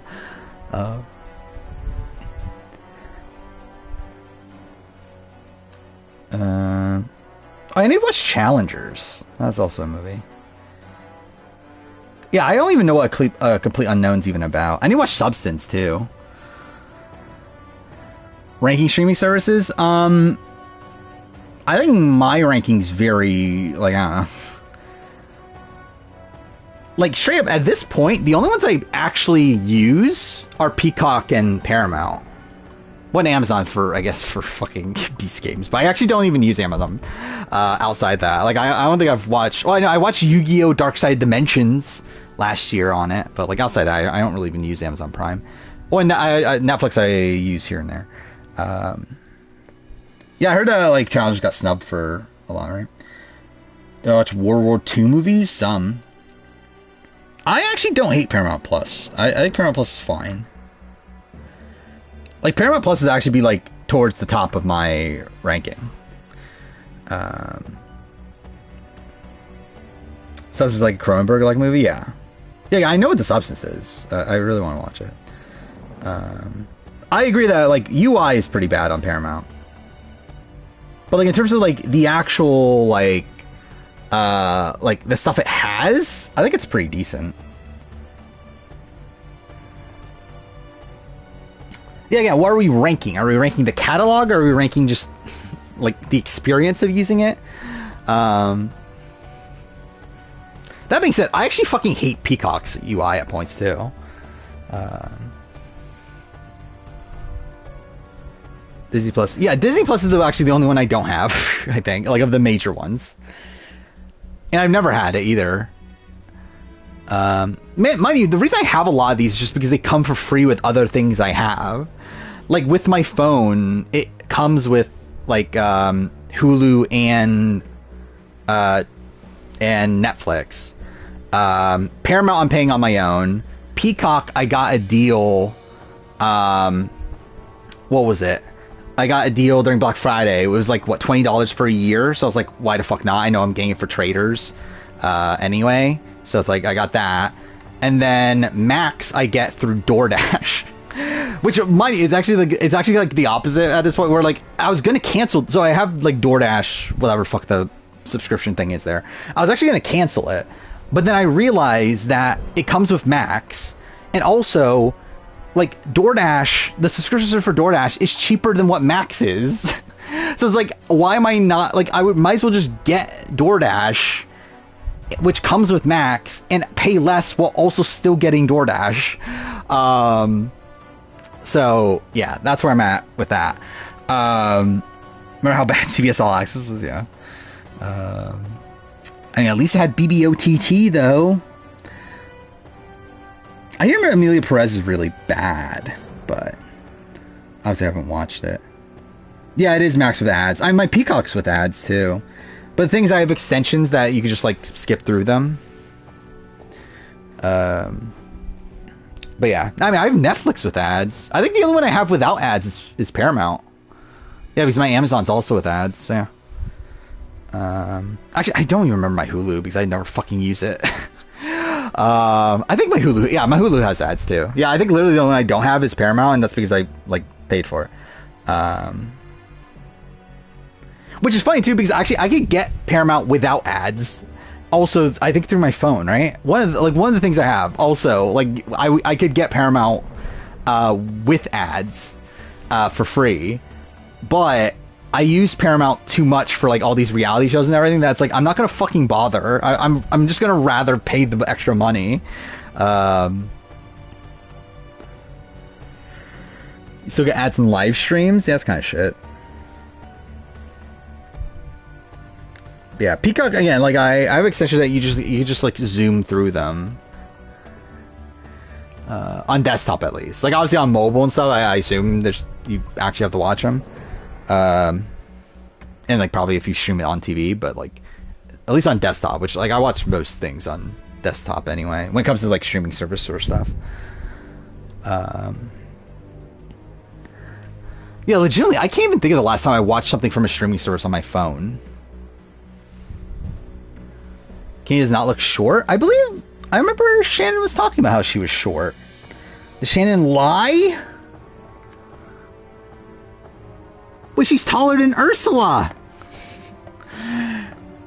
Well, Shannon Gates is a liar. That is Candy, right? Yeah, that's Candy, right? And the first girl on the Braun. And Shannon's a liar. Shannon lied. I can't believe it. Actually, I'm too fair though. It's not like she is the next small. I guess, like, Kristen is, but, like, I mean, like, Noonan's bigger than her, like height wise even. But, like Kate seems to be bigger than her. Like, Yeah, I don't know. Yeah, maybe she's not as small as I was thinking. Oh no, it ruined my draft. Paramount's off on mobile. I could see that. Norris your number 5 movie of the year. Be pretty happy if it won Best Picture. Yeah, I don't think Norris the type of movie that I would want to win Best Picture, based on what I know about the nominated movies. Her knees are like Hutch, so are they? Let's see. Oh, I hit the wrong fucking thing. And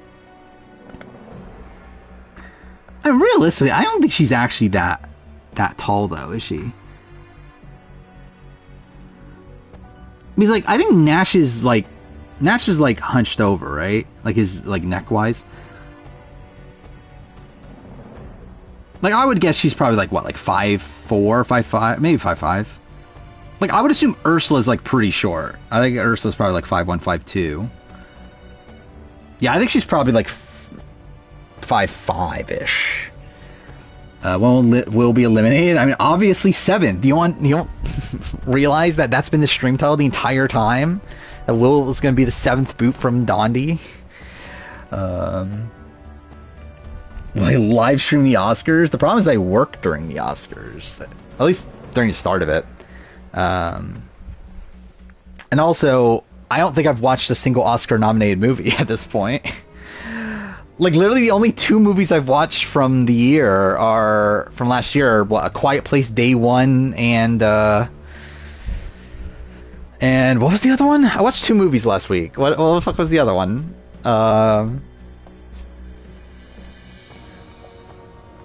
I'm actually genuinely blanking. What the fuck was the other one? Smile 2, that's what the other one was.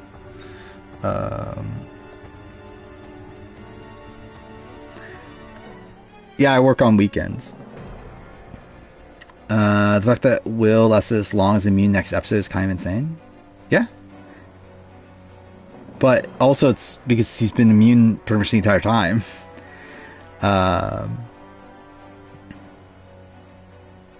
Will can't be the 6th boot because he's immune. Shyamalan getting nom for Bob Dylan instead of Dune 2 is kind of wild. Yeah, I mean, I don't know. Like, obviously, I think like Dune's like very well received. I never like got the sense that Dune's like a type of movie that would win Oscars though. Like, obviously got nominated for Best Picture, like a whole bunch of like technical stuff, but like I don't think Dune's ever the type of movie that like would actually win like a Best Actor award. Where I feel like the Academy's always been like kind of anti these like genre movies, so I feel like it would have to be like something really, really special to go on to win one of those. Or like, even if like Lord of the Rings, it's like, again, no one gets like nominated like as an actor or anything for Lord of the Rings. So like they eventually won Best Picture or whatever, but like, and like they were never winning any like actor awards. Carolyn 1, Brittany 2, Dylan 3, Gabby 4. I would have Gabby higher. Like, really, I think I would. What's my ranking? I think it's Gabby 1, Brittany 2, Carolyn 3, Dylan 4. I think it's my personal ranking. I haven't really talked about Rob's exit press, but I don't think there's that much like that interesting. I mean, like, obviously he's still like standing by that. Yeah, Danielle sucks as a traitor, which is like, yeah, whatever, fair.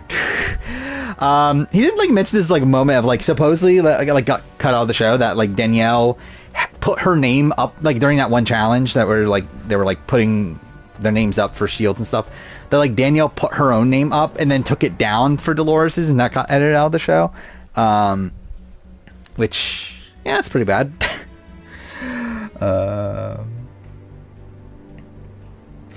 Yeah, Substance got love, but also like I feel like Demi Moore. I feel like that's more of a legacy award, isn't it?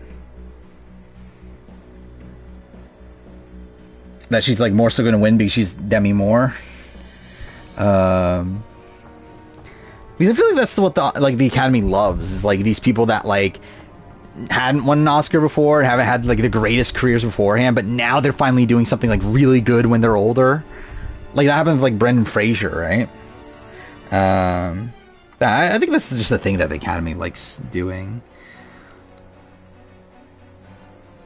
War season has Edgic? Well, thank God. I've never heard of this movie in my entire life. It looks like they were only about 15 minutes. Oh, yeah, that too. Yeah, he mentioned that too. Yeah, they only got like 15 minutes to talk strategy in this last episode, which that's kind of insane. Which, like, I get it if you look at, like, how the round was formatted, where obviously they had to be separated into their own separate groups, and then, like, I assume they had to wait for each group to finish before they can get back together, so, like, it makes sense they had very limited time, but that's pretty bad. Yeah, Crash was the first one that came to mind when I was thinking about worst Best Picture. Imagine if someone did Beast Game Edgic. Crash won in 2004, I think it was. It's like a really, like, over-the-top, like, I don't know, it's like, it's trying to be this, like, big, like, social commentary, but it's just, like, so blatant what it's doing that's, like, very funny. Jamie Lee Curtis winning for... Well, yeah, I think that's another one that's sort of, like, yeah, obviously that was, like, a legacy sort of thing. Oh, she was fine in the movie. I didn't watch, like, obviously I didn't watch every movie that year. Actually, how many movies did I actually watch that year? What year was Everything Everywhere All at Once? Was that like 2022?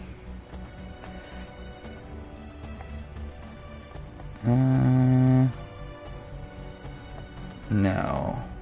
23? Well, it's 22 the year, but yeah, 23 the award ceremony. Yeah, how many did I watch that year? I think it's literally just that, right? Oh no, I watched Avatar. I've watched Banshees of Inisherin, like kind of. I kind of gave up on it like halfway through, but I watched Elvis. I watched Top Gun Maverick.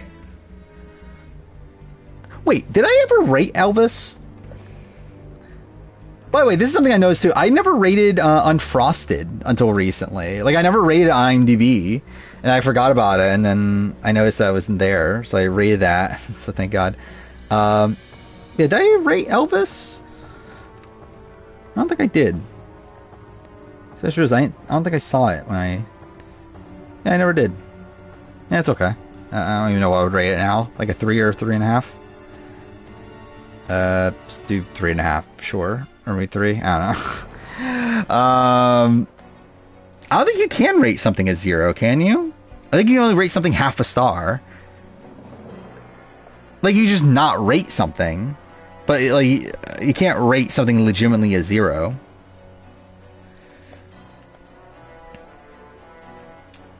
Watch the Blackberry movie with Dennis from Always Sunny? No.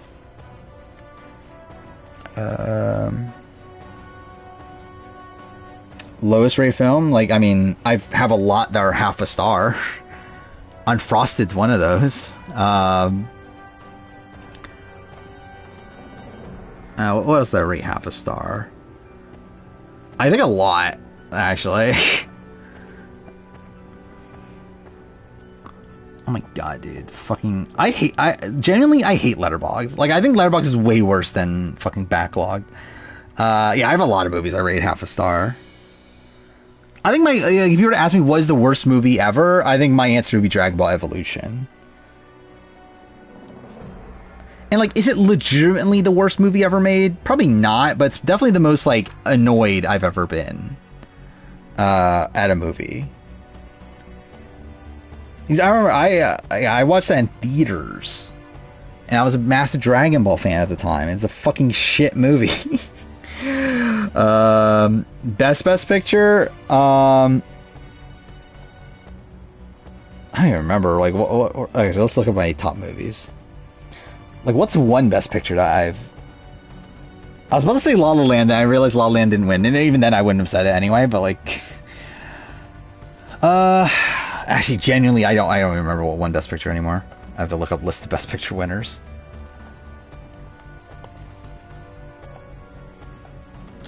Okay, let's see.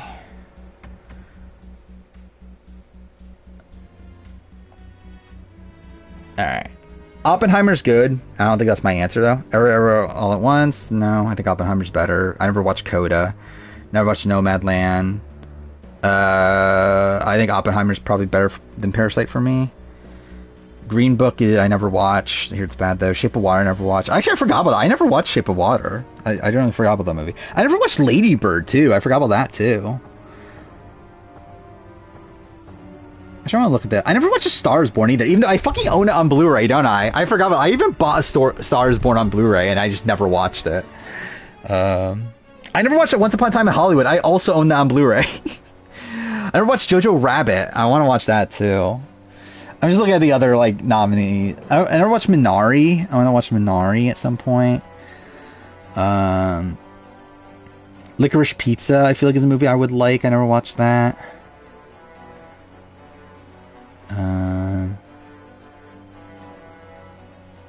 Yeah, I still never watched Barbie. I forgot about that. I never watched Barbie. No, it didn't win Best Picture, but it was nominated for Best Picture. So I'm just looking at like all the other nominees that I never watched from recent years. Like, there's a period, like I think it's like 2016. Yeah, 2016. I watched all the nominees. I think like for a few years before that, I watched every nominee, and I've watched like from 26, like backwards. Like I think I've watched every Best Picture nom for like 30 or Best Picture winner for like 30 or 40 years or so. But yeah, Moonlight's good. Is Moonlight better than Oppenheimer? Not sure. I think I might say yes. I think it's close. Spotlight, no. Oh no, Birdman. I think Birdman is probably my favorite Best Picture winner. 12 Years a Slave is good, but not again, not better than Birdman. Argo is good, not as good as Birdman. I never liked The Artist. I never liked King's Speech either. That was just whatever. Hurt Locker's fine, but again, I think the answer's. I think for me personally, I think the answer's Birdman. Yeah, Black Panther was nominated. Yeah. Slumdog Millionaire, No Country for Old Men. Departed is very good too, though. Departed would be up there. I forgot Gladiator won Best Picture. I loved American Beauty at the time. I don't know how much that's aged. Let's see. Sons of the Lambs is very good, but obviously I think... Yeah, either way, I think my answer is Birdman for my favorite Best Picture winner. Yeah, I think I've watched every Best Picture winner from 2016... From before 2016 up to Chariots of Fire. I've never watched Chariots of Fire. But I've watched every other one. And I've watched like Ordinary People and Kramer vs. Kramer, Deer Hunter, Annie Hall, Rocky... Yeah, so even before that, I've watched most other Best Picture winners. I think Oliver's the next one, 68, that I haven't watched. King's Speech, love King's Speech, Unpopular Opinions, They're Happy won Best Picture. What did it get nominated against? Black Swan. Oh, I definitely would have voted for so many other movies over it. I would have voted Black Swan for sure, Inception over it. Even The Fighter, I think. Like, I'm too fair. Obviously, I just like the other movies more. I think I literally would have voted for every movie outside maybe Winter's Bone over it. But yeah, I actually don't even know what I would pick that year personally. Like, Inception's my favorite movie from that year. I don't know if that's the one I would actually pick as like what I think should win Best Picture though. Where I think I might like say like Black Swan maybe for that, or A Social Network, probably one of the two.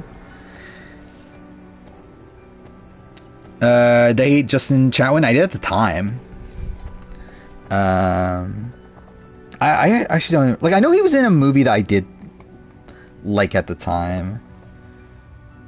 What was it? The Invisible. That was the movie, which I doubt was actually that good of a movie, but I remember I liked that at the time. That's the thing, is like I just feel like my overall opinions on media are very different than what they were back then. To like I think like rewatching a lot of this stuff now, I would probably have like vastly different opinions than what I did back in like 2016, 2015. Argo, I remember I was happy Argo won, but I still think it's fine. I mean, like, yeah, I think I probably actually still would have picked it. I mean, Django I think is good. I like Silver Linings Playbook, but I don't know if I would say it's better than Argo. Zero Dark 30 I never loved. I thought it was just kind of fine. Like, it's a well-made movie, but, like, not really, like, a movie for me. Same with, like, Amour. Django's the top 5 movie for you? I think it's my favorite Tarantino, I think, right? I always want to do... Actually, I wanted to rank all the Tarantino movies, too. I never did that. I think Django's probably my favorite Tarantino. Life of Pi, maybe, Sean? Life of Pi is very good. I would have voted Argo, personally, over it, but it is good, though. 2013, I think I would have... Like, 12 Years a Slave is very good, but I would have probably voted, like, Her or Wolf of Wall Street above it. 2014, I think... 2014's tough. I would have voted Whiplash, but, like, I love Birdman also. Like, Birdman and Whiplash are, like, 2 of my favorite movies of all time. And I think I did really like Boyhood at the time as well. Grand Budapest Hotel is pretty good. Theory of Everything was fine, right? Selma was good. Imitation... I don't even remember what I thought of Imitation Game. I think it was good, right? American Sniper's kind of the one that's like, eh. Yeah, actually, I always wanted to rank every Wes Anderson movie, too. Honora's like Marianne. Yeah, that's like the Omer Blindside, I guess. And wasn't Honora like the front runner like a ways back though, and then like it kind of like disappeared and like other movies like took the forefront, and then now it's back in the running. It's like, wouldn't it be like a Chris Daughtry or whatever, or Chris Doherty? I think it's lack of time, not from Channel though. It's like lack of time, and I think it's kind of both lack of time and lack of interest. I think now it's a lack of time. I think at the time it was it was essentially I gave up movies for video games essentially, because like I was like all in on movies for like a 3 or 4 year period where like I was just watching like a billion movies. Like I was watching literally multiple movies a day, especially on days that because I was in college and stuff. So like on days that like didn't have class or anything, literally was watching like multiple movies a day.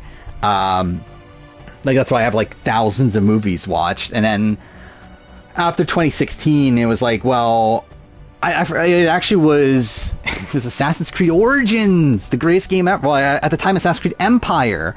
It was coming out in 2017. So like I was like, well, I want to have a PS4, because at the time I didn't even like upgrade to like PS4, Xbox One generation. I just had a PS3. So I was like, okay, well, on Black Friday of that year, I'm going to buy a PS4 for the sake of playing Assassin's Creed Origins, or end up being Assassin's Creed Origins. So like in the lead up to that, I was like, well, I might as well like try to get back into video games and like play the games I missed out on, because like, yeah, I legitimately like stopped playing games for like from 2013 to 2016 essentially. I didn't play a single thing. I also have Assassin's Creed Rogue, I guess, technically. But like even like Unity and like Syndicate, when they came out, like I didn't play them because I owned those consoles, so I just watched people play them. So like, even though I was still like super into Assassin's Creed, I actually play the games for myself until like years later. Present video, probably not. I don't know. I think conceptually I would want to do it, but it's just like, one, I think it would be controversial. Two, it's also like I take like extra time out of the way to like make it in a spot where like in a spot where like the schedule's essentially filled anyway, so it's like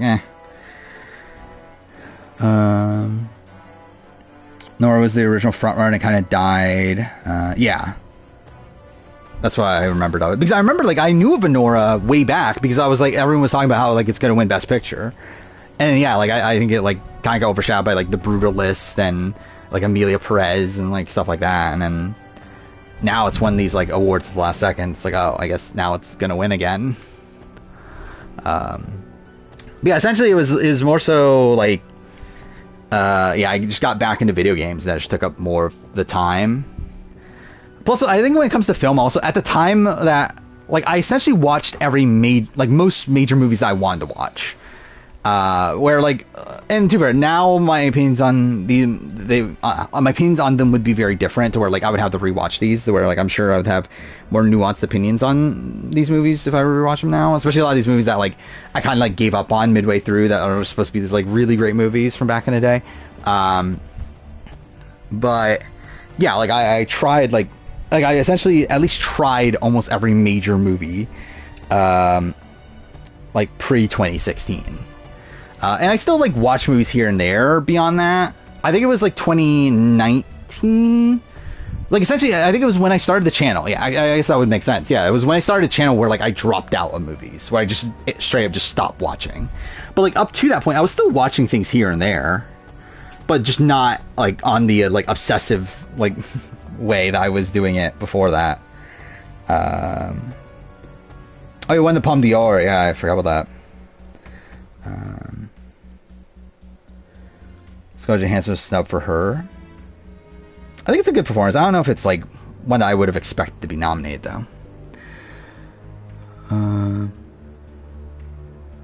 was thinking Marianne's good premiere. I mean, I guess.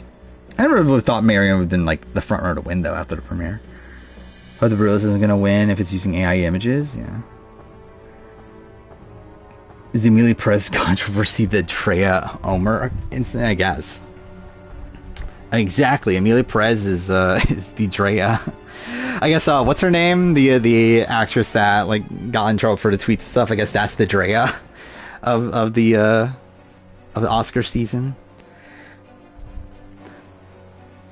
But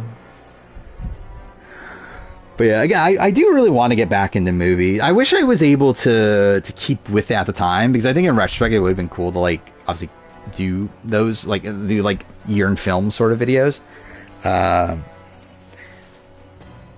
But and like I probably could have like I think I still watched like enough movies in 2019 to probably do one for that year. But yeah, like really like last year was one where like I barely watched anything. I think I literally only watched like 2 movies all of last year, right? Let's see. Try doing the best picture noms each year ranked. I could theoretically do that. It's just like I don't know what the relevance would necessarily be. Like I think it would be like if I watched this year's best picture noms and ranked them, I think that would be like there'd be a reason to do that, right? But like in terms of like am I really gonna like hey best like ranking the best picture noms for 2020, it's like that just feels very random for me to do. But yeah, last year the only 2 movies I watched are Mission Impossible Dead Reckoning and Oppenheimer. Those are the only movies I watched over the course of 2024. And even then, actually, I believe yeah, it's not including the Persona movies, if you want to include those. The Persona 3 movies. But still, barely watched anything last year. Then do I have it jotted down? 2022, or no, 2023, is that what year it is? Yeah, 2023. Yeah, I actually watched a decent amount of movies. I watched 27 movies in 2023, so that's not as bad. So I actually could have done a ranking there. Now, what would have been the best movie of 2020 that I watched that year, at least? It's probably Parasite or Across the Spider-Verse, maybe. I forgot I watched the Forever Purge. Thank God I watched the Forever Purge.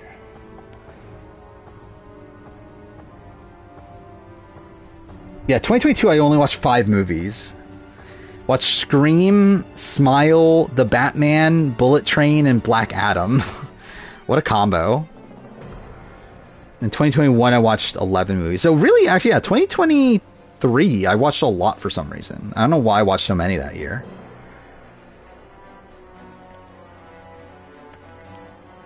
Then what, 2020 I watched 18, so that's not that bad. Oh, 2019 I watched a lot. 2019 I watched 42. So yeah, that year I could have done some sort of video. Now, what was the best movie I watched? Like, I mean, too fair, at the time, I definitely would have said Endgame, right?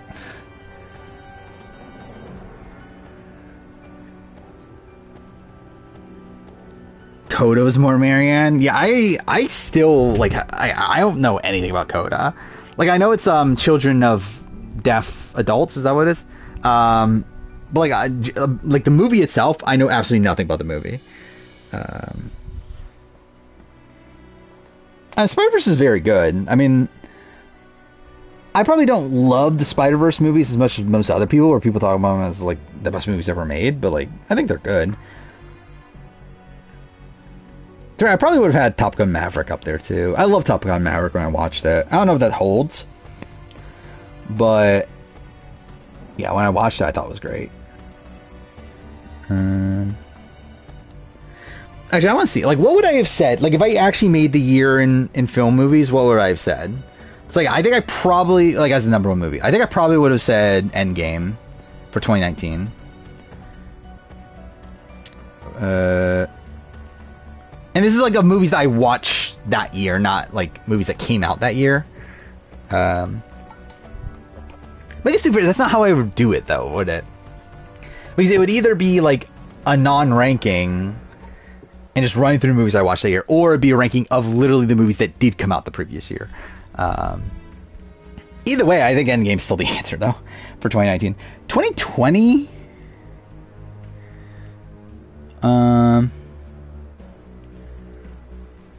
What would I have said? The problem is I don't know what came out 2020. Could was good, but kind of feels made for TV. Weird One Best Picture. I forgot, was that was 2021, right? So that was after COVID? Actually, I guess I could just limit this to year, can I?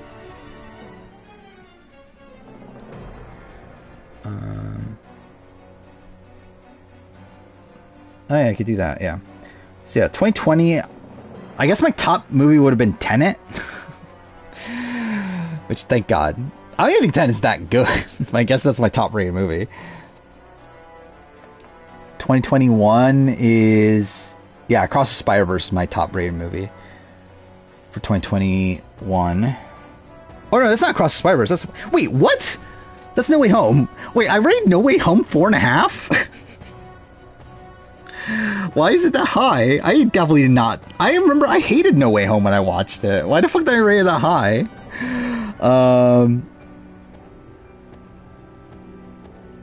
It's different. Like, it's not like I'd probably rate 3.5. Like I don't know why I rated it 4.5. That bothers me. Yeah, so I'd probably say Dune or Suicide Squad. Probably Dune for 2021. 2022, Top Gun Maverick's the top rated one, so that's fair. 2023, I have Oppenheimer. And 2024, my top rated movie is Grounded. Grounded 2, Making of Last of Us Part 2. That's my top movie of 2024.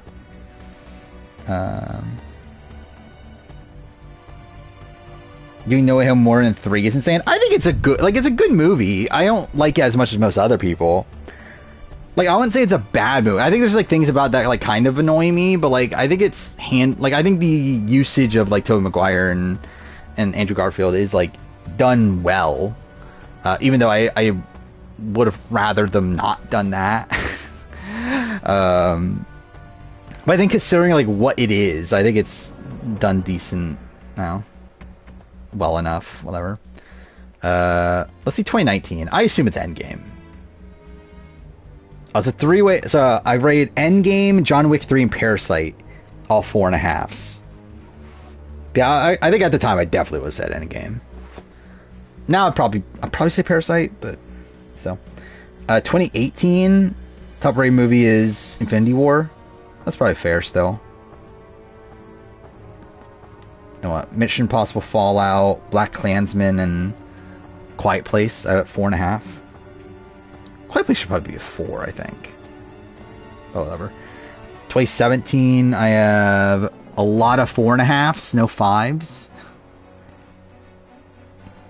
Yeah, I have what? Logan, Baby Driver, Get Out, John Wick 2, Blade Runner, 3 Billboards Outside Ebbing, Missouri, Florida Project, and Disaster Artist. I all gave 4.5s to. So that's something. I liked Quiet Place at the time. I think, yeah, rating it now, I definitely would not rate it 4.5. I think 3.5 to 4. But I do think it's still good. I still like it. Endgame 4.5. Yeah, I fucking adored Endgame and Infinity War at the time. Kevin Spacey makes it age worse, yeah.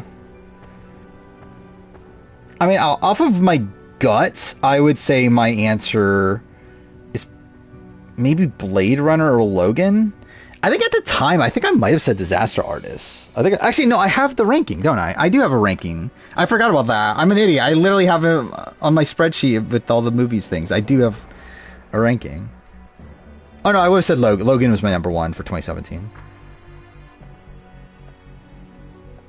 Yeah, actually, I'm a fucking idiot. I've had these rankings the entire time. Why don't I just look at these? Yeah, number 1, so 2023 I have Oppenheimer, 2022 Top Gun Maverick, 2021 Dune, 2020 Tenet, 2019 Endgame, 2018 Infinity War, 2017 Logan, 2016 Your Name. Do we stick by that? I think I would have said La La Land at the time, right? I don't think I would have said Your Name. Like, I fucking adored La La Land at the time. It's like the only fucking musical I actually fucking liked. Okay,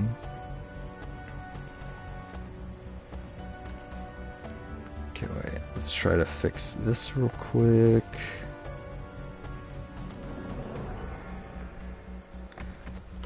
Does the artist ages badly due to James Franco? I mean, yeah, but I still think it's a fun movie, though.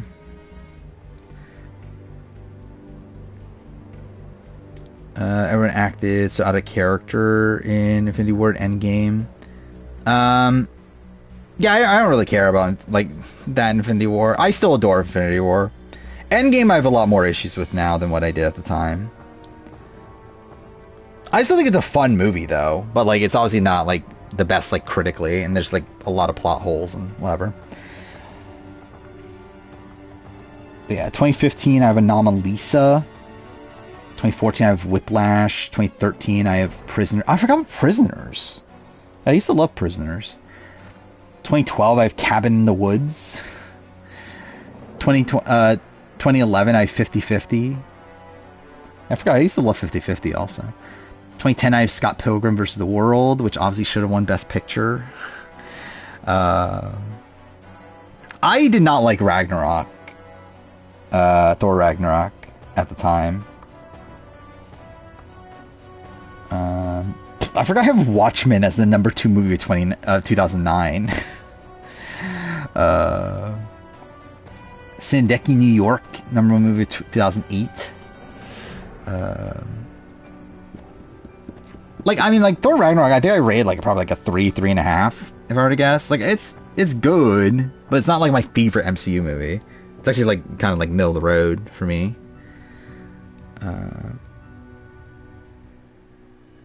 Yeah, I love Guardians of the Galaxy. My number 1 ranking is still Infinity War. Like, Infinity War just reminds me so much of, like, my favorite Power Ranger episodes. Like, by the way, I love how, like, I've been on this screen for, like, well over an hour at this point, right? But still, it's like... Yeah, Infinity War very much reminds me of, like, part 1 of a finale to... like a Power Ranger season. Like, it feels like the, like, Journey's End part 1 and 2 of Power Rangers Lost Galaxy, where, like, the heroes end up losing by the end. Civil War, I think I ranked it, like on MCU movies or of the year. MCU movies, I think I had it on, like, 3. Like, I made a video on ranking the MCU movies after Endgame. I'm pretty sure Infinity War and Endgame were 1 and 2.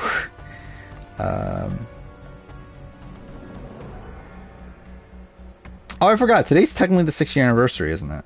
Of my channel. It's 6 year when I made the channel, not 6 year when I released the first video. 6 year when I made the first video is Valentine's Day. Let's see. Winter Soldier's go. Yeah, Winter Soldier's very good, obviously. I don't remember what my ranking was at the time. I think I just won. I didn't care for 2 personally. We're talking about Guardians? Yeah, Infinity War 1, Endgame 2, Civil War 3, Guardians 4, Avengers 5, Winter Soldier 6. I probably have Winter Soldier above Avengers at this point. Age of Ultron 7, I forgot that was so high. Thor 8. Again, that's a personal thing. Guardians 2 I have at 9. I did not realize I had that high. Iron Man 10, Ant-Man 11, Black Panther 12, Thor Ragnarok 13, Iron Man 3 14, Captain Marvel 15, Far From Home 16, Homecoming 17. Which I think that's unpopular, right? Most people like Homecoming more, right? Ant-Man and the Wasp 18. I'm surprised it's that high. Doctor Strange 19. I remember I hated Doctor Strange at the time. First Avenger 20. Thor the Dark World 21. Iron Man 2 22. Incredible Hulk 23. That's the entire ranking. I never watched Guardians 3, actually. I forgot about that until now. Oh, fuck me, I hit the mic. But yeah, I forgot about that until now, actually. I still never watched Guardians 3. The only MCU movie I watched post Endgame is No Way Home. But the plan was that I was gonna wait until until Secret Wars, and I was gonna catch up on everything. But also, I don't know if I care enough at this point because I don't really give a shit about Marvel anymore. But like, I do want to watch Guardians though, Guardians 3. Because I did really like the Guardians, like, franchise, or, I don't know, series, I don't know what you call it, like, sub-series. Well, watch Superman? Probably not, in theaters at least. I think it'll probably come to Max, right? Like, down the road, so I'll probably watch it when it comes to Max. But yeah, I probably won't watch it in theaters. That's another thing, I wanted to rank all the DCEU movies. And now I can't considering it's fucking done. I think I've watched almost all of them too, haven't I? I haven't watched the new Aquaman. I don't think I've watched the second Shazam movie. There were 2, right? I'm trying to look up the... Yeah, so Man of Steel I watched, dude, I hit the mic again. Batman, Superman, Suicide Squad, Wonder Woman, Justice League, Aquaman, Shazam, Birds of Prey, Wonder Woman, 1984, Zack Snyder's Justice League, Suicide Squad, Black Adam. Yeah, I never watched Shazam, Fury of the Gods. Yeah, literally just the second Shazam and second Aquaman. Those are the only ones I've not watched. I think Snyder Cut's better than the original. It's not like to the point where like it's actually genuinely good, but like it's better at least. I didn't even love Wonder Woman at the time. I remember I liked Man of Steel, but again, I don't know if that holds. Really, actually, literally looking at it, like I think the only genuinely good DCU movie is probably Suicide Squad, the James Gunn one.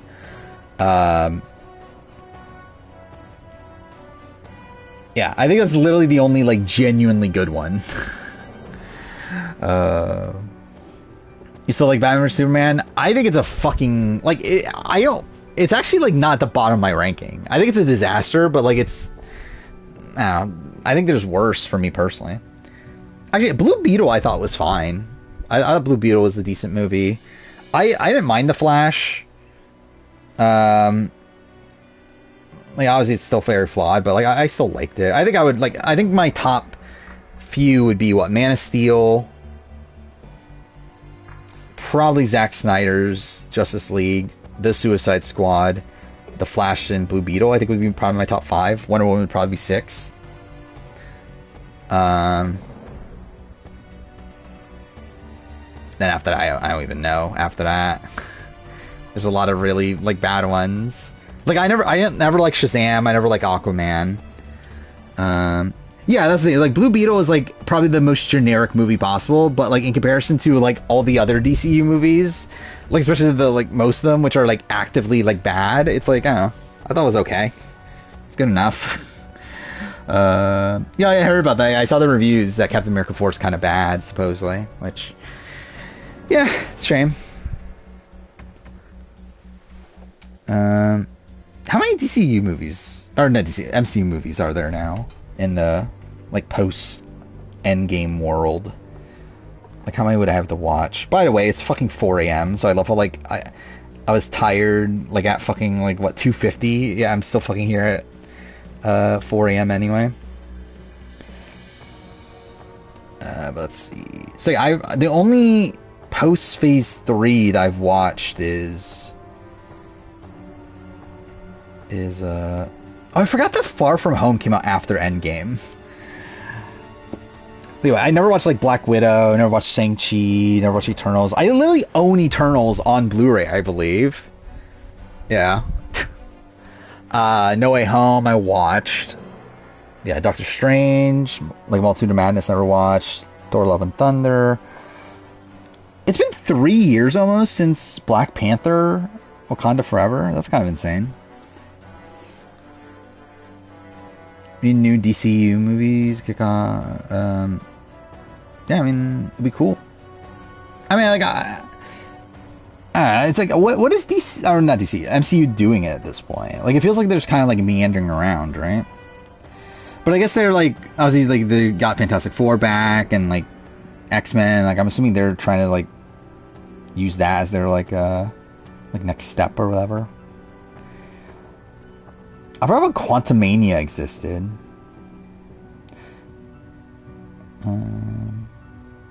Yeah, I never watched the Marvels. I forgot that they didn't have a movie for like Deadpool and Wolverine was their only movie for like a year.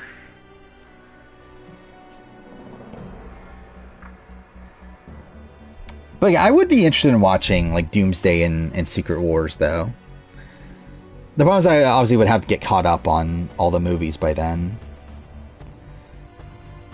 But I'm interested to see what they do with it, even though I assume it's gonna be bad. The fact they're fucking bringing back Robert Downey Jr. and Chris Evans again and all that shit. But I don't know. I'm interested.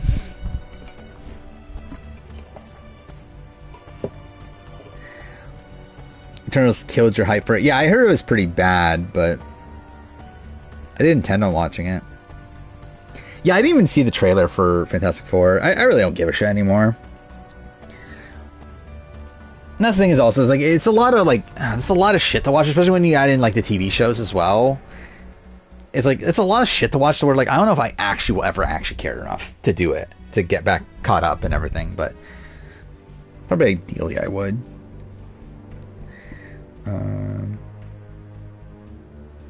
I think it's funny though that they're bringing him back in to play Doom, and like obviously I assume it's gonna be like an alternate universe version of Tony Stark. But still, it's funny that they're doing that.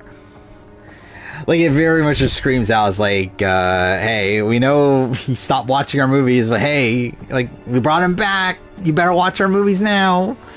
How many TV shows I watch? I don't have I haven't like properly kept track of that.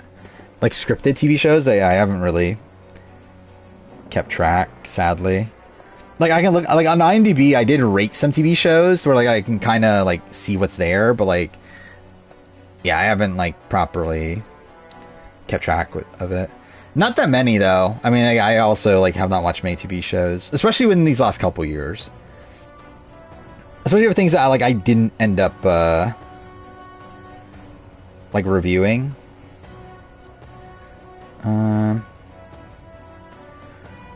How do I? So I'm looking at my ratings. Is there a way you can narrow it down? Just, I guess I would have to do an advanced search, right?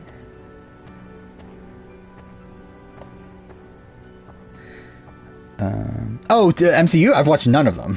Like literally none of them. Like I've never had Disney Plus.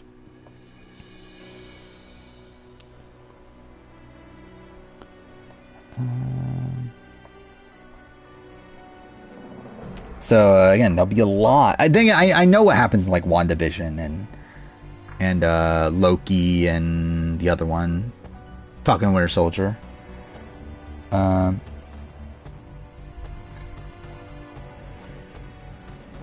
Oh, I forgot to watch Squid Game this year. I forgot that was a thing. Or was that? No, that was last year even, wasn't it?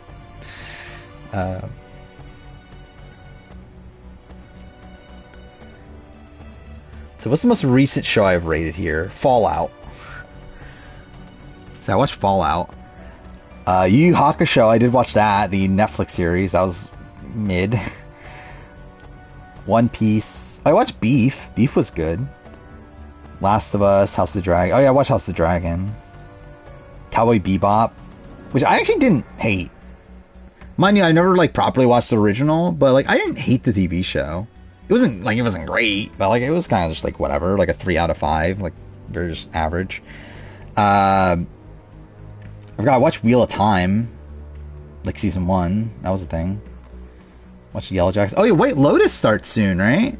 Like they had the premiere, I know, and the premiere comes out on like Max this weekend, right? So I'll probably watch that.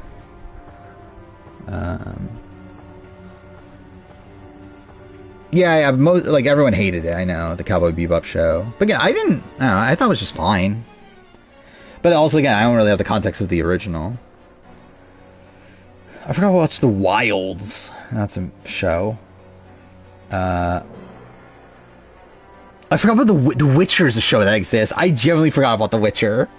I forgot about The Boys, too. Did I ever finish The Boys? I actually don't even remember. Or, like, get caught up on The Boys. I think I did, right?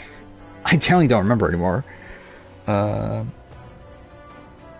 Yeah, Yellow Jackets comes out soon, right? Which I'm not sure if I'm going to bother watching right away, but we'll see. I forgot about You. You's a show that exists. Oh, Cobra Kai. Did I ever talk about that? I got caught up on Cobra Kai. Well, I mean, that was like, I don't know, like a month or so ago now. But like, I forgot. I don't remember if I ever talked about that. Not that I have anything to say about it. Like, Cobra Kai is still Cobra Kai. But yeah, I did do that. So that's something. I forgot Lost in Space is a show. Like the reboot. I forgot about that. I watched that. Altered Carbon. I watched that. All the MCU like Netflix shows I watched. I forgot. I did watch those. I haven't watched the Disney Plus ones, but I watched those. Oh, Ozark I loved. The Sinner I thought was a good show.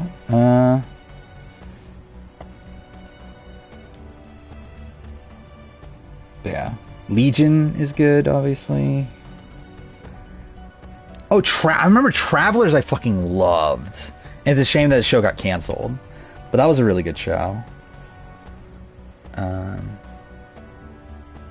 Westworld was okay. The OA is okay. The Tick. I remember The Tick was a show I loved when that came out. I generally forgot Stranger Things existed until I saw it on this ranking here. Hope we get a Jenna Ortega cameo. I can't wait. I think the final part comes out soon, right? I don't think it's out yet for Cobra Kai, but it is soon. Which I can't wait. Watch Daredevil when it comes out? Probably not, because I would have to get Disney Plus. And I could watch it illegally, but I don't think I care enough to watch it illegally. I think there's just other shows I would watch over it. But I did love Daredevil at the time, though. Strange Things is the most mid show of all time. I liked season 1, and then, yeah, I think after that it's just kind of whatever. I dare not mention the... I did mention Last of Us, didn't I? I thought I briefly did. But either way, yeah, I watched that, obviously. I'm still planning on doing a review for season 2. See how much I hate it. By the way, they did... HBO did say that they're planning on Last of Us being for 4 seasons. So that's something. Which, are they just going to end on season 2? Like, on part 2? Are they just not even going to bother, like, going beyond that? I assume not, right? Because, like, part 3, who knows when the fuck that'll ever be out? Considering I doubt it's in development, like, full-on development right now. Like, I think at best it comes out, what, like, 2030 or something? Yeah, like, the fact that they're essentially splitting up part 2 into 3 seasons, like, that is kind of insane. Like, 2 I get. I think 3 is, like... I don't know, what's the breakoff point going to be for these?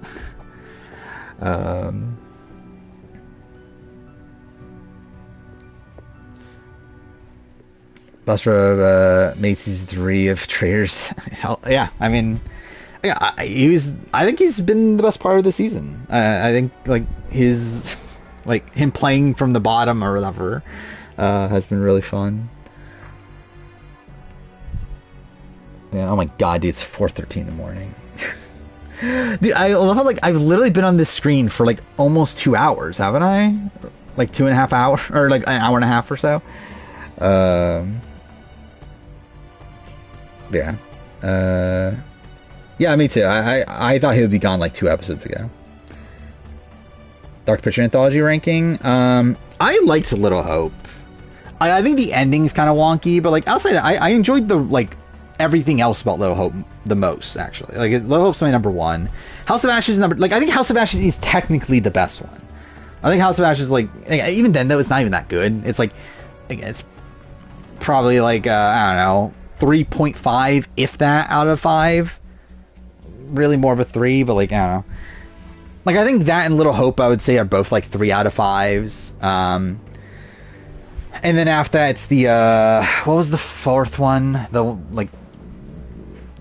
one that was like supposed to be like Saw but isn't. I already forgot what that's called. Devil in Me? Is that what that one's called? Like that's like a 2 out of 5 in my opinion. And then like Man of Medan's like a 1 out of 5. I mean, including Quarry and Until Dawn, they're like Until Dawn's 1, Quarry's 2. If we're including those. And then like Man of Medan, not Man of Medan. House of Ashes, like I think it's technically 3. And then Little Hope 4. Even though again I enjoyed Little Hope more. You know, 2 shitty I never watched. I need to watch the Uncharted movie too. I literally own it on Blu-ray. I never watched it. I need to do the I need to rank every video game movie. I still need to do that. I love it, like that's literally an idea I talked about like when I first started streaming, is like making a rank of every video game movie, and here we are fucking 3 years later, or more than that. Almost 4. Actually, has it been almost 4 years? That's insane. Actually, yeah, wait, 4-year anniversary is like soon, isn't it? That's like in a couple weeks. I actually generally forgot about that. How have I been streaming for that long? And still have like this shit of a setup. Is Quarry good? Not really. It's like, it's fine. I think in terms of like the like branching like storyline part of it, I think it does that pretty well. In terms of the actual writing and everything, it's a fucking mess, but it's a very like campy like horror movie. I think the thing for me though is I don't know if they're in on the joke or not at points. Well, like if they're in on the joke and like, oh, this is supposed to be this like really campy horror movie, then I'm like, okay, yeah, this is, again, it gets that feeling across. But like I think there's points where I question like, is that what they're actually trying, or if it's actually just the writing this terribly. Oh yeah, I turned off raids. Because because there was like a point where I was getting raided by people that like knew nothing about reality TV, so I was like, I just don't want to bother. But if there was a way that you could like specifically like say which channels you allow the raid, I don't know if that's even a thing, and like I might like set that up, but I just thought it was better just to turn it off entirely. Yeah, I hear Mark Wahlberg's great in that movie. Ending Ruins, yeah, I think that's kind of my thoughts. Mudan's so stupid it's funny. I mean, I just think it's boring also.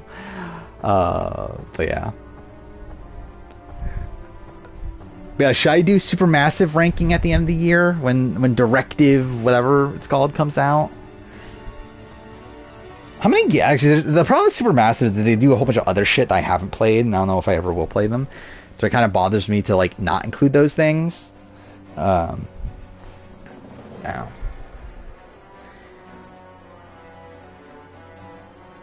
Did Daytime Stream all the Dark Pictures games? I feel like that'll take forever, wouldn't it? Like to do all of them. Like it's not forever, but like it'd take more than 12 hours for sure. It'd probably take like 18 or something. Like especially do it on stream to do the 4. Yeah, probably take like 20 hours or so, I think. But I could stream this normally though. I wouldn't be opposed to that. It's just like I want to stream. Like if I'm gonna stream that, I would want to do it at the point where I'm gonna do that ranking. Oh, they killed every character fast way possible. I mean, that could speed it up at least. But yeah, all right. I think we'll end here. Again, it's fucking 4:18 in the morning. Like I've literally been haven't played the game in almost 2 hours at this point. What's the updated game collection? I thought about it. Well, just doing it randomly. I don't know if I would do it for like the main channel or anything, but like I thought about like just randomly recording one, like putting on like the VOD channel or something. I don't know. Yeah. All right. I'll end here. We're back on. Fuck me, dude. What on Sunday? God damn it! I forgot what day it was. Yeah, we're back on Sunday. We got traders. That'll be a thing. Is there anything else? Well, I watched challenge episode. And I watched Beast Games finale. Obviously, can't wait for that. I think that's pretty much it. I'll probably I'm working on the traders review right now, so hopefully I'll be almost done the writing by then, I think. Which was 5 hours of your life, yeah. And that is the thing I did. I would say in retrospect, fuck me, dude, you're really going to tangent. In retrospect, I would have done that video differently, but that's fine. I would have definitely. I think I should have been more definitive on talking about like every person's like chances. Like I think I should have like laid out more of a solid this is where they land sort of thing, instead of just being like kind of like maybe they can come back or whatever. Like I think I was like a bit too loose with that, but it is what it is at this point. Yeah. So yeah, that's it. So see you guys on Sunday.